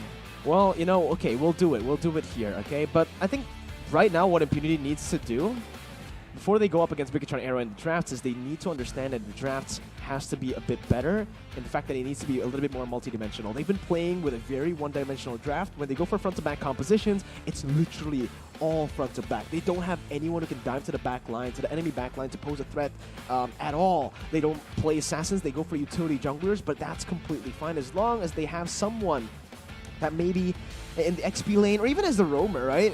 They picked up the Kufra. That was a bit too risky, in my opinion, to actually be the only one to jump into the back line. Not to mention, they have to be careful because they were counter-picked essentially in their previous match. Bigetron is a team that's very flexible, so that is still an option that they can explore. And to add to that, the fact that Bigetron Era, we've seen them switch out from different roles as well. There's a lot of things that Impunity needs to keep in mind, but maybe they're gonna pull out something unexpected of their own. You look at the role predictions here, I think it's still the same as we've seen earlier in the lineup. So I don't think we've seen a lot of crazy surprises coming from Impunity. Like you mentioned earlier, the composition they have is also pretty simple, right? Sometimes less is more. Sometimes if you're doing something very simple, you can make sure that you can focus on the timing or the small details. But we'll have to see which one comes out on top here. Is it the one-dimensional but planned execution, or is it the diversity that Bigetron Era can actually bring to the table? We'll see what happens here, honestly. But when it comes down to the drafts, usually the more multi-dimensional team in the drafts does better because of the amount of flex picks that they can actually utilize in the drafts to get an upper edge against their opponents here. And I'm not seeing that from Impunity just yet. They haven't really been utilizing their flex picks. They've just been going for literal meta picks. They went for the Glue, Carry, and Fedrin. Usually when you get those 3 crazy super meta heroes, it's almost like an auto win, right? But they weren't able to wrap the drafts up in the second phase properly. Right. I mean, some people think it's all about you pick it first, but no, that second part is almost a bit more difficult because now it's not a simple answer as like, okay, this is strong, we pick it. No, you need to take into consideration your own composition and your enemy's composition and how they're gonna play out, what's the dynamic, and you have to predict what is your opponent's final 2 picks as well. So there's a lot more mind games that come into that final 2 picks. A lot of mind games here, but for us here on the caster desk, Arashi, there's a mind game that I want to play with you too. Right now, I'm still sitting at 100%. How is that possible? I think right now we can both agree, though, that I'm going to go for Bigetron Era because I'm Mirko. You? Emma says the same. Okay, so we got 2 Bigetron Era predictions here. It is what it is. All right, so far, the only times we've agreed is Bigetron Era games. I wonder why, Arashi. Why? The Bigetron effect. Wow. The Bigetron effect. Is that why you're such a big supporter? Wow. Yes, honestly, I just really like how they played. Every single Bigetron division, even like the MDL team, the MPL team, and especially here, the women's team that has just been on a win streak for so long. I think since I started casting, they were on a win streak. So hey, it's good to be to be here looking at it. But Impunity, we got to talk about them. How are they going to be able to take the dub here? We'll take a look at the keys to victory very, very soon, but we'll start with Bigetron Era first. Maximize Vivian's playmaking potential. We saw that even on that Ruby earlier, she can still adjust, playing defensively and aggressively depending on what a team needs. So that flexibility is definitely something they can play around with. Respect and ban Starlets comfort heroes because that's the last thing you want to do, right? When you have diversity, why let your opponents get the get their comfort picks when they have a smaller hero pool. You can force them into uncomfortable spots and try and get an advantage that way. Of course, you utilize the synergy between heroes from Vival, Cine, and Vivian, because that synergy, right? That's no question a big part in how they're able to plan out, because it seems like they just are always in the right place at the right time to try and complement each other's potential, especially in the middle of big team fights, the setup, as you would say it. And for Impunity, sabotage Cine's early farming phase, right? Because farm is the name of the game, man. That's where the income comes in. That's where you can get pressure and you can get items that can like build towards that mid game, disrupt the era's biggest strength, the synergy between players, right? So if you can pull them apart from each other, isolate them. Divide and conquer might be the strategy that Impunity want to apply here. And then assign 2 players to closely like track Vival, right? And cancel her playmaking in the early phase. This is a bit of a bold maneuver, right? This can make or break the game, because if you put 2 members onto 1 person, that's a bit of a gamble. But if they can make it work, that is for sure going to be a big problem for Vival to actually deal with. Obviously, right? And Vival usually likes to go for the assassin pick. So if you have something like a Hilda and even just good mid-control wave manager, I'm just adding some words into here, like Lilia, that can work solo, right? You need to get a self-dependent mid laner if you actually want to go for the Hilda, because the Hilda's not going to be staying in the mid lane as often as other roamers, like the Cho, like the Akai, or any other roamer that wants to go for the mid lane clear themselves. Yeah, so they have to adjust on how they want to play it out, but here, let's take a look at the players.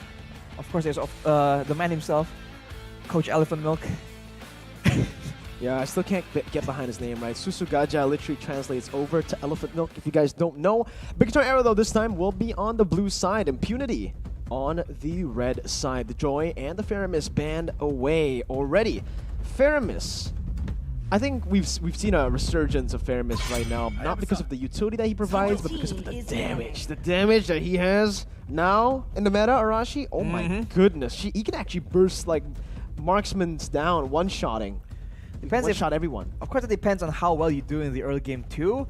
But the Cult Altar as well, especially if your team is trying to go for counter-engage, then that Cult Altar becomes an extra bit of guarantee, you know? Like, even if you get caught a bit off guard, or you're trying to buy some time for your Lolita, or whoever your roamer is, right, to try and start off that counter initiation, the Cult Altar is a way to ensure that your opponents are just waiting there, right? Because there's no way they'll pop the Cult Altar HP and then back away, right? Usually they'll just wait on it to try and secure the kill, and that is where they are vulnerable, they're predictable, they're just standing still there for the combo to come in.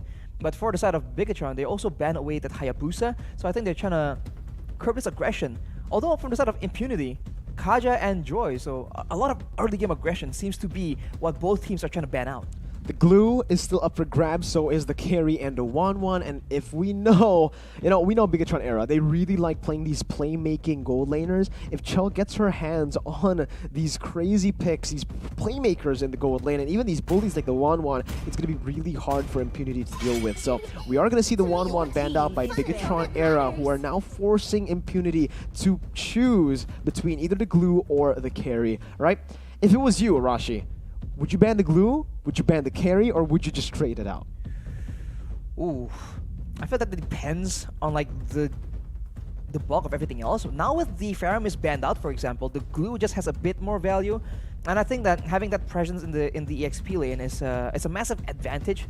Although, if I had my choice here, depending on the final ban, I would go for the Yeef if it's not banned out. Because, well, I'm biased towards that hero, but it is a very flexible hero. So I think if a team as flexible as Bigetron gets their hands on such a hero, it's going to be very difficult for Impunity to try and adjust. That might just happen. Yeah, they don't want, let's say, okay, there you go. That's the glue pickup for Bigetron era. They're hovering it over. So basically what Impunity are saying is we want to pick up the Yeeve, and we do not want the Valentina to be able to steal that real world manipulation away from us. So that's why they went for the Valentina ban. Yeeve, carry, both open. Impunity can pick it up here. They don't get the glue, but a carry is still such a solid option to go for with the Yeeve. Again, that's just the proper front to back, right? You set up with the back line first. Exactly. I mean, we've seen that they like playing for that front to back. Of course, we did say it's a bit too one-dimensional, but they can try and improve on that. That's the Yeeve, but that's a Fredrin. And now, 2 more picks from the Bigetron. I do wonder if Impunity is planning on getting that Lapu Lapu to try and match up against this glue, because that is usually how it's being used, right? With the Bloodlust Axe, you can just completely heal up when the glue goes for that split. So that's a potential, something that Bigetron needs to try and like keep in mind when they're picking the 2 more heroes they have right here. Let's see what Bigetron Era goes for. They can definitely go for something like a carry here, and it is going to be the carry pickup for them.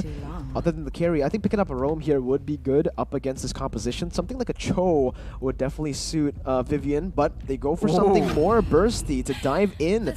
Despite Yeep having the real-world manipulation that cannot be cancelled by CC, the burst from the Kadita will be able to do more than enough, and technically it's still a flex pick, right? Bigetron Era can utilize this as a flex pick. It doesn't need to be just a one-dimensional roamer here in the first phase. Impunity, like you mentioned with the Lapu Lapu, they need some backline threat, and they've kind of fixed their issue the issue that they had in their first game.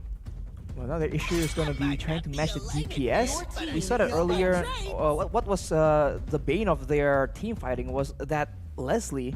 So we'll see what Impunity has in store to try and match up against the carry. Looking at the bans here, it's going to be a Barat, so I think Impunity's approach here is to try and remove as many frontliners from Bigetron so that they can actually outlast the damage coming in from the carry as well. But I think they need a bit of crowd control to try and deal with this Kadita. Because the last thing you want is the Kadita to have free reign and do whatever she wants to your backline. That's definitely not a very positive impact on your team. I think for me here, Impunity can go for 2 really ridiculous picks here. They ban out Xavier and the Barat. It's still 2 heroes they can set up for the picks I'm thinking of. I'm thinking of Melissa and Diggy, right? If you're up against a Kadita and you have this kind of front-to-back composition already, you can go for the Melissa to have some more cover to provide towards your Yve, and on top of that, just get the Diggy down, right? The Petrify, the CC that Bigetron Era are trying to go for won't really work as well. And guess what? Impunity have banned out the Xavier. That's a hero that's really good to bait out the time journey from the Diggy. Maybe Impunity wants to go for that Diggy. Either way, whatever gold laner they go for, I think the Diggy is just such a solid option for them. And if Bigetron Era does not ban the Diggy here, it's going to be quite dangerous. They decided to go for the Brody, a good hero up against the carry in lane, but let's see. The Diggy is wide open for Impunity to take. They can technically last pick it, knowing that the Kadita has been picked up. Most likely going to be the roamer. I think so. I mean, if they want to pick a Diggy, I think it's going to be a bit of a surprise pick still. With that, they can also try and like scout out for intel with the alarm bombs to try and find out where this Kadita, and maybe it's just waiting for an ambush. There's potential for sure. And that's still a possibility. For Bigetron right now, though, they've banned away that Lolita, so the carry is going to have a much better time. But now against a Beatrix, though, it's going to be it's a bit of a skill matchup in that gold lane. Beatrix pickup should actually be Beatrix who wins out a bit in this lane, 1v1. The carry needs to find the first ability, needs to be able to connect onto that before she can actually win out on the all-ins. But again, when it comes to trades, it's going to be Impunity, but just as I mentioned, it is going to be the Cho. It just didn't come out in the first phase for Bigetron Era. Vivian on the Cho, it is actually going to be the Kadita in the mage position, and now there's just even more. Like there's an even bigger reason, an even better reason to go for the Diggy here. There's so much burst, so much lockdown. CC coming in from Bigetron Era. Impunity, aside from the Diggy, I think just getting anything we can disengage is a really good option, right? Like a Rafaela even could work here. Mathilda should also be able to be played here, but they go instead for the Franco. They want to get some pickoffs as well on top of the engage that they already have. Fighting fire with fire right here. It's a bit odd, I would say. It seems like Impunity, they're just trying to do a lot of things at the same time. So we said they were a bit too one-dimensional. Now they are very multi-dimensional, but that also means that the execution is going to be a lot more difficult, and that might be a situation where Bigetron Era feels a lot more comfortable. So from the picks here, Virgo, what do you think? Who do you think has a lead, an advantage in the compositions? I think for me, it still has to be Bigetron Era with their more, technically now, I don't think they're more diverse, but they're more streamlined, right? They understand exactly what they need to do. They have solid pickoff game, and up against this front to back, that's exactly what you need. Thing is, the only question mark is the execution. And honestly, looking at Bigetron Era, I don't think doubting them is a good idea anymore after they won their 20th consecutive trophy. Yeah. I must say I agree as well, because you do see, like, for example, a Franco and a Yves. logically speaking, these two heroes' kit don't really complement each other. So due to issues like that, I do think that Bigetron will have an easier time. And in the early game, they have a lot of damage they can work with, and we've seen what Bigetron can do with all the tools available. Here it is, both of the drafts set in as we dive into the Land of Dawn for game number 4. Actually, in MWI 2023. Vivian already in the enemy orange buff here. The Retribution might actually be used up. Oh my goodness, cutting it very close. Yui still able to secure it here. He actually used the Retribution earlier to... She retried early on the buff. She didn't use it to actually clear it out. She used it to get some additional damage early on. And with no Retribution, it almost was stolen away. That would have been disastrous for the side of Impunity. And now you can look at, the gold lane. We said that Beatrix generally has a bit of an advantage, but of course, it's a bit of a skill matchup whenever Beatrix is in the picture. So Shell was able to actually get a bit of an advantage. And for the most part, both teams are just taking it slow. I believe at level 4, right? Both teams have a lot more options to play around with, more tools to make the plays happen. And Cine almost steals that purple buff. Yep, now Lethal Wanderer going to be taken away by Yui. There's no contest here as Bigetron Era are trying their best to look for some more pressure up in the gold lane.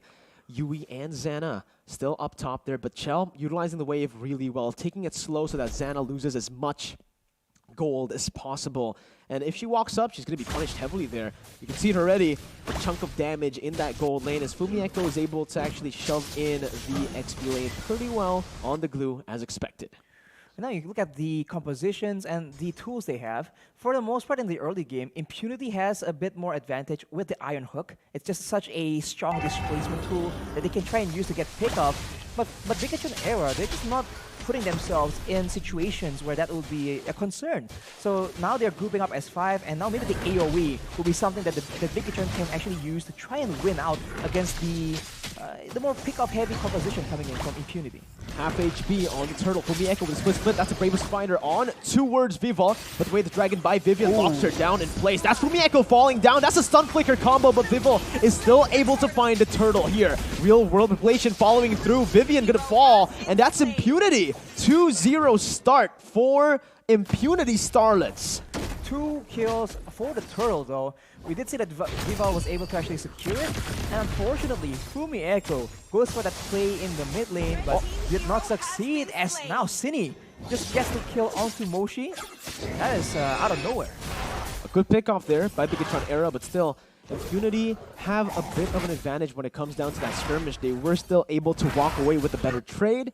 Unfortunately, Bigetron Era were able to actually shove the wave up in the gold lane, and because of Chell's significant lead over Xana, the gold lead is still present for Bigetron Era. Right, and now with the more burst-heavy composition, we have to see Bodyhunt is being used, but it might be Shell just making the play happen here. Yeah, Xana used it up. That's going to be the flicker combo. With the dragon locking Xana down as Chell is able to find the kill. Yui now stepping back in, flickering out from the taunt by Chell to get out of that one. Fumieko, Cine, and Vivo, they're looking for the sandwich maneuver, and that's the endless charge to take Yui down. Another Yui now sandwiched under the tier 1. She's a pretty tanky tank here. She goes in for the taunt onto Vivian, soaking in a lot of damage as Cine jumps in with the rough waves. Not enough damage to shred her down just yet as Hannah rotates over to clear the wave out. But it's still Bigetron Era who finds that trade. We begin to see issues here with Impunity and their composition. Hannah was trying her best to try and get into the fight, get involved, but she gets zoned out because there's just so many threats, so much potential to pick off from Bigetron Era that she is forced to play really, really safe. And with a Franco being the main roamer, it's just not enough protection for her to just walk up and use the ultimate. And ultimately, that is what led to Yui just getting left alone there, but now she makes a play happen on top side. That's the burst coming in. Chell trying to deal as much damage as possible before she ultimately just falls there to the 2-man gank by Impunity Starlets. That'll mean that Impunity will have more pressure to play with around the turtle, and also that's a lot of gold to be played with by the side of Xana on the Beatrix. Cine now rotating over. That's the hook connecting, and that's the lockdown. Cine looking for a play, still able to dish out the rough waves out. Yui finding Retribution. Fumieko now with the split on towards Impunity Starlets, who are able to kite away for now. Fumieko looking for re-engage, jumps in onto Xana, but the flicker out to the turret will mean that Fumi will have to use a flicker of for herself here. The stun comes in by Moshi on the Bravest Fighter, but she's not able to connect just yet. Finally does onto Cindy, who's gonna fall. Fumi Echo now in the midst of it all. Vivo trying to deal out the damage before Chell actually comes in again. Fumi Echo falling, but Chell does not decide to go in on 3 low members. Impunity still with a lead here after that fight. 2-0 for Impunity, but they're all dangerously low right here. But look at that hook! Vivo gets caught and the Bloody Hunt locks her down. Impunity are playing out of their minds. Whew. These hooks, man, have been so devastating. It lands on the right person. And remember, this is a combo that we've seen very often. Franco, along with the Beatrix, means that Shell is just so limited and in so much danger. And if you look at how Fumi Eiko is trying to play, he's trying to get and pull someone back with this slam pass combo. But the flicker keeps being used to try and deny that, and she's always stuck under the turret where that Bloody Hunt is being used as a deterrent. So Ui is just a big problem for Bigetron's era right now. Conceal play here, Vivian looking for a good pick-off. Cine gonna be able to find the Petrify. Chell picking up the kill right here as Ue is looking for that Iron Hook.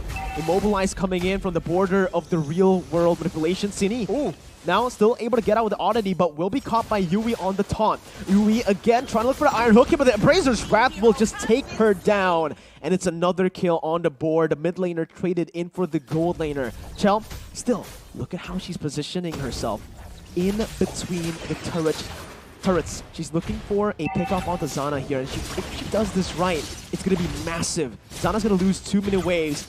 Let's see in the gold lane here. Zana walking up. That's the burst damage coming through, and it's a solo kill. Chell reads it out perfectly. It's another wave lost. Vivian with an uncharacteristic miss there. Going to be able to still find the way the dragon, but will be locked down by the Bloody Hunt as the real world manipulation comes down in the mid lane. Chell able to dodge away from the Bravest Fighter. Cine jumps into the rough waves, and Moshi is going to be bursted down. Chell is still alive. She gets out with the help of Vivo, and she takes the turtle down in the bottom lane. Bigetron era finding a way back into the game. What a performance by Shell here. Going with the solo kill and then avoiding detection, avoiding getting caught by 3 different members from Impunity, actually surviving with her life. That is just disheartening for the side of Impunity, man. They tried so hard to secure that kill, and now in the bottom side, Yui might just get picked off. Uh-oh, that's a split connecting. Good dash by Yui to cancel out the slam pass on him already. The positioning though, Arashi, look at the Kadita.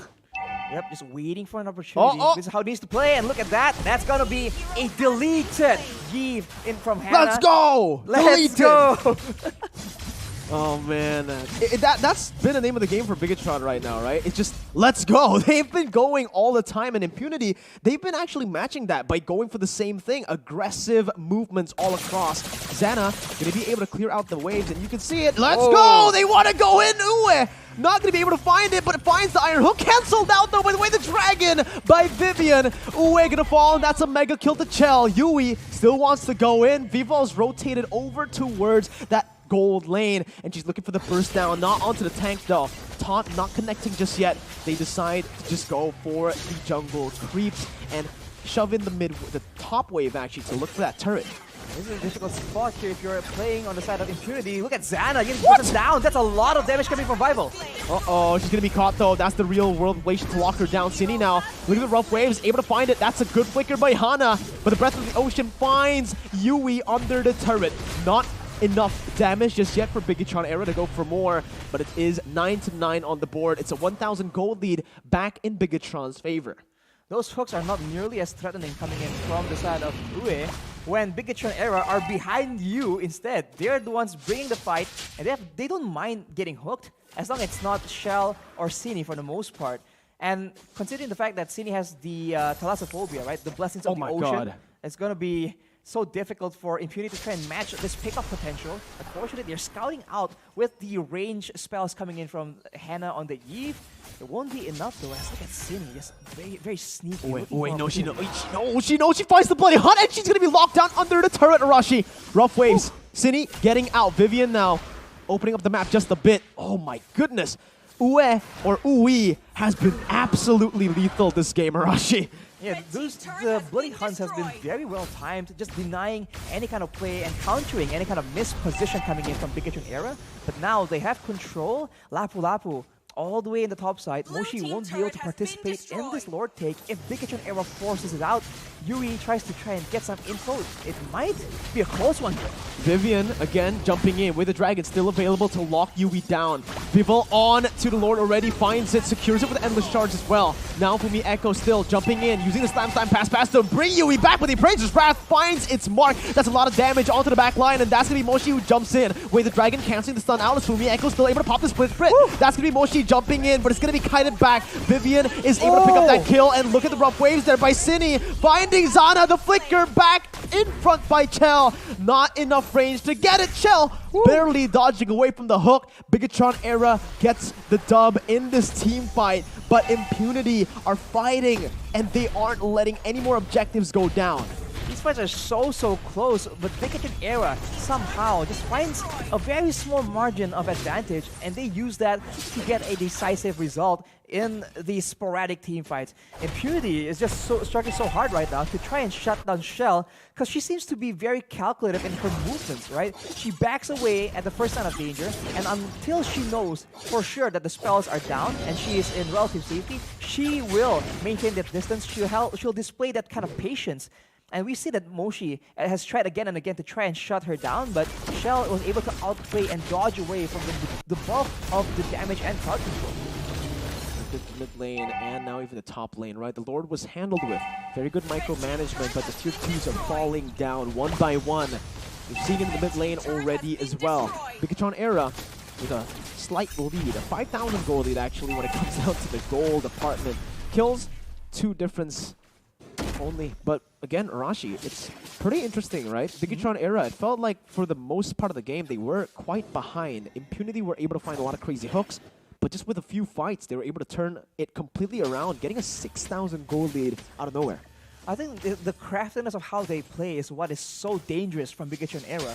We saw that with the solo kill coming in from Shell against Zana, and we saw in how Cine is able to just maneuver around, and despite all the attempts coming in from Impunity, able to just disrupt the tempo, the movement, and I think that is what they just abuse to try and get a lead. In the midst of all that though, Vival actually, it's almost on a full item build, the glowing one, the genius one, and with that holy crystal, that's a lot of damage. I think anyone who is any squishy member on the side of Impunity can definitely get taken out, and relatively, as a result, you can see that Hana is purchasing a lot more magical defense just in case the Kadita and the Aemon just goes and tries to delete Yi from the game. This is the most lethal bush in the game, Arashi. You can see it, right? The death bush just almost always works. The death bush that Bigetron Era are playing with, Vivian's trying her best to actually bait Impunity out of their base, but Starlets, Impunity Starlets are doing pretty well here. They're doing really good actually, not biting on the bait. Here though, you can see Fumi Echo, again, gonna be caught by a bit. Has the split, is a glue, so he's all good. He's all good indeed. And now this is the tougher part of the equation for Bigetron Era. They have to try and crack open the base of Impunity against a Yi without any real long range of their own. Because even their marksman is a carry. Very short range, can't really chunk down those turrets compared to a V-Train. So the longer the game goes, there is a chance that this range advantage will play a part. But speaking of those death bushes, man, it's just so dangerous. And Impunity are just stuck losing out on the gold because they can't leave the base. That's literally the only area of the map that's safe enough for any of their members to just walk around. And now, with the Lord marching down, they can honestly just go back to playing it slow, right? They don't need to rush this. They can just play with the mid lane and the top lane first, let the bottom lane slow push, and they can actually come crashing down onto the base turret with pretty healthy waves one by one. They're going for the top lane first, as expected. That's the Venice Rage popped in by Zana actually. Getting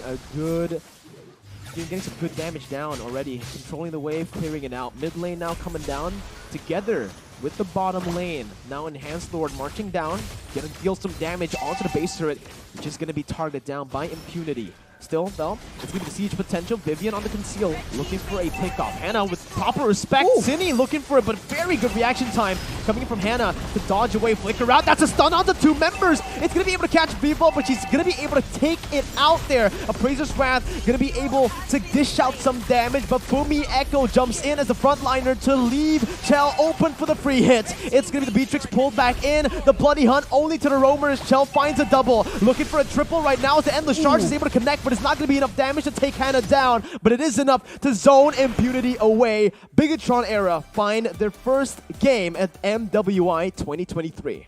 Once again, just like that, they get the setup they're looking for, and despite not having the range, despite Impunity just being so aware, watching out for any kind of engage potential, they just go at it with brute force. They send the Cho in with a conceal. They go with the Amon, just trying to burst down that Hannah on that Eve. And despite the flicker being used, despite Hannah having that Athena shield as well, that's just so much damage, man. It's crazy because the Athena actually popped. It did. So the Endless Shards did that much damage on top of the Athena shield. It wasn't on cooldown. It actually popped there. So again, just goes to show. We're going to take a look at the items very soon to see.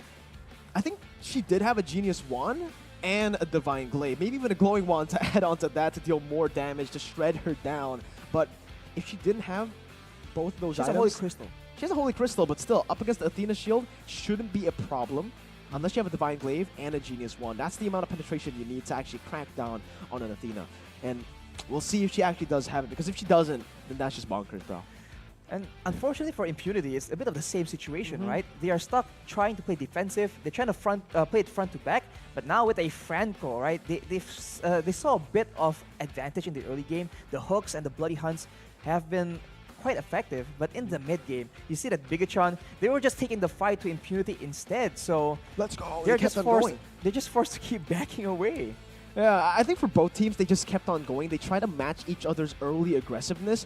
And I feel like for both teams, they kind of lacked respect when they got ahead, right? Early on, it was Impunity who got such a massive lead. They were able to find better pickoffs, even securing some turtles away from Bigetron Era, finding better skirmishes. But then they got too confident and they overextended, which gave Bigetron Era the chance again to come back. Then Bigetron Era and some of the team fights looked kind of shaky because they were getting a bit overconfident themselves, I feel like. Again, overextending a bit, losing a few members. But then finally, Bigetron Era were like, hey, we have the lead. Let's play with the objectives now. Let's stop going for these crazy skirmishes, because Impunity, they know how to skirmish. They know how to skirmish, but they also had a very respectable base defense. But Bigetron Era, they're just able to make it work, man. They do have tools to play around with 3 members that can essentially become a signal to start the fight. They can go with the Endless Shards. They can go with the Kadita, right? Going with the Petrify, Rough Wave combo, right? And then afterwards, if they can also get a someone pulled back by the Slam Slam Pass, so there's a lot of ways they can just signal the beginning of a fight. So I think it's just very difficult if you're Impunity to try and identify, like, okay, is this them going in, or is this them like trying just making an attempt, you know? Because they have a Cho as well. Even they can just go for that Jeet Kune Do with the Dragon play. What makes Cho so good, especially on the hands of Vivian, is the fact that she can play it in 2 very different ways. She can play it to cover, as we saw in the early game when they were losing. She was using the way the Dragon to actually lock the Lapu down when the Lapu went over to Chell, right? But later on, she goes back to that aggressive style that we all love Cho for, and she's able to find a lot of these good picks, right? So again, I feel like though, for Impunity, their draft is, well, their draft shows that they've improved a lot since their first game. They understand that they finally have a backline threat now on the Lapu Lapu, but unfortunately, they just were overextending a bit too much, giving away some of these team fights the Bigetron Era were able to capitalize 100% on, right? Chell, 8-1-3 on that carry. Self-explanatory, man. I mean, the carry is first pick prio. You give her that much room with that many items, oh man. Not to mention with so many members, so many other heroes on Bigetron Era that just demands you use your spells on them. Like Cine on the Kadira, like Revel on the Amon as well. Shell can just take it easy and wait in the back until everything is safe, and then she comes in as like a cleanup crew. We've seen that happen, I think, at least twice in this game alone. And to answer your question, Mirko, Revel does have that Divine Glaive. Full item slots. Genius the Athena is not enough. Oh my god, that's so I mean, the fact nasty. that Hannah even survives is good enough. She's probably glad to even make it out of that fight alive, but unfortunately, it just was not enough. And the MVP presented to you by the Samsung Galaxy S23 Series 5G is going to be Shell on that carry. Like you mentioned, very crafty in the positioning, setting up traps for the opposition, and even when she's being chased by multiple members, somehow, some way, able to just slip past, bobbing and weaving away from the crowd control, from the burst damage, and still dishing out an insane amount of damage. Shell is just performing out of her mind right now. This is a message to all the ranked solo queue carry players. Bring Flicker. Sure, Inspire, you can deal more damage, but when you get CC'd and when you get jumped on, you're not going to be able to do anything, alright? Yep. She brought Electro Flash and Flicker, so added movement speed already, plus that maneuverability. She's able to maneuver out of every single skirmish, and this is the skirmish early on where Bigetron actually lost 2 members for the Turtle that I feel like just was not worth it. Here as well, a good skirmish by Ue, but unfortunately, I feel like the targeting was just not it. They went for Vivian instead of Chell, and that just gave, again, Bigetron Era the chance to look for this, outplay. It's just a constant back and forth for both these teams, but this is the play coming in from Moshi to try and just get the dive, the pick off, and it's just so difficult. You see that she was the main threat, the main person to try and just zone the backline of Bigetron Era, but it just wasn't enough, and look at this damage, man. Vivo and Shell both are just so aggressive, and it just seems like when they want to go, they will go. And this is the problem when you have like very static heroes, right? We talked about this. Impunity, at any moment, sometimes you can see that Cine does not even have to use the Petrify to try and set up some of these burst damage plays. And here we see that every time, as you mentioned, Moshi comes in alone, she gets zoned, she gets crowd controlled, and Vivo and Shell are just happy to just slowly but surely take out the members of Impunity. And Shell even goes aggressive there. Fortunately, wasn't able to actually secure the kill. Here, you could see it, right? I mean, at this point, Chell doesn't even need to use the Flicker. She always uses it aggressively, but early on, it's what saves her so many times. You can see she's still saving it here at this point. She isn't even flickering forward. She's just using her dash, and she just saves the Flicker for next game too, right? I mean, again, it's all about the early game. It's how you're able to maneuver around your lane when you get ganked. That Flicker adds so much value, and you don't need to lose minions while you're in lane with the Flicker. If you bring Inspire, you get hooked, you're done for, man. When you get killed, you do 0 damage, so the Inspire isn't going to do anything. So if there's a battle spell you require for survival, might as well get that as well. The emblems as well, man. There's no need to go for the weapon mastery, technically, because in the late game, Carry's kit in its own is just so strong, man. The percentage HP damage is no joke. Well, there you go. Bigetron Era able to get the game win. Remember, that's their first game win because the first match will be rematched later on after the match you see right here. Omega Empress takes on ZEG. 2 very scary teams. ZEG with the early game prioritization versus Omega Empress sticking to the fundamentals, as we all know Filipino teams do. Gonna be a battle of the counter engages here. Ooh. I think we're gonna see some assassins, man, because we've seen that seems to be the answer. So, ladies and gentlemen, you have to sit tight though, because there's gonna be a short break here. Hold up, ladies and gentlemen, because we are gonna be taking a very short break. Stay tuned and don't go anywhere. We'll see you in a bit.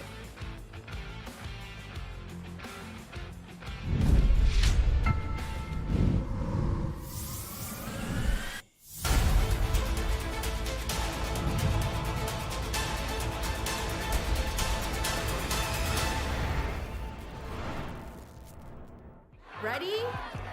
So it all started when I was at a friend's party. Mia, 빙습니다. Sure. Everyone keeps asking. Mia, can you send me that? Even my French neighbor. I mean, all the time. Can you send me that? I'm not making this up. Hey, can you send me that? Everyone. Sure. Samsung Galaxy S23 Series 5G. Pre-order now.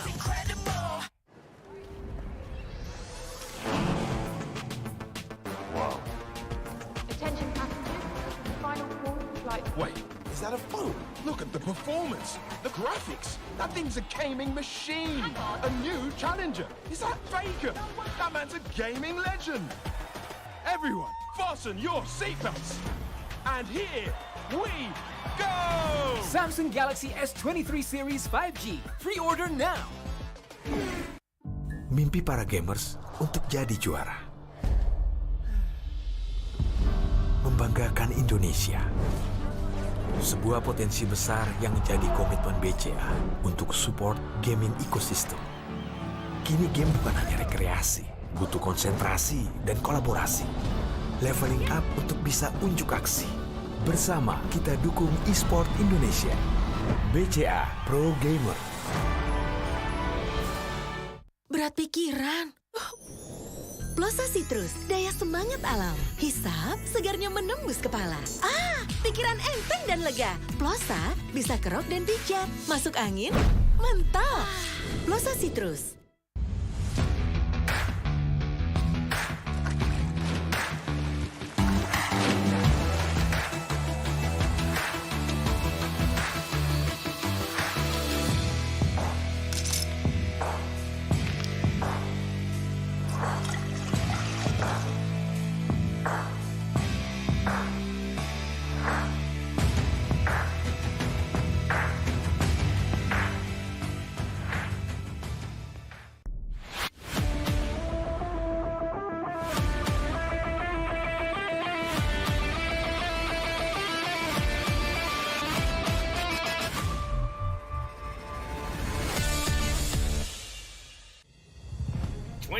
Was a fruitful year for Mobile Legends Bang Bang Esports.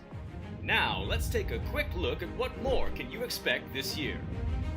After kickstarting the year with M4, we have the second Mlbb Women's Invitational, or MWI, 2023 in February. The MPL season and official tournaments will commence from February to May, including NACT and a new tournament in Turkey. Next, we have the SEA Games 2023 in Cambodia and MSC 2023 happening back-to-back. In July, we also have the first ever Snapdragon Pro Series Mlbb Challenge organized by ESL, as well as the World Cyber Games, or WCG 2023. As the second half of the year starts, so does the second half of the MPL and official tournaments, leading up to MPL Invitational in November. Finally, we will end the year, of course, with M5 in the Philippines. 2023 is going to be a big year for the Mlbb esports ecosystem. None of this would be possible without our amazing fans and incredible community. From the bottom of our hearts, thank you.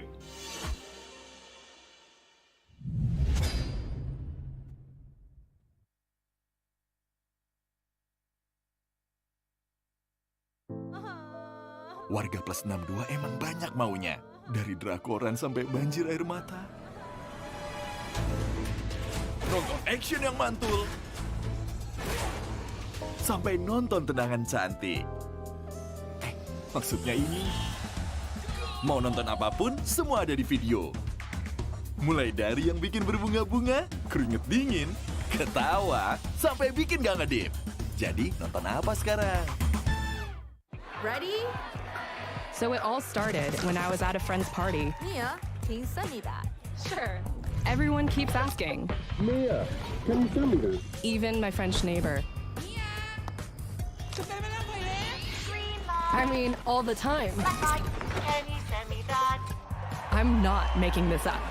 Hey, can you send me that? Everyone. Sure. Samsung Galaxy S23 Series 5G. Pre-order now.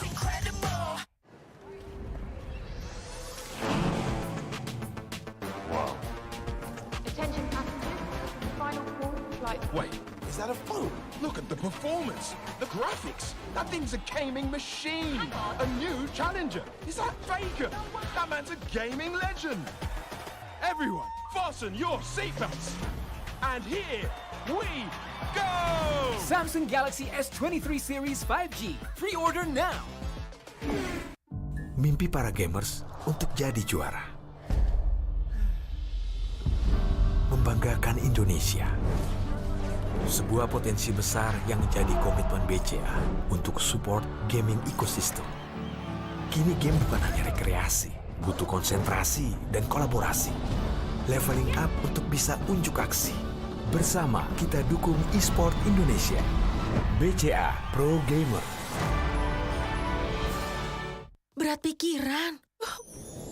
Plosa Citrus, daya semangat alam. Hisap, segarnya menembus kepala. Pikiran enteng dan lega. Plosa bisa kerok dan pijat. Masuk angin, mental. Plosa Citrus.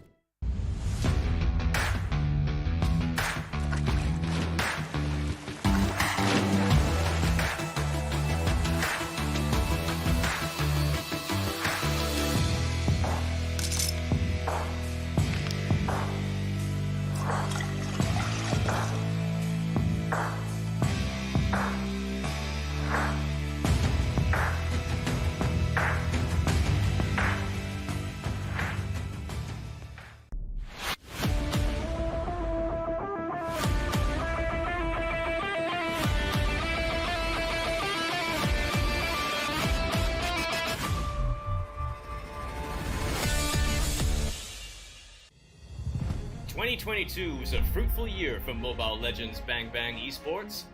Now, let's take a quick look at what more can you expect this year.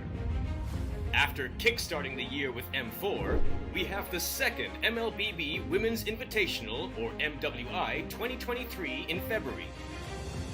The MPL season and official tournaments will commence from February to May, including NACT and a new tournament in Turkey.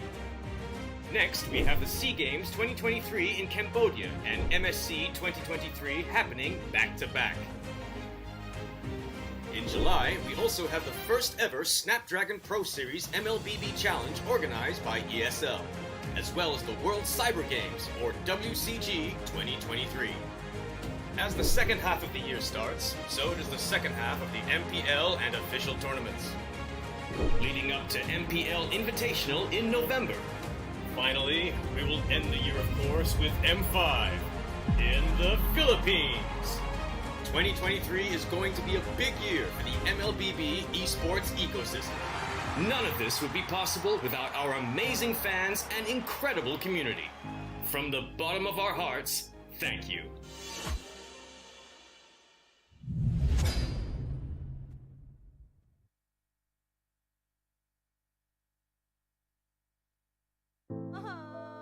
Warga plus 62 emang banyak maunya. Dari drakoran sampai banjir air mata. Nonton action yang mantul. Sampai nonton tendangan cantik. Maksudnya ini. Mau nonton apapun, semua ada di video. Mulai dari yang bikin berbunga-bunga, keringet dingin, ketawa, sampai bikin gak ngedip. Jadi, nonton apa sekarang? Ready? So it all started when I was at a friend's party. Mia, can you send me that? Sure. Everyone keeps asking. Mia, can you send me that? Even my French neighbor. I mean, all the time. Can you send me that? I'm not making this up. Hey, can you send me that? Everyone. Sure. Samsung Galaxy S23 Series 5G. Pre-order now.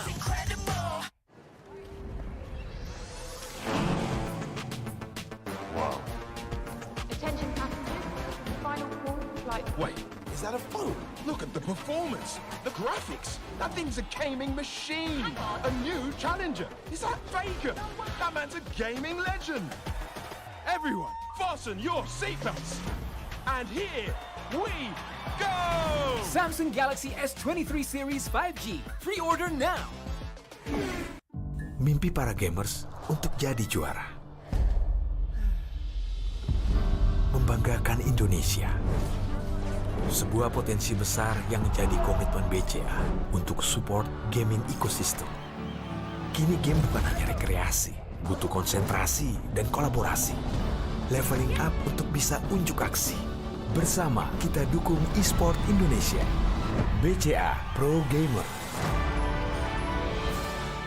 Berat pikiran. Plosa Citrus, daya semangat alam. Hisap, segarnya menembus kepala. Pikiran enteng dan lega. Plosa bisa kerok dan pijat. Masuk angin, mental. Plosa Citrus.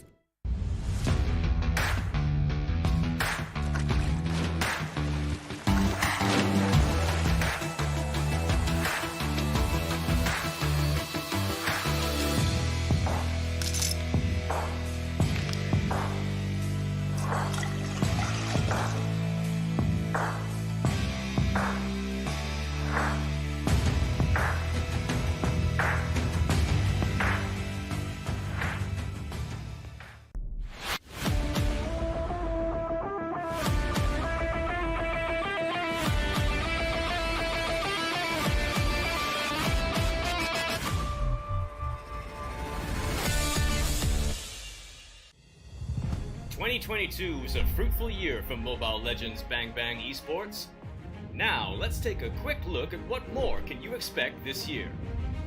After kickstarting the year with M4, we have the second Mlbb Women's Invitational, or MWI, 2023 in February. The MPL season and official tournaments will commence from February to May, including NACT and a new tournament in Turkey. Next, we have the SEA Games 2023 in Cambodia and MSC 2023 happening back-to-back. In July, we also have the first ever Snapdragon Pro Series Mlbb Challenge organized by ESL, as well as the World Cyber Games, or WCG 2023.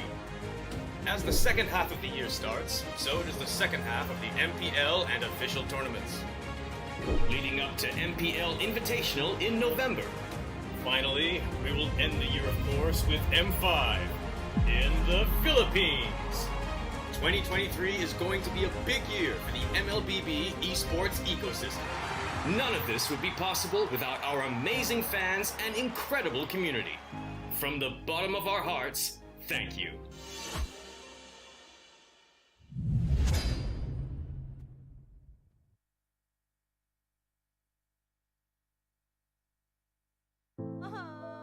Warga plus 62 emang banyak maunya. Dari drakoran sampai banjir air mata. Nonton action yang mantul. Sampai nonton tendangan cantik. Maksudnya ini. Mau nonton apapun, semua ada di video. Mulai dari yang bikin berbunga-bunga, keringet dingin, ketawa, sampai bikin gak ngedip. Jadi nonton apa sekarang? Ready? So it all started when I was at a friend's party. Mia, can you send me that? Sure. Everyone keeps asking. Mia, can you send me that? Even my French neighbor. I mean, all the time. Can you send me that? I'm not making this up. Hey, can you send me that? Everyone. Sure. Samsung Galaxy S23 Series 5G. Pre-order now.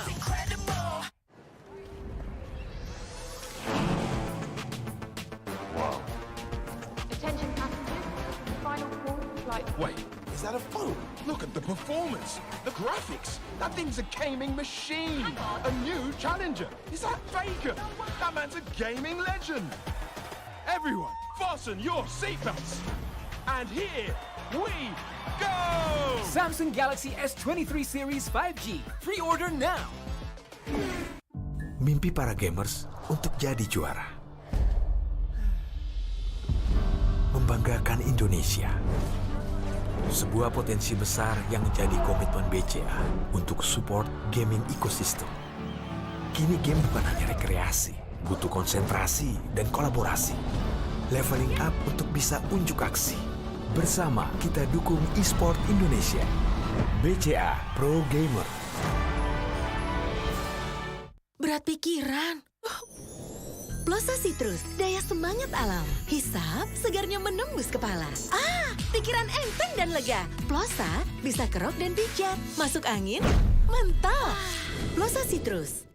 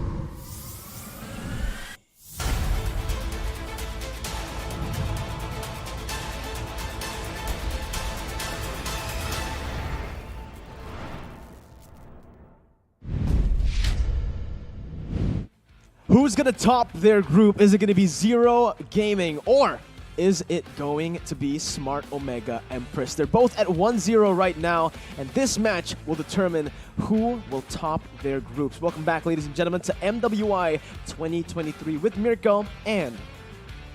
Who are you? Oh, me? Yeah. Arashi over here. Arashi, the Hoshi man. Arashi man.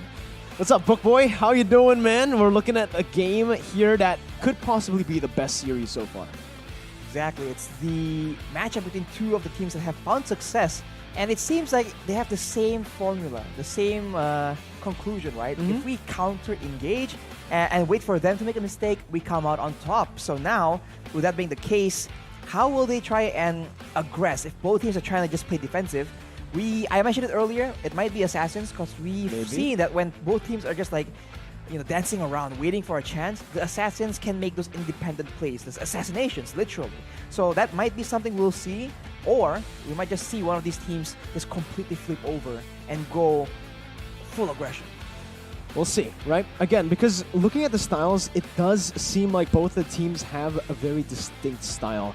For the side of Smart Omega Empress, the way they play the game, like you said, is reactive. They really wait for the enemy team to make some mistakes before they actually go in with their setup, with their own setup. Meanwhile, for ZEG, the way they've tackled their first game in MWI 2023 is with a lot of proactivity around the map, right? ZEG was also the team that utilized the Fredrin flex pick, a flex pick that we don't usually see a lot from here so far. We've only seen the Fredrin flexed once, and it was ZEG was able to utilize that in their game up against the Burmese Ghouls. Exactly, when the execution is like on the same level, right? We've talked about this. You have to find other ways to get ahead. If it's a mental advantage, that can work. But if you can get a drafting advantage, right? ZEG has shown that they can adjust their drafts. They can use flex picks very efficiently, very effectively to try and bait their opponents to try and get something else and then completely throw off their planned strategy. So I think ZEG, so far, right, from what we've seen at least, shows that they are the more dynamic, the more crafty drafters. But for Smart Omega, I think that's not beyond reason for them to actually do the exact same thing. So now that both of these teams that are equally good are going head-to-head, we're going to see the level just elevate that much more. Both teams also were able to find success in the mid-game on super late-game heroes. The Leslie for Smart Omega and the Sicilian for ZEG. Here's today's schedule for you guys to recap everything that has happened. Remember that the first match we'll be getting a rematch for the first match of the day. Bigetron Arrow will be taking on Burmese Ghouls right after the match we're seeing right now. Omega Empress versus ZEG. So, stay tuned, right? Because right after this, we'll still have that matchup. Don't go anywhere. A lot of people might think, hey, it's over after Omega versus ZEG.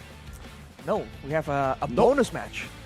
So, good for all of us Mobile Legends enthusiasts to try and get a bit more action going on. But let's look at a team lineup here for Smart Omega Empress. Amore, Ayanami, Shinoa, Keishi, and Mireille. And every single one of them, I think, has a standout moment. Mireille with the counter engages, of course. Shinoa on that Leslie, as we mentioned. And Keishi on the Hayabusa, I believe, right? Very aggressive playstyle. I think they've been showing that they have a lot of things to offer as far as matching up against ZEG. I think so too, and if we take a look at the track record, they were able to beat Impunity, Starlets in their first match.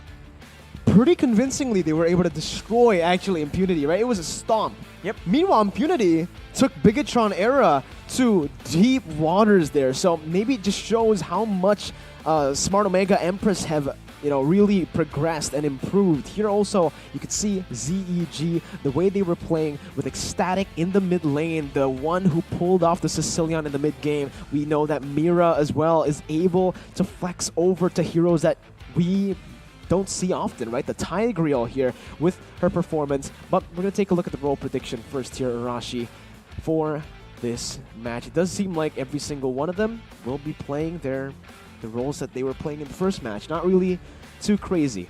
Not too surprising either. I mean, stick to what works. We did say that there's going to be a lot of crazy things, but realistically, right? Realistically, that is an exception, not the rule. And now, speaking of flexibility here. They were the ones using that Sicilian in the early game, still getting a lot of advantage. So I think the main core issue, if you're going up against ZEG, you need to be very mindful of your positioning, right? We saw that any team that go, at least from what we've seen so far, if you clump together, Zero Esports Gaming has been very, very good at waiting for an opportunity and landing those crazy big combos, especially when it's a 5v5 situation. So I think that Omega Smart might have to try and take it a bit easy, and of course make sure that they don't get too close to each other. You know, maintain. Can't let you get close. That's what they have to say distance right now. Social distancing, especially when you're playing a front-to-back kite composition. We've seen that from Smart Omega. They really like to do that, but they can also utilize their backline threat as well. Now, this is going to be the tough one. I think this is the toughest one so far, Arashi. ZEG or Omega? I think I'll go with Omega Smart Empress. I thought we would have different opinions. You went for Omega. I wanted to go for Omega, but because that's the trend so far, we always go for different teams unless it's BTR. I'll go for ZEG to make it interesting, right? To make it interesting. I feel like ZEG definitely has the tools to take Smart Omega down here with the way they were able to play and the way they were able to adapt on the go, just in the drafts. I got a bad feeling about this. All right. So whenever we talk about casters and predictions, there's always just something extra there, honestly, that feels like it's at play, but all right, we have once again different predictions here. We have to see if the trend continues, because Mirko is standing at 100% so far. So to everyone, so fans of Omega, like, you know, there's no extra don't arrangements here. Don't hate me, all right? I didn't choose ZEG because, well, I chose ZEG because he chose Smart Omega. Right, so don't hate me either, all right? Hate Arashi. I'm just That's going what I'm off trying data. to say, all right? No. Hate Arashi. It's fine. I'm joking. But usually, Arashi, they say Mirko's prediction is cursed. That's what everybody says. But so far, my prediction has been a blessing. Exactly. It's been at 100%, so maybe it's just a myth. You know, maybe the caster curse ain't real. But look at the keys to victory here for Omega Smart Empress. Give Amore her comfort picks. Of course, comfort picks is always a blessing whenever you can get it. Speaking of blessings. Sabotage Mira's playmaking initiation, right? Initiation and counter initiation, mind you. And protect the side lanes and watch the... watch Peen go for those backdoors, because again, they seem to be using a lot of macro presence to set up for those big counter engages. So if they can secure a strong side lane and try and pull members away, we've seen how destructive it can be when you as a single hero can pull like 4 members in. That just opens up the whole map for the rest of your team to try and do whatever. There you go, right? I mean, honestly, for Smart Omega, they really just need to play how they did in the first game. Wait for the mistakes to happen and wait for the proactive movements and react to them properly, right? Because, again, that's how Smart Omega Empress have been able to find their games, have been able to find their victories in previous tournaments as well, by waiting and playing passive for that power spike. But ZEG, they're definitely not going to let that happen with their keys to victory. Ban or secure Sicilian. So, wow, that's... signature pick. You wouldn't think about it, but it is a signature pick at this point. Avoid making reckless mistakes, as you mentioned. If Omega Smart just waits for those mistakes, they might come. So ZEG needs to keep it clean.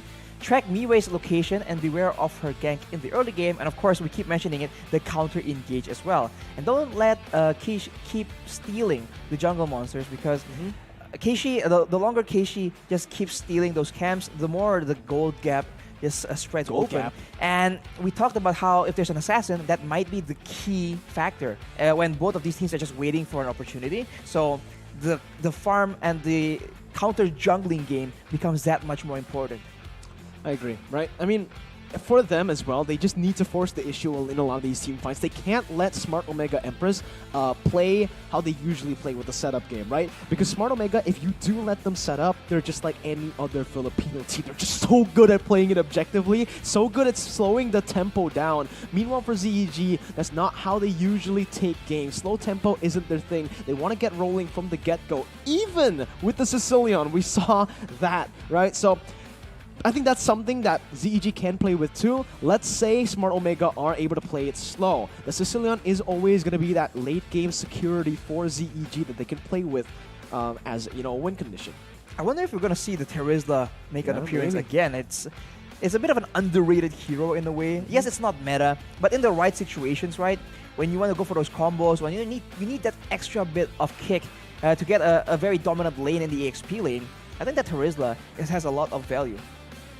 We'll see again, because the Terizla did play a part, like a huge part of the victory, actually, from the first game that they played. I think that the Lapu was banned out, right? The Yuzong was picked up by Burmese Ghouls, so it only left her with a Terizla that's usually not... We don't really see a Terizla. So the fact that she was able to make it work to that extent, getting a lot of these combos happen up against BG, let's see what they have in store for us up against Smart Omega, Empress, who like to play it slow. Again, there's a lot of mistakes that Burmese Ghouls made that was able to basically enable that Terizla to be such a big threat, right? Like True. the Feather Airstrike being used up in the open when the Doomdown Blast and the Flicker Terizla penalty zone was open. And of course, that relies on the members of Smart Omega Empress to try and like stay They gotta together. stay smart. Because if they spread around, right, and try and do a different composition, let's say it's not a front to back, it's more of a pick-off, it's more of a dive composition. If they come from multiple directions, automatically the Terizla loses that big threat because all his spells are short range and they're AoE. So if everyone's just coming from, let's say, to an extreme 5 directions, the omnidirectional team fight? Omnidirectional team fight. If that happens, Terizla isn't really that good in that situation. So of course, so speaking of Omega Smart, right, their formations and their positioning setup basically needs to be on point. Yeah, it's very smart gameplay. Yeah. They're playing according to their name, yeah? Like, they're very smart about it, they're very efficient. And they're so good at ending the game. They're the Omega. It's crazy. They are. I like that, Arashi. I really like that, man. Thank you for that. But hey, we're still waiting on the game to start. Ladies and gentlemen, you guys can tell us in the comment section down below who you think is going to win, Smart Omega or ZEG. I'm seeing a few comments here that are pretty funny. Mirko Best Girl. Whoa. All right, make that official. Make it a hashtag. Put it on a shirt. Hashtag here to prove. That's the real hashtag you should be using. But Arashi, okay, you know what? Smart Omega. You chose Smart Omega. You predicted Smart Omega. Make a case for them, man. Make a case? Why you think they're going to win, man? I think because they just played, you mentioned it earlier, fundamentals, right? I do feel like, at a glance at least, right, from what we can see so far, ZEG is great, but we already mentioned it. When your opponents are clumping up, when they don't pick the right fights, when they have mistakes that can be exploited, ZEG are very proactive in trying to punish you for those mistakes. But now they're up against a team that plays it by the book, that plays it fundamentally. And I think it's going to be a lot more difficult. So until, you know, if they prove me wrong today, now we can be sure that, oh, ZEG isn't just taking advantage of your mistakes. They can force you to make mistakes. But for now, from what we've seen, I think Smart Omega, if they're playing it clean, it's going to be very difficult for ZEG to get a significant lead. Maybe they get like small leads, but Smart Omega, they can deal with that by macro play. So that's my case for Omega Smart Empress. All right, man. Wow. Arashi, I just realized something. There's some character development within you right here.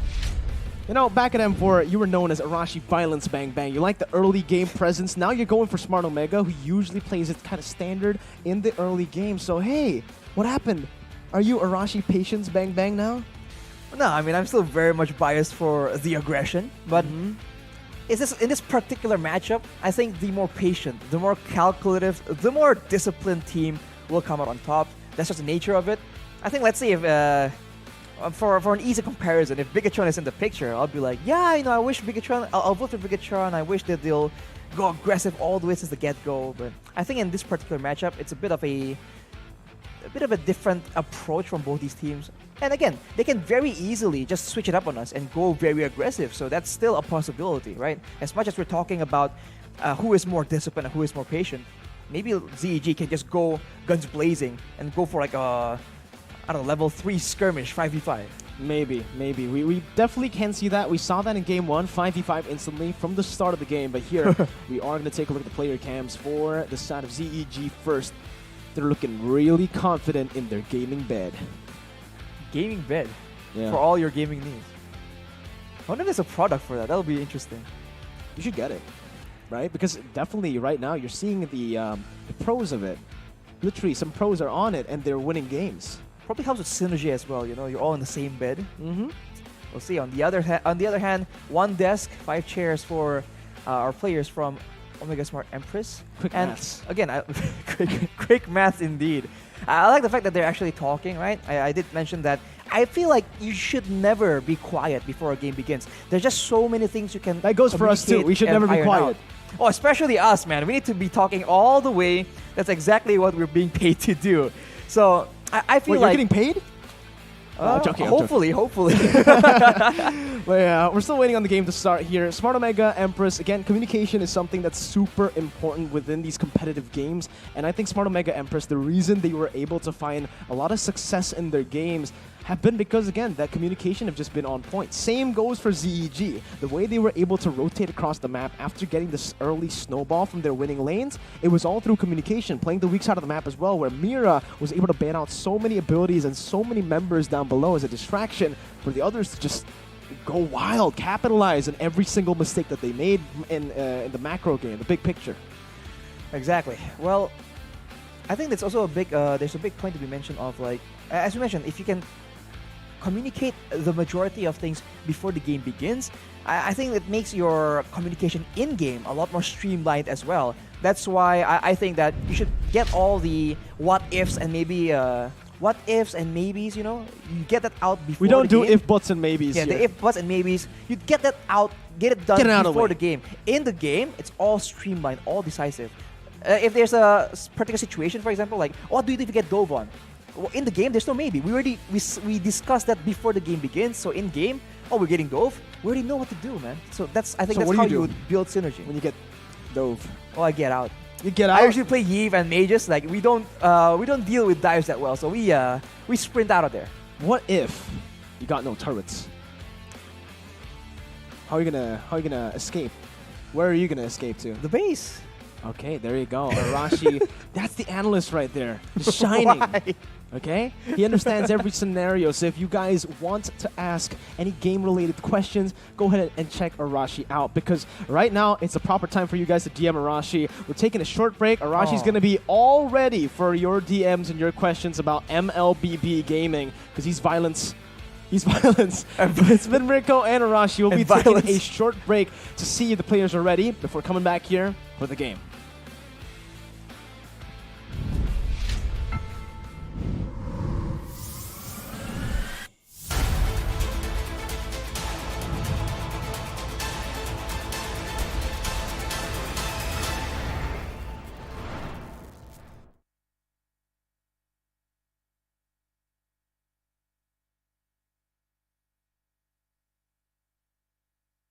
Ready? So it all started when I was at a friend's party. Mia, can you send me that? Sure. Everyone keeps asking. Mia, can you send me that? Even my French neighbor. I mean, all the time. Can you send me that? I'm not making this up. Hey, can you send me that? Everyone. Sure. Samsung Galaxy S23 Series 5G. Pre-order now.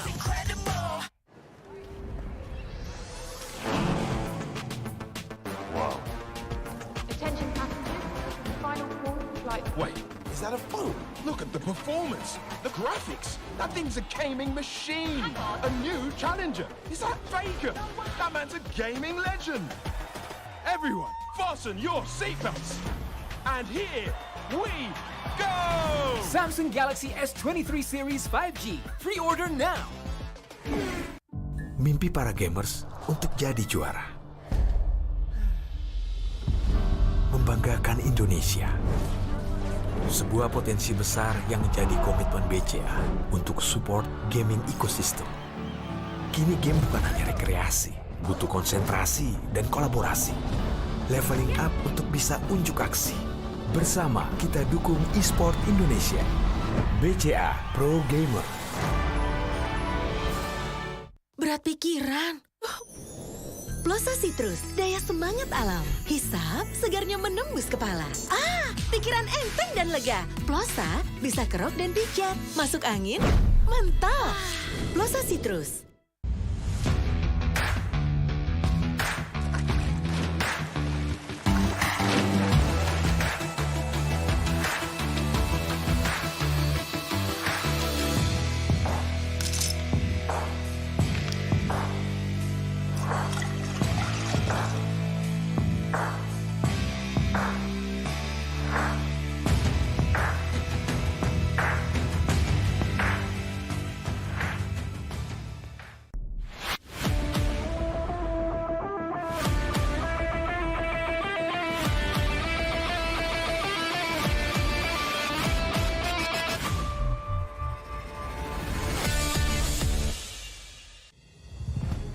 2022 was a fruitful year for Mobile Legends Bang Bang Esports.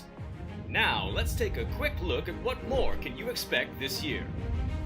After kickstarting the year with M4, we have the second Mlbb Women's Invitational, or MWI, 2023 in February.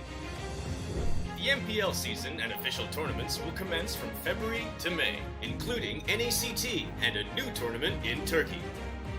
Next, we have the SEA Games 2023 in Cambodia and MSC 2023 happening back-to-back.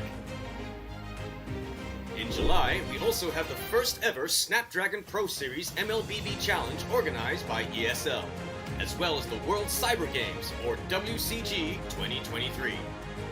As the second half of the year starts, so does the second half of the MPL and official tournaments, leading up to MPL Invitational in November. Finally, we will end the year, of course, with M5 in the Philippines. 2023 is going to be a big year for the Mlbb esports ecosystem. None of this would be possible without our amazing fans and incredible community. From the bottom of our hearts, thank you.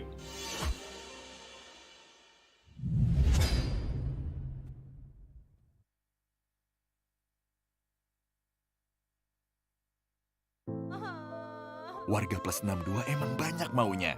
Dari drakoran sampai banjir air mata. Nonton action yang mantul. Sampai nonton tendangan cantik. Maksudnya ini. Mau nonton apapun, semua ada di video. Mulai dari yang bikin berbunga-bunga, keringet dingin, ketawa, sampai bikin gak ngedip. Jadi nonton apa sekarang? Mimpi para gamers untuk jadi juara. Membanggakan Indonesia. Sebuah potensi besar yang jadi komitmen BCA untuk support gaming ecosystem. Kini game bukan hanya rekreasi, butuh konsentrasi dan kolaborasi. Leveling up untuk bisa unjuk aksi. Bersama kita dukung e-sport Indonesia. BCA Pro Gamer.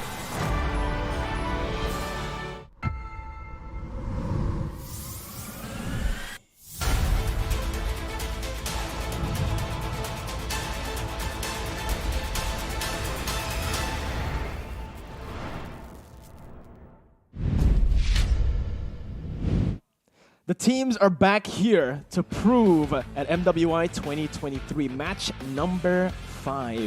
Ladies and gentlemen, we are still waiting for them to get ready. It does feel like, it is confirmed that they are ready now to jump into the drafts. It's still Mirko and Arashi accompanying you through technically 2 more games here. This one and the rematch after. Yeah, that rematch is an exciting prospect, but right now, we'll take a look at the current match. And now let's look at the match versus screen right here. It's going to be Omega Smart Empress against ZEG. Here it is.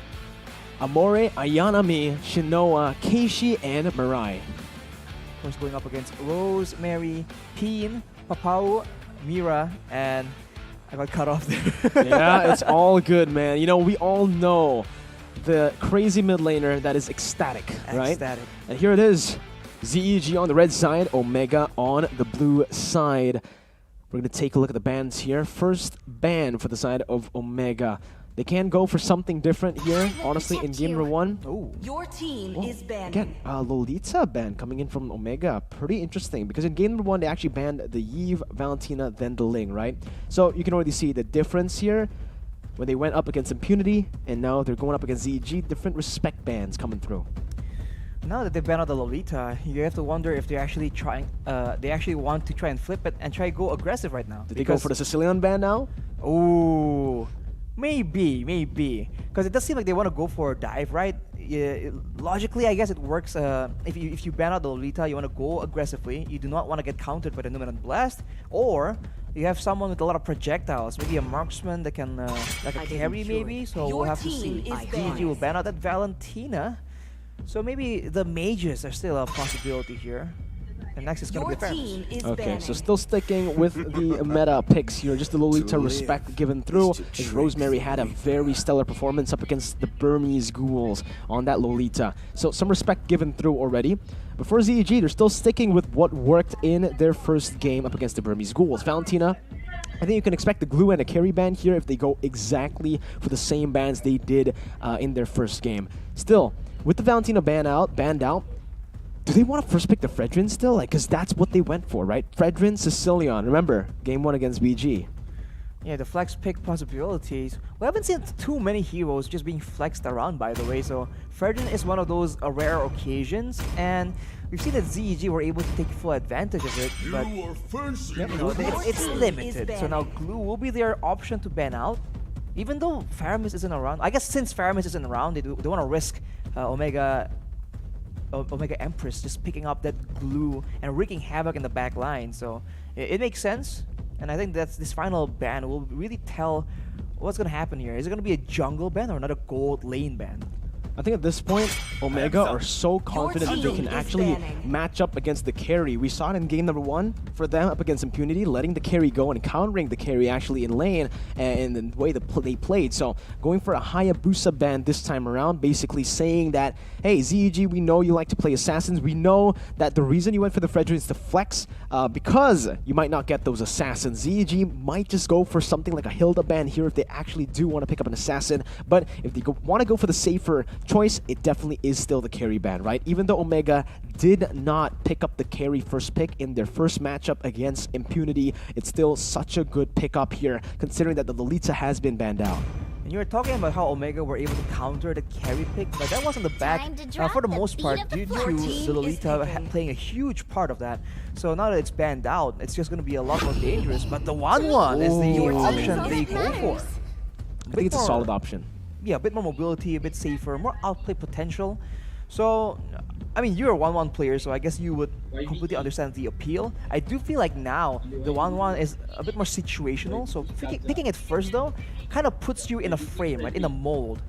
So ZG has a bit of a chance to try and read into how you're gonna like form a composition around it. I feel it's very much. It really depends on the user, right? It really depends on who's on that 1-1. Because the 1-1, in my opinion, is still first pick priority as long as you're able to utilize it properly. Now, the laning that you have right now isn't as strong as what you used to have with the stun on your first ability. Now it's just an immobilize, and that's exactly what ZEG are trying to go for here. They're trying to outrange the 1-1, also picking up a solid frontliner here to soak in that damage. And guess what? ZEG, they've done this before. It is a flex pick Fredrin that they've gone for with the Yve. So now, it's just 2 solid picks for ZEG. But smart Omega, Keishi on the assassins as usual. Likes to go for those assassins. We saw the Hayabusa, now it's the Ling. Up against the Fredrin though, I do believe the Ling is going to struggle quite a bit. They need a bit more mid-control here. I think Lilia would be a solid option before it gets banned out by ZEG in the second phase, because not many mages can actually withstand the mid lane pressure that Yve brings to the table. Exactly, they need a bit more wave clear, some more DPS, and maybe a bit of crowd control if they want to try and push the tempo here. We thought it was going to be a mid laner, but they picked up the Yu-Song, trying to ensure that they have the right counter for the Yve. But we've seen that, you know, in this situation, the Yu-Song needs to really get going if he wants to actually play a huge part in shutting down those backline mages. So for ZEG, this is a similar spot they've been in, and earlier, the solution is that Terizla, but now maybe not quite, considering the rest of the team isn't exactly prone to being dove. Honestly, looking at ZEG, I've been saying the Zero's name a lot, but I want to see the Diggy. We're not going to see the Diggy just yet, though. They pick up a Hilda, which is another solid choice up against an Assassin. I was thinking Diggy, why? Because of the Yu-Zhong and the Wan-Wan, right? It's just such a solid counter to both of these heroes. The CC, completely gone. And guess what? The crossbow tank, you need to pop the weakness points that can be constantly just be cancelled out with the time journey after the changes towards Wan-Wan. Hilda, still, in my opinion, really good choice here for ZEG. They have a Fredrin, they have solid mid-control, self-dependent mid-control. With the Hilda, the Ling is going to have a lot of he's going to have a tough time, man, honestly. And I think ZEG might want to go for the Lilia ban next just to, again, nail down that mid lane. As long as the mid lane for Omega can't withstand the clear coming in from the Eve, the Hilda's just going to have a fun time in the enemy jungle, invading, and the Ling's not going to get purple, not going to get a buff.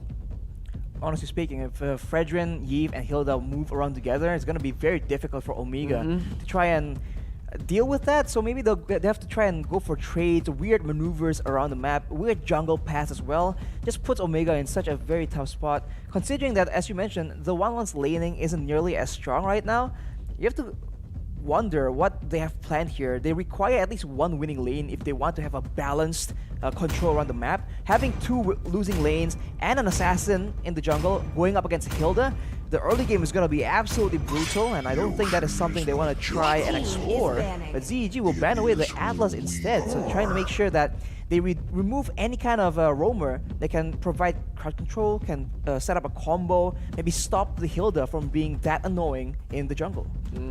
Smart Omega, though, now with their final ban. They banned out the carry, so they're already respecting the gold lane here. They might go for more respect towards the gold lane, or they could just go for, yeah, okay, that's the Matrix ban coming in. I was about to say maybe the XP lane ban to, nail down on the heroes, knowing that they also have a Yuzong picked up already.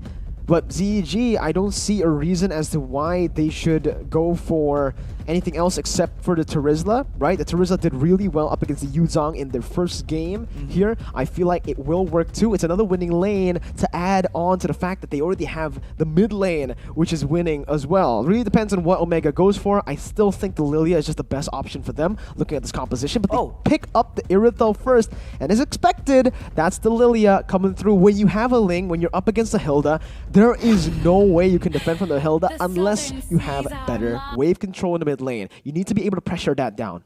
And now with ZEG picking up that Irithel, it's yet another quote-unquote winning lane in the gold side. And with everyone being so movement reliant, I guess right now the real threat is the Kadita, right? Because the Yuzong, if the Irithel goes to the sprint, I think you can kind of like kite away, just run from the Black Dragon form. But the Kadita is a different story. It comes in unpredictably, right? It just goes in out of nowhere. So you need to be a bit more aware of your surroundings. And I feel like whoever plays this Irithel needs to actually consider the battle spell, right? Does she want to go for the sprint? Does she want to go for a flicker, which is a bit risky in my opinion? I think the two options maybe a Purify. Yeah, I think those are the two options. Purify and sprint. There's no real reason to go for the flicker here. Technically, I understand why you would go for that, but with two Petrifies, I'd still think sprint is the best option, right? Just play in a position, just space yourself properly. And I think that's a Ruby last pick. Yeah, it is a Ruby last pick. I think it's a solid pick here, up against a Kadita, up against a Yuzong as well. Thing is, though, this 1-1 is going to be quite free. It's only the Irithel can really, bully her. If the 1-1 falls off in the early game, the Irithel is able to succeed in bullying the 1-1, sure. He's going to be a non-factor. But if the 1-1 actually scales pretty normally up against the Irithel, if they scale together, 1-1's going to have a free time. Those weakness points are going to be popped in quite easily up against this melee composition that ZEG have drafted for themselves. And for Omega, the fact that they have a Kadita means that we talked about having something more dynamic, right? Something that can just start the plays off when both teams are just waiting for an opportunity. I think the Kadita fits that role very well. Not exactly an assassin, but it's a roamer that performs the exact same role. So now if both teams are at a stalemate, it does seem like Omega can be the aggressor. But of course, having a Hilda against a Ling, I think it's no question that ZEG is going to be the aggressing team all this since the early game until about maybe minute number 7 or 8. That's where I guess some items can be built. That's where Omega Smart can try and match that kind of fighting chance. Well, we're going to dive into the gaming bed. Before we get into the game here, still, I do believe we have a pause currently, so we're still waiting. Again, please do be patient with us, ladies and gentlemen. Fair play is our #1 priority here at MWI 2023. Game paused, confirmation, Arashi. Let's talk a little bit about how you think, or how we think the game's going to be played here early on. You mentioned Hilda is going to have a lot to say early on, maybe even invading. But you got to take into account that Omega have prepared pretty well up against the Hilda. They got the better wave control now in the mid lane with the Lilia picked up. And also, they have solid kill pressure with the Kadita Petrify. Yeah, but not in the early stages of the game though. So I think the first few levels is still going to be very brutal for Keishi on that Ling, but afterwards there is more potential. So it's all about identifying and waiting for that power spike to wait to see when exactly you can start matching your opponents in their aggression.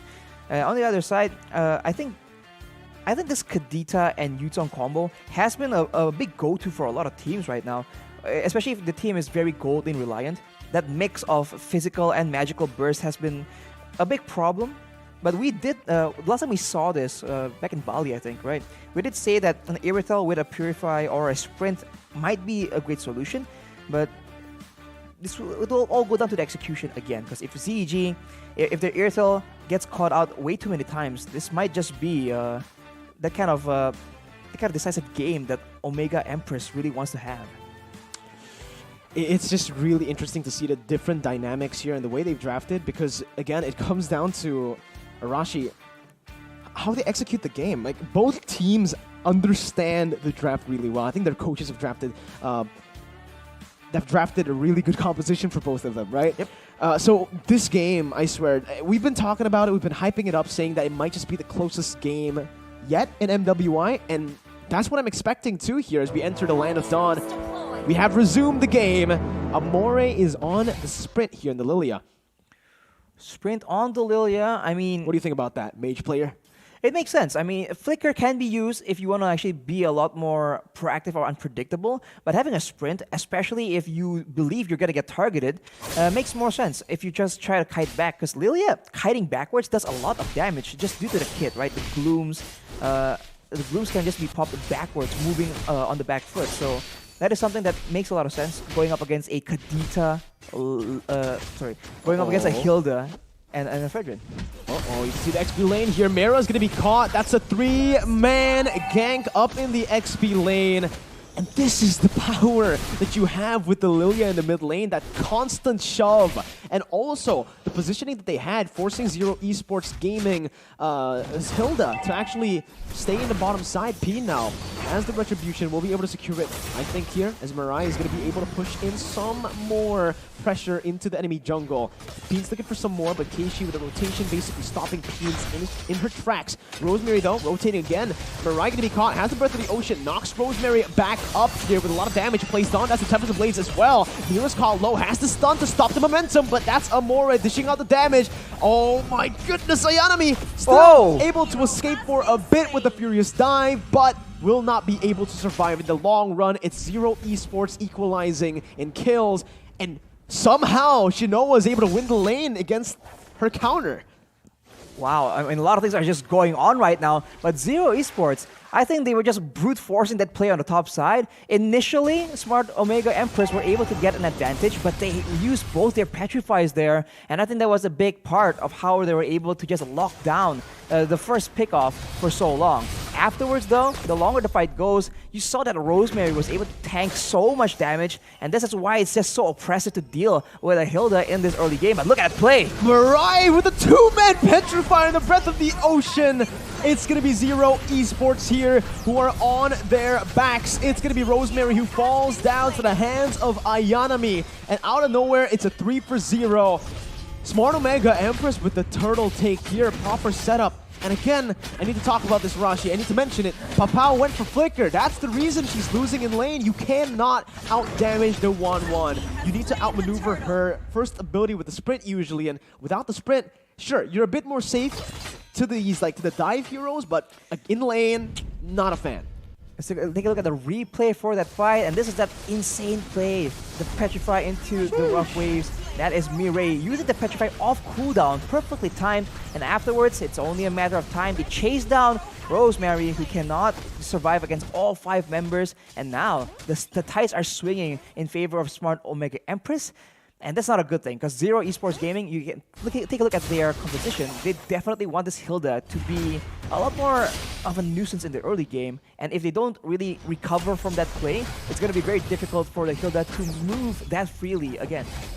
Man, again, right, the mid control from Smart Omega, despite Zero Esports rotating their jungler over. Oh my goodness! Woo! Papao gonna be caught, doesn't have the flicker, it's out of cooldown just right now. But now the crossbow tang is ready. Shinoa just waiting on that. Rosemary sprinting out to safety, but it's the 6th kill of the game for Smart Omega Empress, and it's on to the hands of Mirai, who's right now snowballing out of control. Papao is not having a good time at all, man. It's a Irithel is a very mobile marksman, but against a Ling, Yuzong, as well as a Kadira, that's just way too much. And look at Rosemary trying to make sure that he pressures away the members of Omega Smart, but might be countered instead. Yeah, the Breath of the Ocean finds its mark. Rosemary going to be slain here by Keishi on the Tempest of Blade, still going all across the rough waves by Mirai, jumping back in, but has the passive Serious Dive, actually poking Zero Esports Gaming's members down quite a bit. Later on, I guess they'll have a bit more coverage when they use Mira on that on the Ruby as a bit of a crowd control source. But even then, it's going to be so difficult because there's a lot of unpredictable dives coming in from Smart Omega, and they can come in from so many different directions. The omnidirectional team fight, as we mentioned. So right now, they have to try and salvage one of the lanes for sure, either the top, the EXP lane, or the gold lane. No, Yanami's not going to fall here.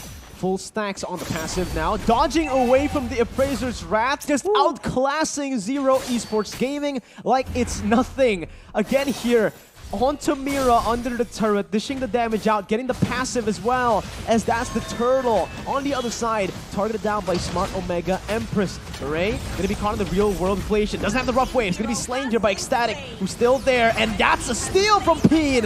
Shinoa looking for 2 more weakness points. Doesn't have the Inspire just yet, but will be able to find the crossbow tank translated over to Ecstatic as Keishi picks that kill up. And it's not over just yet. Both teams are going at it. Rosemary is a target being chased by Ayanami, but it seems like it's going to be countered. Instead, the Black Dragon form is being used as Papao has arrived, but just way too late. The action is over. Man, again, not a fan of the sprint on the Irithel here, Arashimira. Oh, unfortunately, missing out on that I'm Offended. Not going to be able to find Ayanami, who has full stacks again. This Yuzong is just such a menace. And guess who else is a menace? Mirai zoning Rosemary away. Keishi is there too. They're looking for a sandwich play. A flicker gets popped in by Papao, but Keishi's right there in the back. Papao with no flicker. Mirai with a Petrify. No, he doesn't go for the Petrify. He doesn't need to. Rosemary gets a pick off, but it's only onto the roamer. And just like that, it's Smart Omega getting in, getting a few kills, and getting out.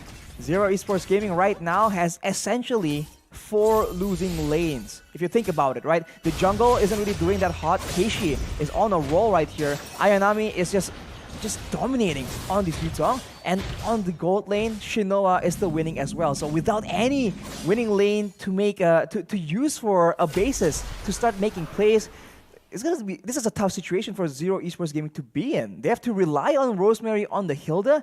But even then, at this point, Hilda can't set up for your team. She's very independent in pressuring and shutting down one member from your opposing team, but it's not enough. Not even gonna pop the crossbow attack, Arashi. That's how ahead Smart Omega Empress are. Shinoa's 2-0 and 3 up against the lane counter, right? You pick up the Irithel. The only reason you pick up the Irithel here, obviously, okay, mobility, but it's to really shut down Shinoa in the gold lane. But you're not a counter if you bring sprint here. Papao still, again, trying to clear out the waves here, but Ayanami, proper weak side, has the rotation as well from Mirai and Keishi to lock their movements down. Jumps in with the Defiant Blade onto Papao. No flicker on Papao, but it's a win of nature baited out, and that's worth it for them. Real world inflation popped in as well, but Mirai gets out with the Odyssey.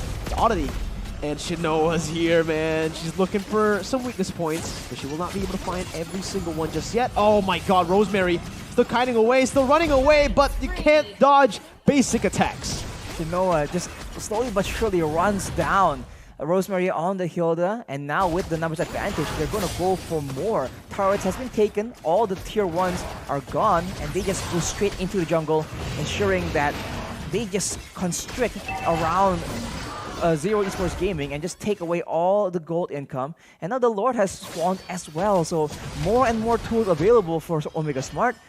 And this is, I guess, what the answer to our questions, right? Who is going to play more defensively? It was supposed to be Smart Omega, but now they're the ones pedal to the metal. Oh man, again, it's the real world inflation popped in. Mira with the I'm Offended, unfortunately, again, not able to connect. You can see that the pressure is getting to them, man. Zero Esports Gaming had such a phenomenal performance against Burmese Ghouls, but here... Oh wow, good pickoff there by Ecstatic, still killing spree. And I guess that's the glimpse of brilliance from Zero Esports Gaming. It's still ecstatic with a solid KDA, 3-0-0, despite her team being so far behind. She's the shining light right now. If Zero Esports want to win, they need to play around ecstatic. The beacon of hope, as we said. But of course, later on, there's going to be a Black Dragon form and a Kadita just hunting for her as well. So there's no real easy solution for them right now, but they just try to weather the storm. But look at Mira, solo killed by Shinoa in the bottom side, 1v1. And even on the other side, they're just winning all across the map.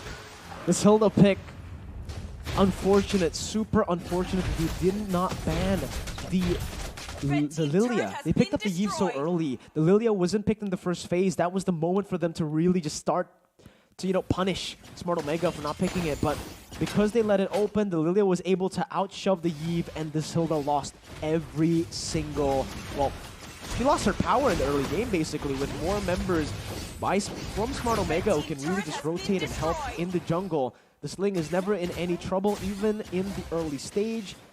And you can see just a snowball going crazy. It's a 10,000 gold lead in the 10th minute of the game. And it's unfortunate that they're only winning lane, right? The gold lane also did not pay out.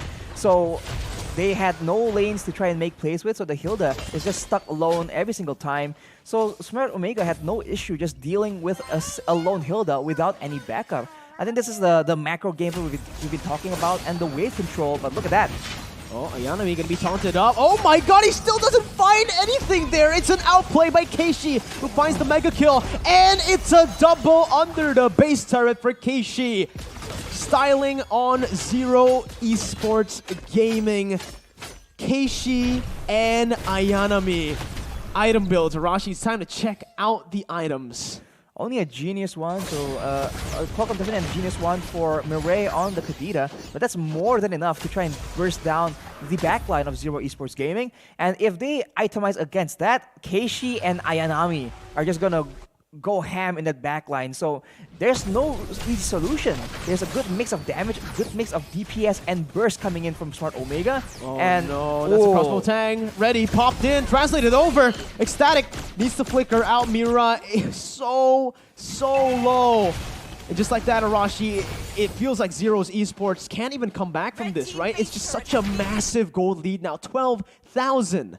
They're relying on Ecstatic just clearing the waves, but Amore on that Lilia has just finished the Divine Glaive as well, so that's a lot of damage, and it's also DPS, and look at that, that's a pickup onto Papao, and that will be no gold, no marksman, no gold laner for this base defense as Smart Omega.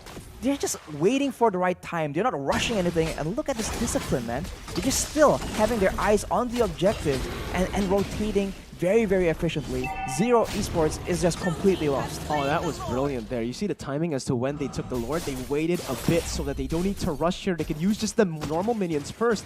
And it's going to be spawning. The Lord is going to be spawning in the 40th second of the game because of how they actually did it. They slayed the Lord in the 11th second. Shinoa now getting all the weakest points except for one. Mira trying to punish but will not be able to find it. Meanwhile, Peen falls in the back. Ayanami is still alive. Oh my goodness. No way. Smart Omega Empress. You think they overextended. You think they made a mistake, but it was all calculated. It's just unfortunate. Smart Omega Empress are going very, very aggressively, and in a way, to a degree, you can say that they're overextending, but Zero Esports Gaming are so behind, they do not have the resources required to try and capitalize and punish these mistakes. And now with the Lord marching down the mid lane, Shinoa with a Feather of Heaven, actually. Whoa. What is going on? A bit of disrespect, I believe, there. Mira gonna be taken low. That's the glowing wand burning her down. The real world relation popped into the back line, but it's giving the rough waves, taking Papao out. And just like that, Ecstatic will fall for the first time in the game. And that's Smart Omega, who are going to be able to top the group for now. 2-0 on the first day of MWI. Wow, we thought this was going to be one of the closer games, the extended back and forth, but unfortunately for the members of ZEG Esports, that was not the case. Smart Omega Empress with such a dominant performance, such a smart approach in the drafting phase as well, you got to give them credit for that, man. It's crazy, crazy game. My goodness. Feather of Heaven on the 1-1. Yeah, we are going to get a look at that again, but holy, what a dominant game. One-sided We were hyping it up to be one of the closest games. We've said that it's going to come down to execution, but again, the draft really mattered this time around. Picking up that Lilia and Zero's not banning it, really, they really paid the price for that one, Arashi. That was painful. I mean, you saw that they had plans, but it was never available, right? They lost in pressure, they lost in the early game burst, they lost in crowd control as well, because again, it's a Kadita and a Yuzong in the early game that both petrifies.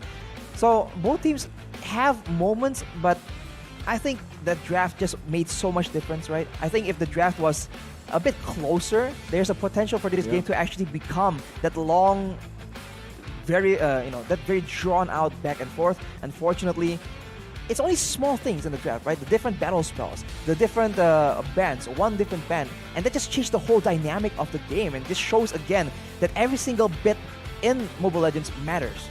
I think there were two answers to the mistakes from Zero's Esports Gaming, right? I think it started off with the Hilda pick. They wanted to go for the Hilda up against the Ling.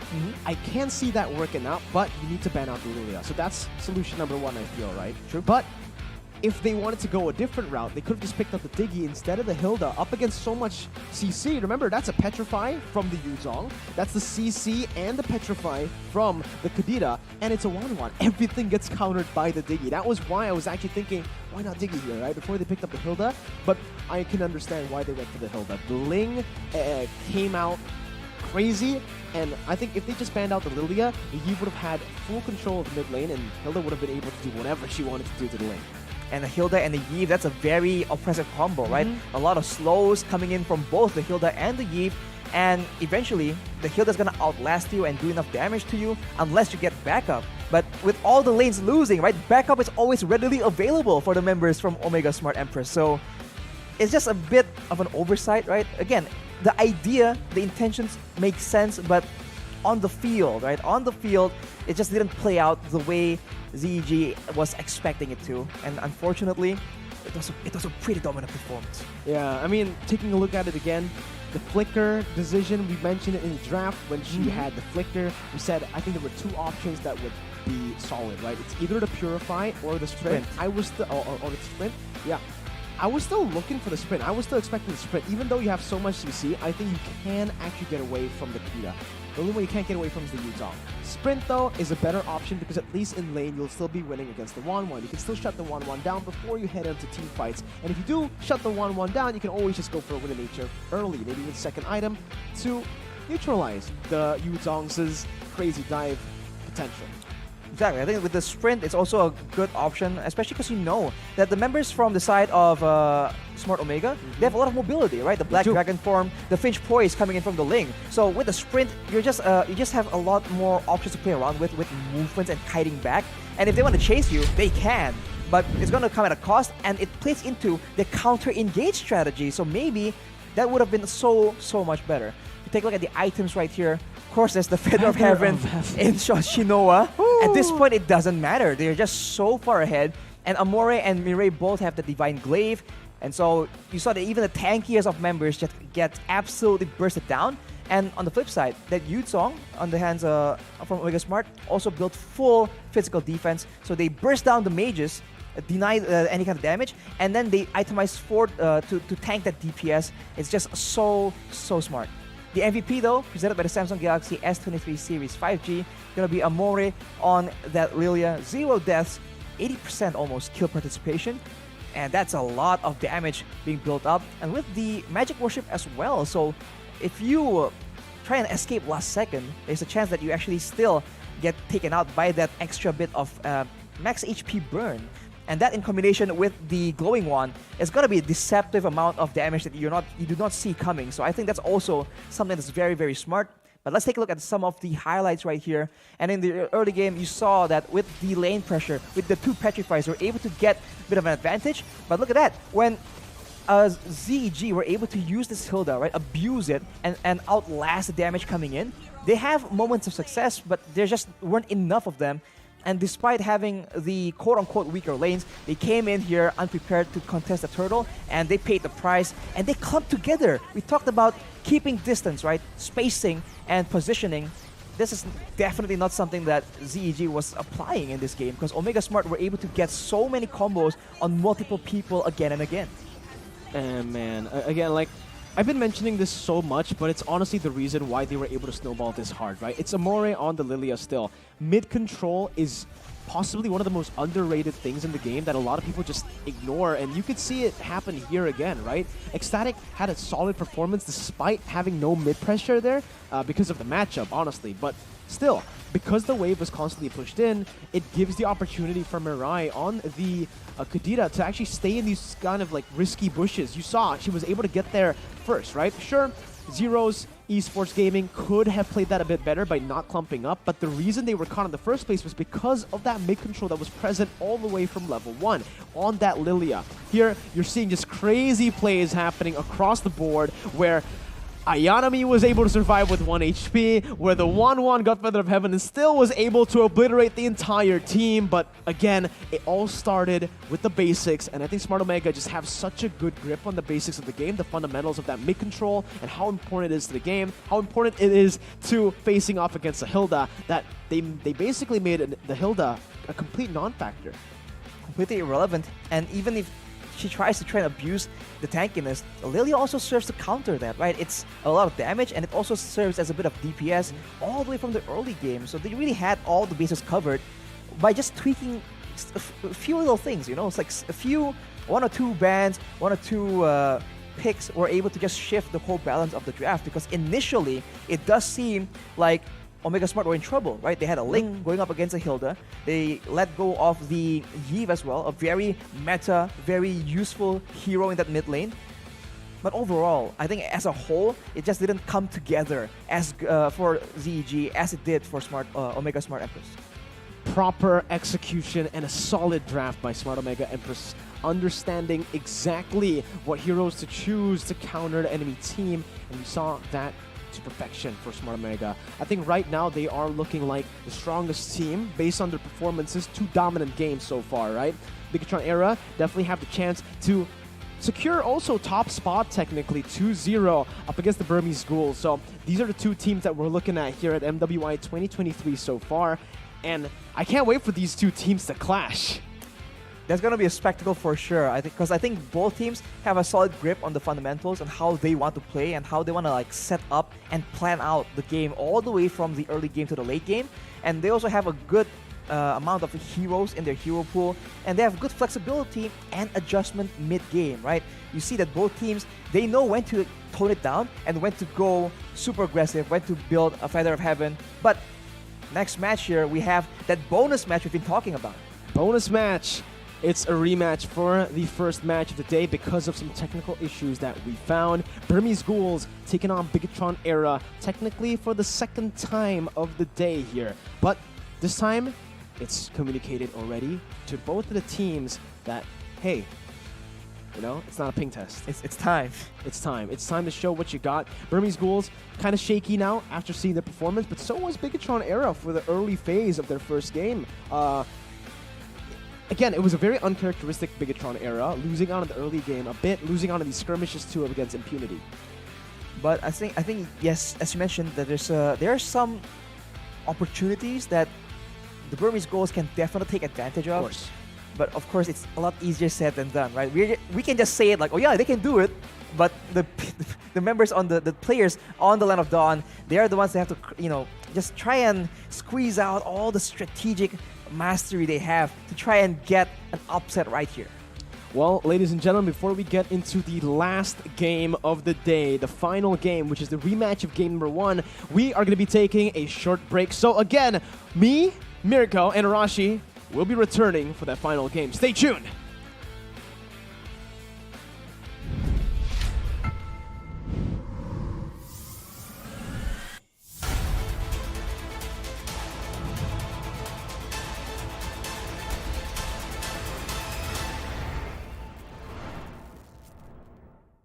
Ready? So it all started when I was at a friend's party. Mia, can you send me that? Sure. Everyone keeps asking. Mia, can you send me that? Even my French neighbor. I mean, all the time. Can you send me that? I'm not making this up. Hey, can you send me that? Everyone. Sure. Samsung Galaxy S23 series 5G. Pre-order now.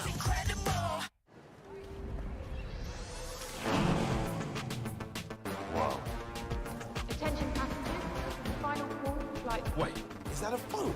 Look at the performance, the graphics. That thing's a gaming machine. A new challenger. Is that Faker? That man's a gaming legend. Everyone, fasten your seatbelts. And here we go! Samsung Galaxy S23 Series 5G. Pre-order now. Mimpi para gamers untuk jadi juara. Membanggakan Indonesia. Sebuah potensi besar yang menjadi komitmen BCA untuk support gaming ecosystem. Kini game bukan hanya rekreasi, butuh konsentrasi dan kolaborasi. Leveling up untuk bisa unjuk aksi. Bersama kita dukung e-sport Indonesia. BCA Pro Gamer. Berat pikiran. Plosa Citrus, daya semangat alam. Hisap, segarnya menembus kepala. Pikiran enteng dan lega. Plosa bisa kerok dan pijat. Masuk angin, mantap. Plosa Citrus.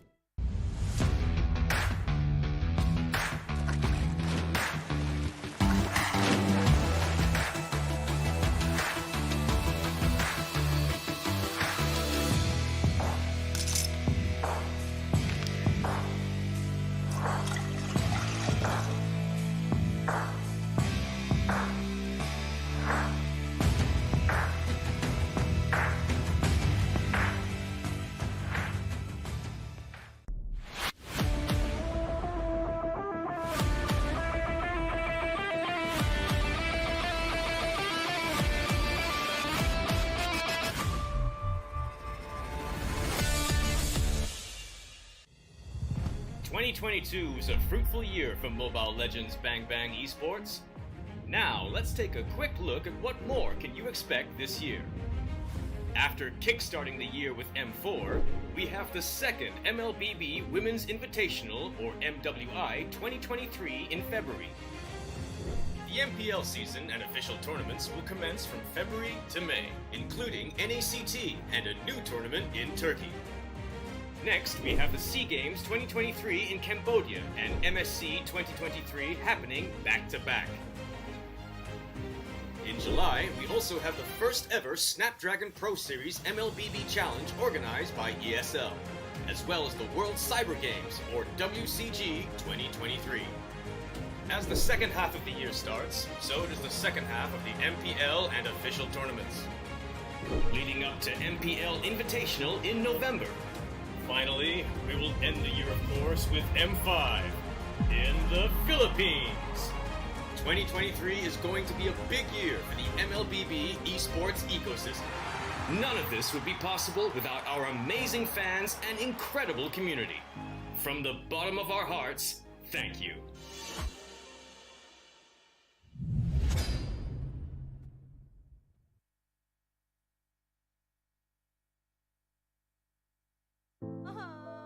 Warga plus 62 emang banyak maunya. Dari drakoran sampai banjir air mata. Nonton action yang mantul. Sampai nonton tendangan cantik. Maksudnya ini. Mau nonton apapun, semua ada di video. Mulai dari yang bikin berbunga-bunga, keringet dingin, ketawa, sampai bikin gak ngedip. Jadi nonton apa sekarang? Ready? So it all started when I was at a friend's party. Mia, can you send me that? Sure. Everyone keeps asking. Mia, can you send me that? Even my French neighbor. I mean, all the time. Can you send me that? I'm not making this up. Hey, can you send me that? Everyone. Sure. Samsung Galaxy S23 Series 5G. Pre-order now.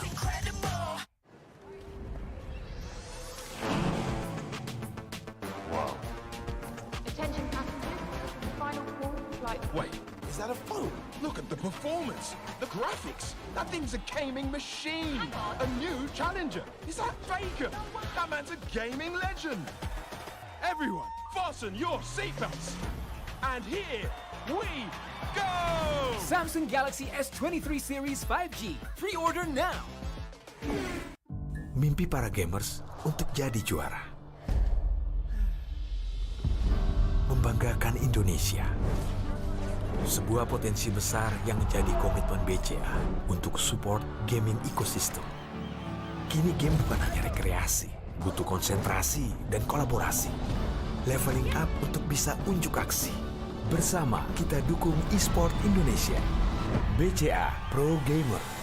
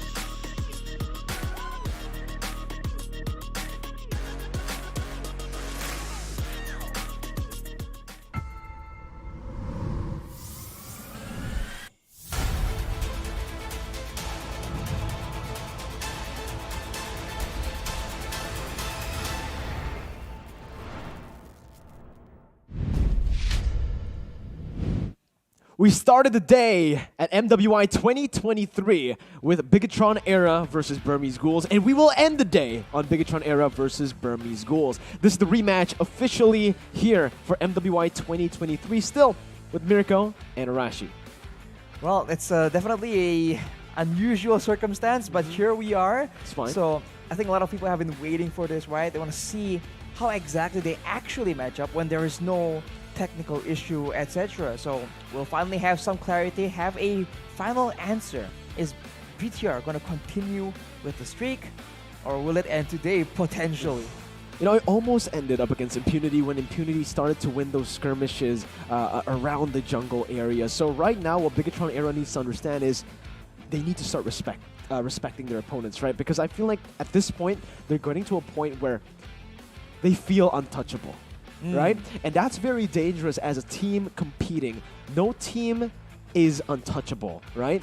There are going to be points in the game where where your opponents will be able to find those little mistakes. So again, they need to start fully respecting their opponents, and they need to go maybe not all out in the group stages, but they need to guarantee the victory. For sure. I mean, if at the point where if you start wondering and you start thinking like, okay, we can do whatever we want, that's where your opponents have an advantage. And I mean, we saw that they were changing roles, right? They're switching out roles. They were making a few crazy solo plays as well. Yeah. Maybe less calculated, flickering forward and all that. So I think that those are all opportunities that your opponents can use against you. So Bigetron, if they want to try and maintain this streak, right? So no game losses. No game losses so far. It's not just matches, it's game losses. Game losses 0. So if they want in 2023. If they want to maintain that train, they have to try and like tidy it up a bit, you know? They can still experiment, they can still test the limits to a degree, but especially some things that can actually build up into habits, I think that's important to like keep sharp, you know? Yeah. Because if you start building up bad habits, it's easy to build them up, it's very difficult to get rid of them. So the last thing you want is to meet a tough opponent and then be like, oh, we're used to doing so many bad things, we can't get back in shape. Exactly, right? Knowing your limits, and again, understanding that it's an international tournament here. You're up against teams that you've never faced before, and maybe even never scrimmed before, right? So there's a gray area every single time you face off against a new opponent. It's a double-edged sword, right? Especially if you're a Bigetron Era here, who've been atop the women's Mlbb division for, 2 years now. 2 years. A lot of eyes on you, a lot of teams trying to dissect you at every given moment. So this is a time to see if the Burmese Ghouls have what it takes to actually pull off an upset. Like, if anyone were to pull off an upset, I think it would be very in character if it was the Burmese. Right. Considering the history, right? And the previous instances, the previous happenings, it makes sense. It will be very poetic. So we'll have to see. I think members of Bigetron would know that as well, so they definitely want to make sure that they quash this rematch, you know, just settle it once and for all and show that we are in fact better. You see the timer on the top left, Arashi, and that means that we will be jumping into the draft pick very, very soon. We're going to skip everything here just to get you guys the game, because that's what you guys wanted at home. I saw the comments saying rematch. We've got you. Don't we got them? Got you for sure, man. That's why it's happening in 1 minute and 30 seconds. 1 minute and 29 seconds now, yeah. Actually, it's 27 seconds right now. Wow, that's how math works. That's how a countdown works, ladies and gentlemen. Here, that's why I have an analyst with me, right? If I don't have an analyst with me on my left, I wouldn't know how these things work. Crunch the numbers and all that. Quick maths from Arashi, because hashtag he's here to prove, right? Not just the teams, but even Arashi himself. Right, Arashi? Yeah. Yeah, sure. Anyways, we're going to get ready for the game here. Now, what do you expect from the drafts coming in from Bigetron Era and Burmese Ghouls? Let's start with Bigetron Era here, because I think they went in for a very unique draft in their game against Impunity, where they really prioritized single target lockdown, pick-off heroes over just pure teamfight heroes. I think if you want to go with something that's independent, right, that opens up so many more possibilities. But on the flip side, the drawback is that once we get to those later stages of the game, where everyone is by default, right, naturally forced to try and group with each other, all your heroes that can perform individually start falling off.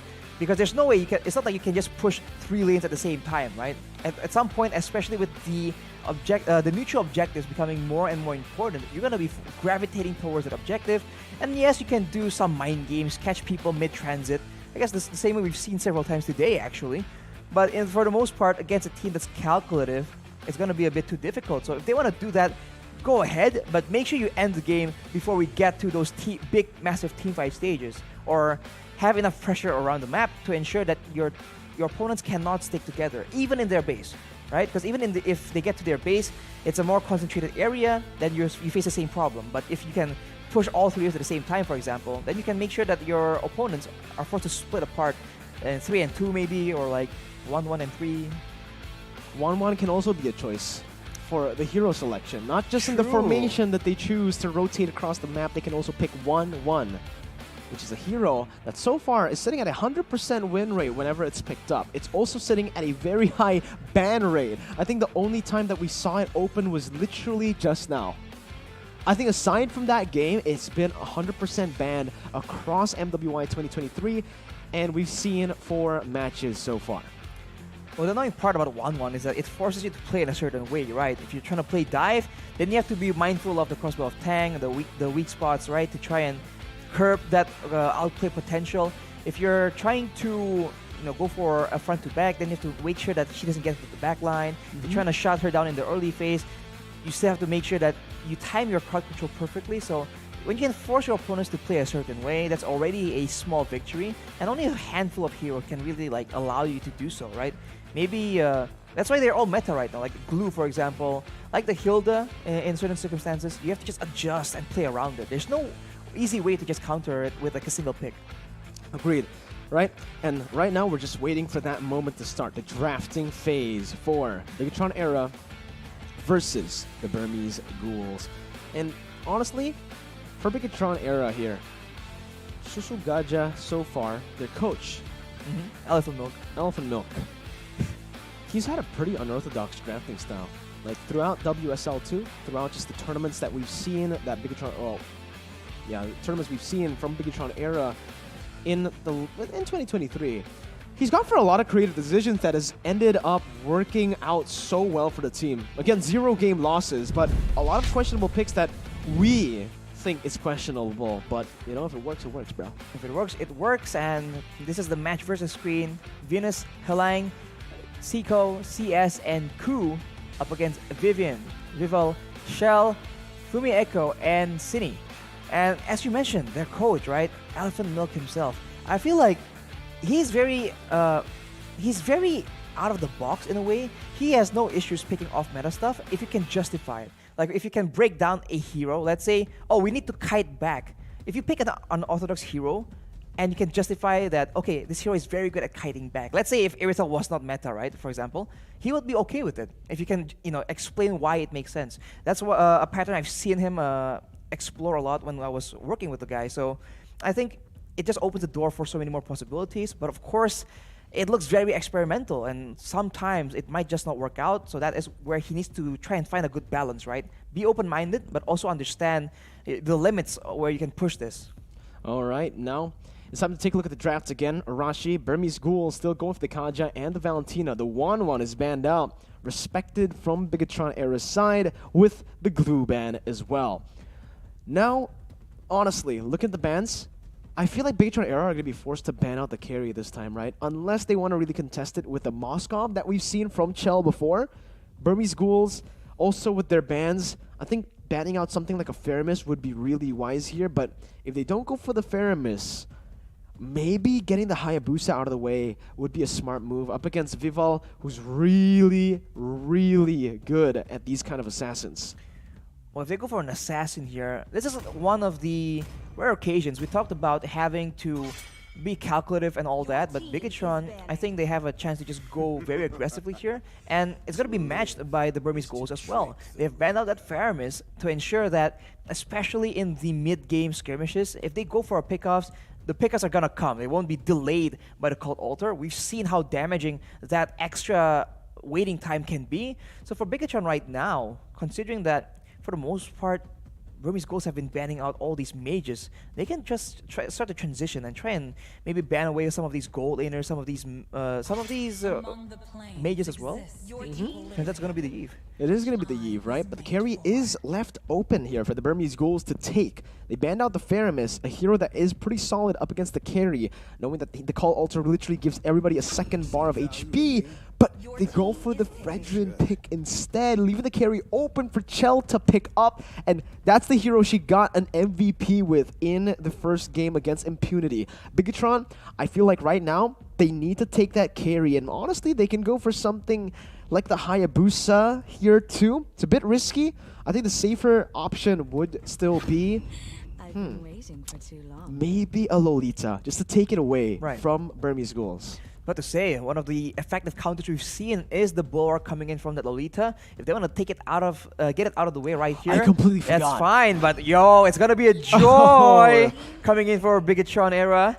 That is not good news. Well, it can be good news. It can be, right? Burmese Ghouls, they can technically pick up something like a Franco who can lock the Joy down. But remember, still it's going to be really hard.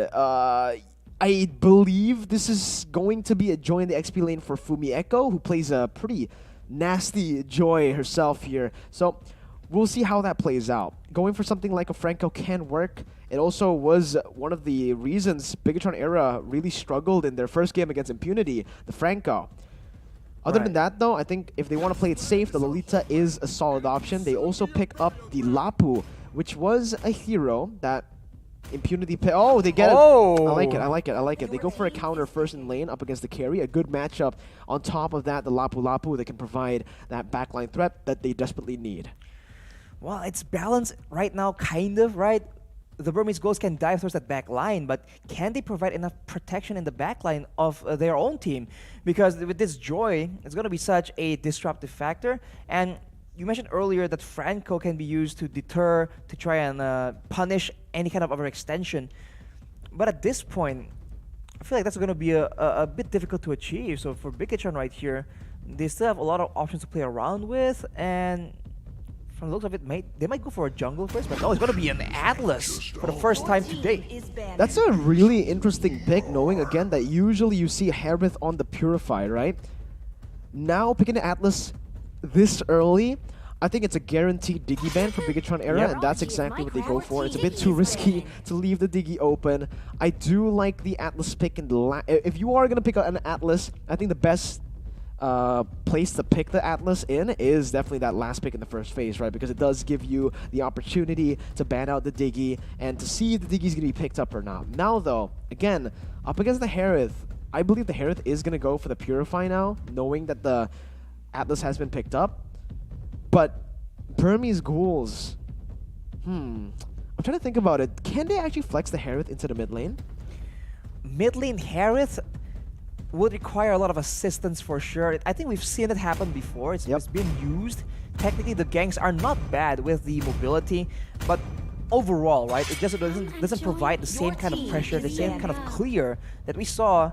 It's so critical, so detrimental if you don't have it in your roaming game. So if they want to go for a Harith in mid lane, they need to supplement that with something really strong in the roam position, perhaps, just to ensure that you don't lose out on crowd control. And as a unit, right, the roamer and the mid lane can still have presence, proper presence in the in the early to mid game as they ban away that Lunox. Yep. I think it's a solid ban here, knowing that the mid lane hasn't been picked up by Bigetron era. They have two very tanky frontliners that can be bursted down, that can be punished by something like a Lunox who can shred through any kind of defense. It's absolutely absurd once you get the Divine Glaive on that hero. But the Farsa is also going to be banned down, knowing again that Bigetron era, they don't have a lot of range to play with. Something like a Farsa and something like a Yve could stop their engage very easily, right? The Poe coming down, the range advantage is a big threat to their composition. But now looking at it, Burmese Ghouls with the final ban, what do they want to go for? If they really want to nail down the mid lane, I think going for a Lilia ban would be great, right? I think Lilia is the only option for Bigetron era right now that does well up against this comp. I think Burmese Ghouls, if what they want to go for here is to try to force Bigetron era to go for something like a Xavier so that their Lapu can actually just stop Xavier pretty easily. That makes sense.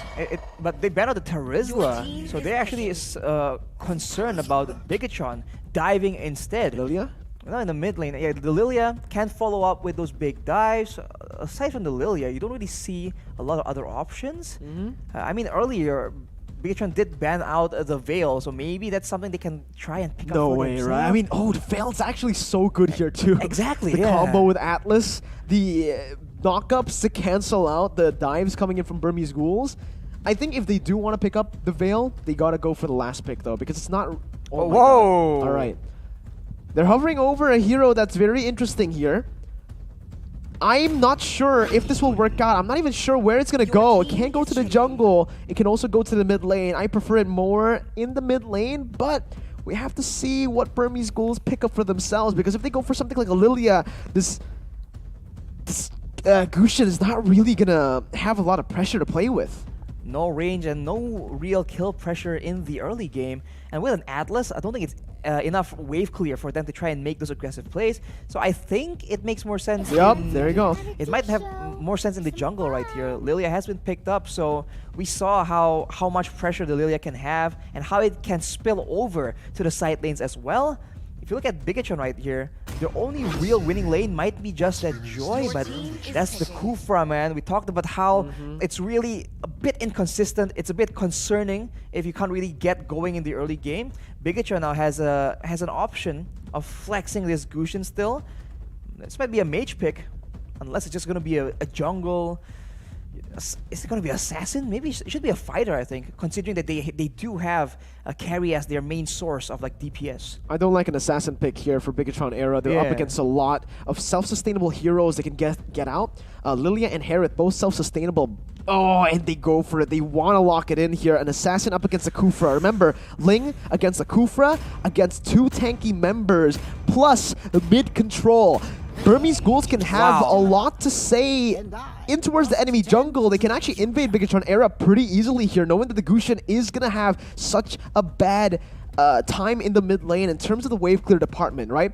Can Bigetron era win? Of course. Obviously they can, but with the drafts here, Burmese Ghouls have an advantage, a very visible advantage, especially when it comes down to the mid control. And mid control is, as you mentioned, a very underrated factor in all of these games. It's clearly a very bold pick, so you have to wonder if it's experimentation. Is this what we've been talking about? Bigetron feeling like we can get away with it. It shouldn't be that bad, but there's just so many tanky heroes and only one source of DPS. For Bigetron, they have to be very careful because the win condition for the side of the Burmese Ghouls right here is to just destroy and delete that marksman. If they can do that, it's automatically going to be a tougher game for Bigetron just by default. If they do pull it off, though, it is going to be very, very scary. Both of the drafts have been set in stone. This is an interesting game to see. We'll see how both of the teams execute their game plans as we enter the Land of Dawn for the final game of day number 1 of the group stages here at MWI 2023. A lot of help already here in the purple buff. Vivalt going to be able to secure it with no invades early on, but I want to take a look at the mid lane because the Gushin, how is Cine going to lane up against this Lilia? I think level 2 or level 3, there'll be some maneuver Cine can do on the Gushin to try and threaten this Lilia. But before that, and after that even, this is an assassin going up against a Lilia, right? So the Black Shoes will just completely counter any kind of serious kill threat.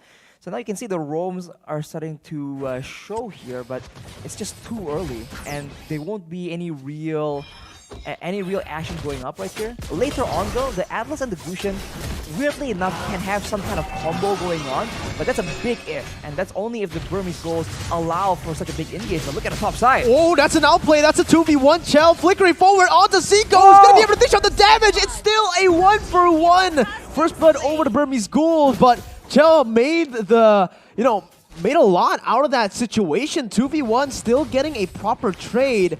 Unfortunately for her, I do believe... Oh, it's actually so good for her. Look at the minion waves, because the Burmese Ghouls minion waves are crashing in, and that's going to be a gold cannon minion lost by Zico. So it ends up being so worth. unless the wave doesn't reach the turret, we'll have to see again later. But 1v2, that's definitely a huge play being made by Shell. I think she missed basic attacks several times though. Well, maybe we can check it out on the highlights later on. But now the Burmese Ghouls are the ones trying to aggress, trying to shut down Fumi Echo on that Joy. But this is a very mobile, very annoying hero. And with that, Fumi Echo is going to be able to get out. Vengeance popped in, but that's a lot of damage. That's the burst damage coming in. Fumi's still able to escape from the minion cut on the bottom lane. Here, Vivo as well, waiting in the bush desperately to look for the steal. I don't think she's going to be able to find it here. Vivian is looking for some CC to try to lock CS down, but it is just going to be Vivo who rotates back and in the top lane. You can see Zico still able to maneuver away from the knives. Well, that's gonna be a very, very respectable attempt. Knowing that they cannot contest the turtle, they go elsewhere to try and equalize on a trade. But now it's level 4, so the ultimates are available, and all the heroes, the most of the heroes on the side of Bigetron era, has huge power spikes on that level 4. So we'll have to see what they can do right here. This is one of the small power spikes they can use to try and get an advantage. Of course, Joy with the electrifying beats. And of course, the Tempest of Blades, along with the Fatal Links, everything can be used for a massive combo.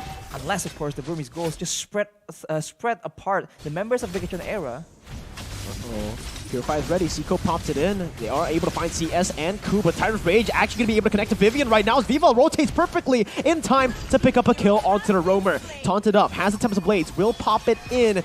Vivo gets out, but look at the comeback here for Cine. Just looking for the skill shot onto Venus. Actually goes in onto Zico, puts the blades down. Not going to be able to actually jump under the tier 1. A bit too risky, but Bigetron era are able to equalize back in gold, and they're able to get some gold back for Chell on that turret. Cine though jumps in. That might be an outplay here. Zico with the Zaman Force gets a double kill, and Bigetron era have been punished. That is not good. That is not the result they were looking for. Over aggressive in the top side, knowing that they have a power spike. You can see that the Burmese Ghouls were taking a chill, just waiting for a bit longer, but when they see an opportunity, they just go straight for it. And now Bigetron are the ones that need to try and recover. This is not getting the Harith 2 kills, 3 kills even in the early game. Definitely not the ideal circumstance, but on the flip side, Vivo on that lane has still been able to secure the purple buffs, so maybe things are not as dire as they look. Well, CS is going to be stunned up here, but the taunt comes in. Vivian not using the Fatal Links just yet, but Fumi Echo is going to be able to jump down there to pick up the kill. Now the stun comes in, but Vivo's able to dodge away with the Tempest of Blades. Vivian taken down. Venus has the black shoes, pops it back out. Vivo trying to do more damage, but it will not be able to connect here. Fumi Echo stunned up, and Ku picks up the kill. It's another 2-for-1 for the Burmese Ghouls. This is a very aggressive, high-action game, and we've seen this again and again coming in from Bigetron era. And the concern is that if it goes on like this to the late game, early in the first time we've seen them play, I think their composition benefits from the concentrating. But now in the side of the Burmese Ghouls, they have a Harith, they have a Lilia as well. In that late game, that's a lot of damage if Bigetron era wants to try and trade equally again and again like this.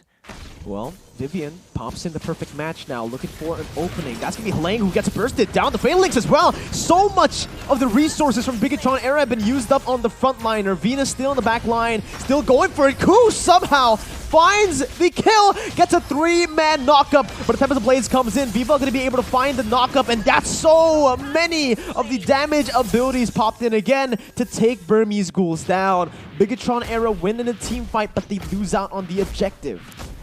Well, I think they would still take it, take that trade. I think it's still worth it for them. Let's take a look at the replay right here. It all begins with that burst attempt onto Hlang. And it's just so much resources burnt out, but still afterwards, they were somehow still able to match the rest of the members coming in from the Burmese Ghouls and still come out on top in the team fight, so the execution is definitely still there. Well, here though, in the bottom lane, you can see it live. They're trying to look for some more pickoffs. Cine, whoa, aggressive jump onto the Frederick. That might just be enough burst to take him down. Yep, it is. With the help of Chell, popping that ultimate, getting more attack speed. getting some kills across from her lane, knowing that in the lane is going to be really tough here. But Vivian is coming back in. Seiko has the Purifier. They're not going to be able to find it just yet, and that's going to be Fatal Links bringing just the mid laner back in. Vivian going to be taken low, flickering. Alku falling to the fadeaway basic attack as Fumi Echo rotates back up. Sydney finding everything. The burst is enough to take Seiko down, and Bigetron era are back in the game. They have the power spikes, they have the burst damage available now, and this is where the Burmese Ghouls need to try and play it a lot safer. Essentially, on the side of Bigetron era, they are 2 assassins, and Shell can also serve as one as well. That is an insane amount of damage, and Bigetron era just step up the aggression. You see a lot of Athena shields being built by the Burmese Ghouls, but Shell is now turning it around, dealing the physical damage. And Vival just cuts the wave, goes back. You can see the kill pressure starting to rise here from Bigetron era, but it's because Burmese Ghouls are letting go of the fundamentals that they have built in the early stage, not clearing in the mid wave before rotating across the map, and that's just giving Bigetron era so much room to punish the Burmese Ghouls. Now with the top lane pushed in as well, Bigetron era don't need to go for the turtle. They're utilizing this to try to force Burmese Ghouls out of their base, out of their territory, so that they can actually look for a massive team fight. Cool, looking for the Tyrant's Revenge, finds the roamer in the bush, but Vivian's quite tanky herself. Has the perfect match too. Who can be frozen up? That's a lot of damage. That's the damage to take her down. Chell free hitting in the back line. The Fatal Links connecting onto CS, who's going to be melted down by Vival. That's the turtle as well. Chell picking up a double kill, also getting out from Seikos. That's another double kill from Vival, who's looking for a triple. They're diving under the turret, and Vival's going to be able to find it. A triple kill for Vival, and Bigetron era have just secured a wipeout against the Burmese Ghouls. An 8-minute wipeout by Bigetron era. This is the power spike coming in. That mid-game we talked about. Let's take a look at that replay. It all began in the turtle, where Ku was trying her best to try and get intel, gets zoned away, gets bursted down, and one by one, the members of the Burmese Ghouls funneled through. A team with essentially 4 assassins, and one by one, they get taken out. Even here, under the turret, it's not safe at all for Seiko. Everyone is just so mobile and has so much burst damage. Playing, oh my god, Venus too! What is this damage, man? Fatal Links onto Ku, it's a triple for Vival, and she might just be looking for the Savage at this point. What the heck just happened there, Arashi? There's so much damage output from just Vival alone. Was that Vival? Was that Vival and Cine? I feel like there's a team effort there for sure, but against so many assassins, right? Joy is essentially an assassin, Ling, Gusion, and carry to a degree, right? Short range, mobile. Everyone is essentially an assassin except for the Atlas. So at this point in the game, when they have about 1 or 2 items, they are very, very strong. They have all the outplay potential. The Burmese Ghouls really should be playing it a bit more carefully here. The last thing they want is to have Bigetron era snowball out of control, but it seems like they've already began to do just that. If you take a look at the item build, Shell already with the Demon Hunter sword on top of the golden stuff and the corrosion side, but never mind that. That's a lot of damage and a monster kill coming in for Shell. Wait, Ku actually died there, right? I mean, now you see him, now you don't. Instantly just deleted across the map, and this is why the carry is just so scary to play against. Burmese Ghouls picked up a solid lane matchup up against the carry, and it still did not work out for them. Chell was behind for the most part in the game, especially when it comes down to just the laning phase, but she was able to find so many creative pickoffs across the map with the help of her teammates that the laning phase really did not matter that much, right? Chell is at a point where she's 7-2-6, dealing way more damage than Seiko. I mean, Seiko now has the Divine Glaive, but it might not be enough. The difficult part is Hilang and CS. They can't really try and get a bit of crowd control because they don't know who to target. Right now, they have to try and stop Shell from auto-attacking. They have to stop Cine from just bursting down everyone, including your tank, including your roamer. Vival can do the exact same thing, and Fumi Echo is tanky on top of being able to just burst down the backline members. We saw that in that turtle fight, Seiko and Venus are just forced back immediately once Fumi Echo just jumps down on them. And this is why the Joy in the XP lane with the Vengeance is just such an oppressive presence. I personally hate going up against it. It does not make sense. It really doesn't, man. Right now, oh my god, one Defiant Blade takes the tank down that much. Vivian's looking for an engage here, pops in a perfect match just to zone Burmese Ghouls away. They're trying to siege the turret down. The base turret will fall. this was one of my concerns when looking at the composition that Bigetron Era have drafted for themselves, right? They don't really have a lot of range, but they're still able to siege so well, just based on the pressure that they have. And just on that note, Vivian and Fumi Echo are able to zone the other members away. Venus flickers out, but it's on to Vivian. That's the burst coming through. That's the Tyrant's Rage to punish Cine down. It's a shutdown coming in, but the Tempest Blade will be popped in the midst of it all. That's Chell free hitting, and it's another wipeout for Bigetron Era as they seal the game to stand atop the group with Smart Omega 2-0. There was about 3-4 wipeouts in that game, all for the side of Bigetron Era, man. That is insane. We talked about maybe taking it chill, you know, playing more calculatively, but Bigetron Era says no. We are going with the super aggressive 4-assassin composition, and we're gonna take out everyone. And the Burmese Ghouls, they were caught completely off guard.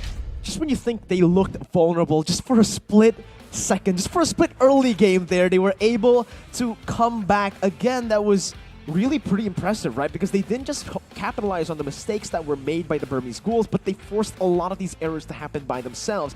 Again, it comes down to the positioning and the opening of the map from every single member that got Chell back to an even level up against the Harith, who was winning so hard in lane.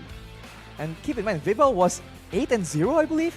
Even more, I think, towards the end of the game. So she was doing so well on the Ling, and we were concerned about having no mid pressure, having the Ling being invaded. But no, she just dealt with that early game pressure, played it slow until she saw opportunities, and then once she got the power spikes, once she see opportunities, it's over, man. She just kept going in again and again, and they were able to get so much done. And part of the reason why they were able to get so many pickoffs, right, is the fact that the roamer for the Burmese Ghouls is Kufra. And again, we saw that once she goes in, right, there's no real escape tool. Yeah. It's the bouncing ball, not exactly a mobility tool, and the Tyrant's Revenge cannot be used to escape because it gets blocked, and you're stuck there in the front, and Shell makes quick work of you. It's a high-risk, high-reward type of hero. Up against Bigetron Era, that's what they were trying to find desperately, but the fact that the squad in general, the whole team, just constantly split up when he was charging the Tyrant's Revenge, there was no way that the Kufra was able to get any more than 2 members, right? They were always split constantly, and guess what? Everybody who got knocked up, mostly it was the frontliners. It was always either the Joy, Fumi Echo, or Vivian on that Atlas. And I think they're pretty happy getting engaged on. You know, it's an Atlas that can look for a re-engage. Once you get knocked up, a lot of the members from the Burmese Ghouls will be walking up in front of the Atlas, so that's a free Fatal Links. And despite the Harith having the Purify, I feel like the Purify was always used in a defensive manner. She was always dashing away right after the Purify instead of utilizing the entirety of the Purify duration to go for more damage with the Zaman Force. I think that Atlas pick, surprisingly, is the key to the entire operation. Because alone, this is a lot of burst damage, and that's good enough. But now, with the presence of the Atlas as a deterrent, you see that the Burmese Ghost wants to try and bring the aggression. Because the Assassins, they're good at going in and out. But if they get, steamrolled, right? Sometimes they lack the mobility. But now with the Atlas, everyone can just get clumped up. There's a counter-engage potential that we've been talking about. Oh, let's take a look at the item builds here. It's a chocolate day, unfortunately, for the side of Burmese Ghouls. 3 members getting that chocolate, 1-7 and 3, 1-4 and 2, and 0-4 2. I'm looking at the itemization, and honestly, for playing, I really like what she prioritized early on, right? She was losing in lane up against Fumi Echo, so I can understand the Athena's shield here, especially considering she's always just getting ganked by Cine. And then she went on to go for Steel Leg Plates, or she went for the Bloodless Axe, I believe. Then she tries to go for the Hunter Strike, but I think at this point, it's better for her to go just for full tank. But when you're this far behind as well, there's not really a proper answer anyways. I mean, it's insane if you think about it, right? The Burmese Ghouls have 3 tanks, and it's not like they're building damage. Yes, there's a Bloodless Axe in the hands of Helene, but they all have Athena shields, Radiant armors right here, Steel Leg Plates, Dominant Ices. And it doesn't matter, they get bursted down. That's how far ahead Bigetron Era was. And if you look at their items, that's just a huge mix of damage. But the MVP, presented to you by the Samsung Galaxy S23 Series 5G, is going to be Shell on that carry. Going for that 1v2 play on the top side in the beginning, and then it's just such clean performances, knowing the limits of the hero, knowing when to kite back and avoid and wait for the crowd controls to be used first, and then coming in when it's already relatively secure, it's just such a solid performance. But honestly, in this particular game, the rest of the team members, everyone was just doing so well in that game. It could have easily gone to Vivo as well. I agree, you know. I mean, she was the most consistent member. We did see Chell. This is just her style, right? This is how she likes to play the game. Sure, it's very risky, but if she's able to do this consistently and look at it. Every single time she dies as well, every time she gets picked off, she's always spacing properly too. So it's not like she's making any mistakes. It's just the Burmese Ghouls were able to capitalize when they needed to.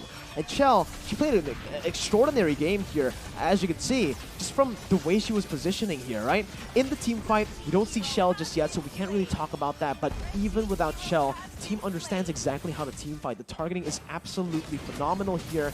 Baiting Venus's flicker out, going back when she used the black shoes, and obviously also just disengaging from the fight when they knew that Fumieko was 100% guaranteed to die. They never commit on the wrong target. I mean, for the side of the Burmese Ghouls, they also severely lack crowd control. Yes, they have pressure, and they have a taunt coming in from Fredrin, and they have Ku to try and stop everyone from diving around. But for the most part, all of these sources of crowd control can be avoided by the high mobility heroes on the side of Bigetron era. So you look at Fumieko, you look like Shell and Vivo, everyone is just free to just go in aggressively and then outplay their way to safety. But Fumieko on that Joy, man, that is so annoying. I can't imagine being in that spot because she is tanky and she is doing a lot of damage. She can essentially just burst down 100-0 Seiko as well as the rest of the back line, and this is the team that we missed because we were looking at the replay from the previous fight. Yeah, there were just so many highlight plays here in this game. Vival gets a triple kill out of nowhere. And something I do want to point out is the fact that Chell actually built full damage. She went for a glass cannon build, despite being 1 and 2 at a certain point, right? Usually when you're behind, you go for defensive items, you show some respect to the enemy team, but when you're this confident, sure, whatever works for you. Chell did not use her flicker, I think, for the last 4 minutes of the game, and it did not even matter. She didn't even need it. At this point, maybe you should go for the Inspire, you know? You're too good for your own good for the flicker. She's not using flicker. She always uses it to flicker in front, aggressively. Aggressively. Well, I mean, the fact that you have that option, right, crazy. is what makes it so much more valuable. But honestly, again, if you are 13 to 15,000 gold ahead like Bigetron era was in that game, it doesn't matter, man. Even the itemization, it seems negligible, right? Everyone has defenses. They were trying to survive through the burst, but there's 4 heroes just bursting down everyone. There just wasn't enough time. There wasn't enough defenses available for the Burmese Ghouls, and they get absolutely taken out. Well, we're going to take a look at the standings here after the final game of the day. Ladies and gentlemen, that was your final game for the first day of MWI 2023 for the group stages. So we're going to take a look at the results. Throughout these 5 matches, there were some winners, there were some losers. Bigetron era, #1 currently. No real surprise there. And as a runner-up, it's going to be Omega Empress at 75%, 3-1. And you know, unfortunately, we talked about how ZEG was doing pretty okay, but they're still 1-3 right now. But it's not as bad as the Burmese Ghouls. Unfortunately, they're on a 0%, so that's a tough situation. Well, we're also going to take a look at tomorrow's schedule, ladies and gentlemen. The Burmese Ghouls, I think, have just been knocked out. Their first team at MWI to be knocked out. Tomorrow, we're going to go for the full second group. GPX going to go up against Risk. Then we have Greyback Esports facing off against Team Hawk. Then MDH Esports from Vietnam facing off against GPX. And afterwards, Risk will try and take out Greyback, and then Team Hawk will go up against MDH.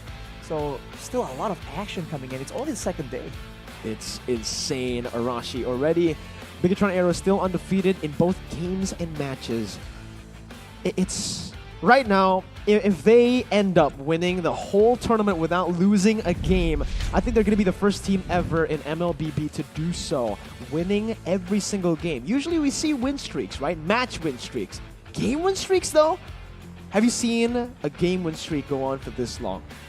I haven't in my whole casting career. This is one of the longest ones, and I keep saying it, it's unreal. It doesn't really make sense. You would think that they're bound to fail someday, right? There'll be an off day, and teams are constantly reading through, looking at them. They're in the spotlight, yeah.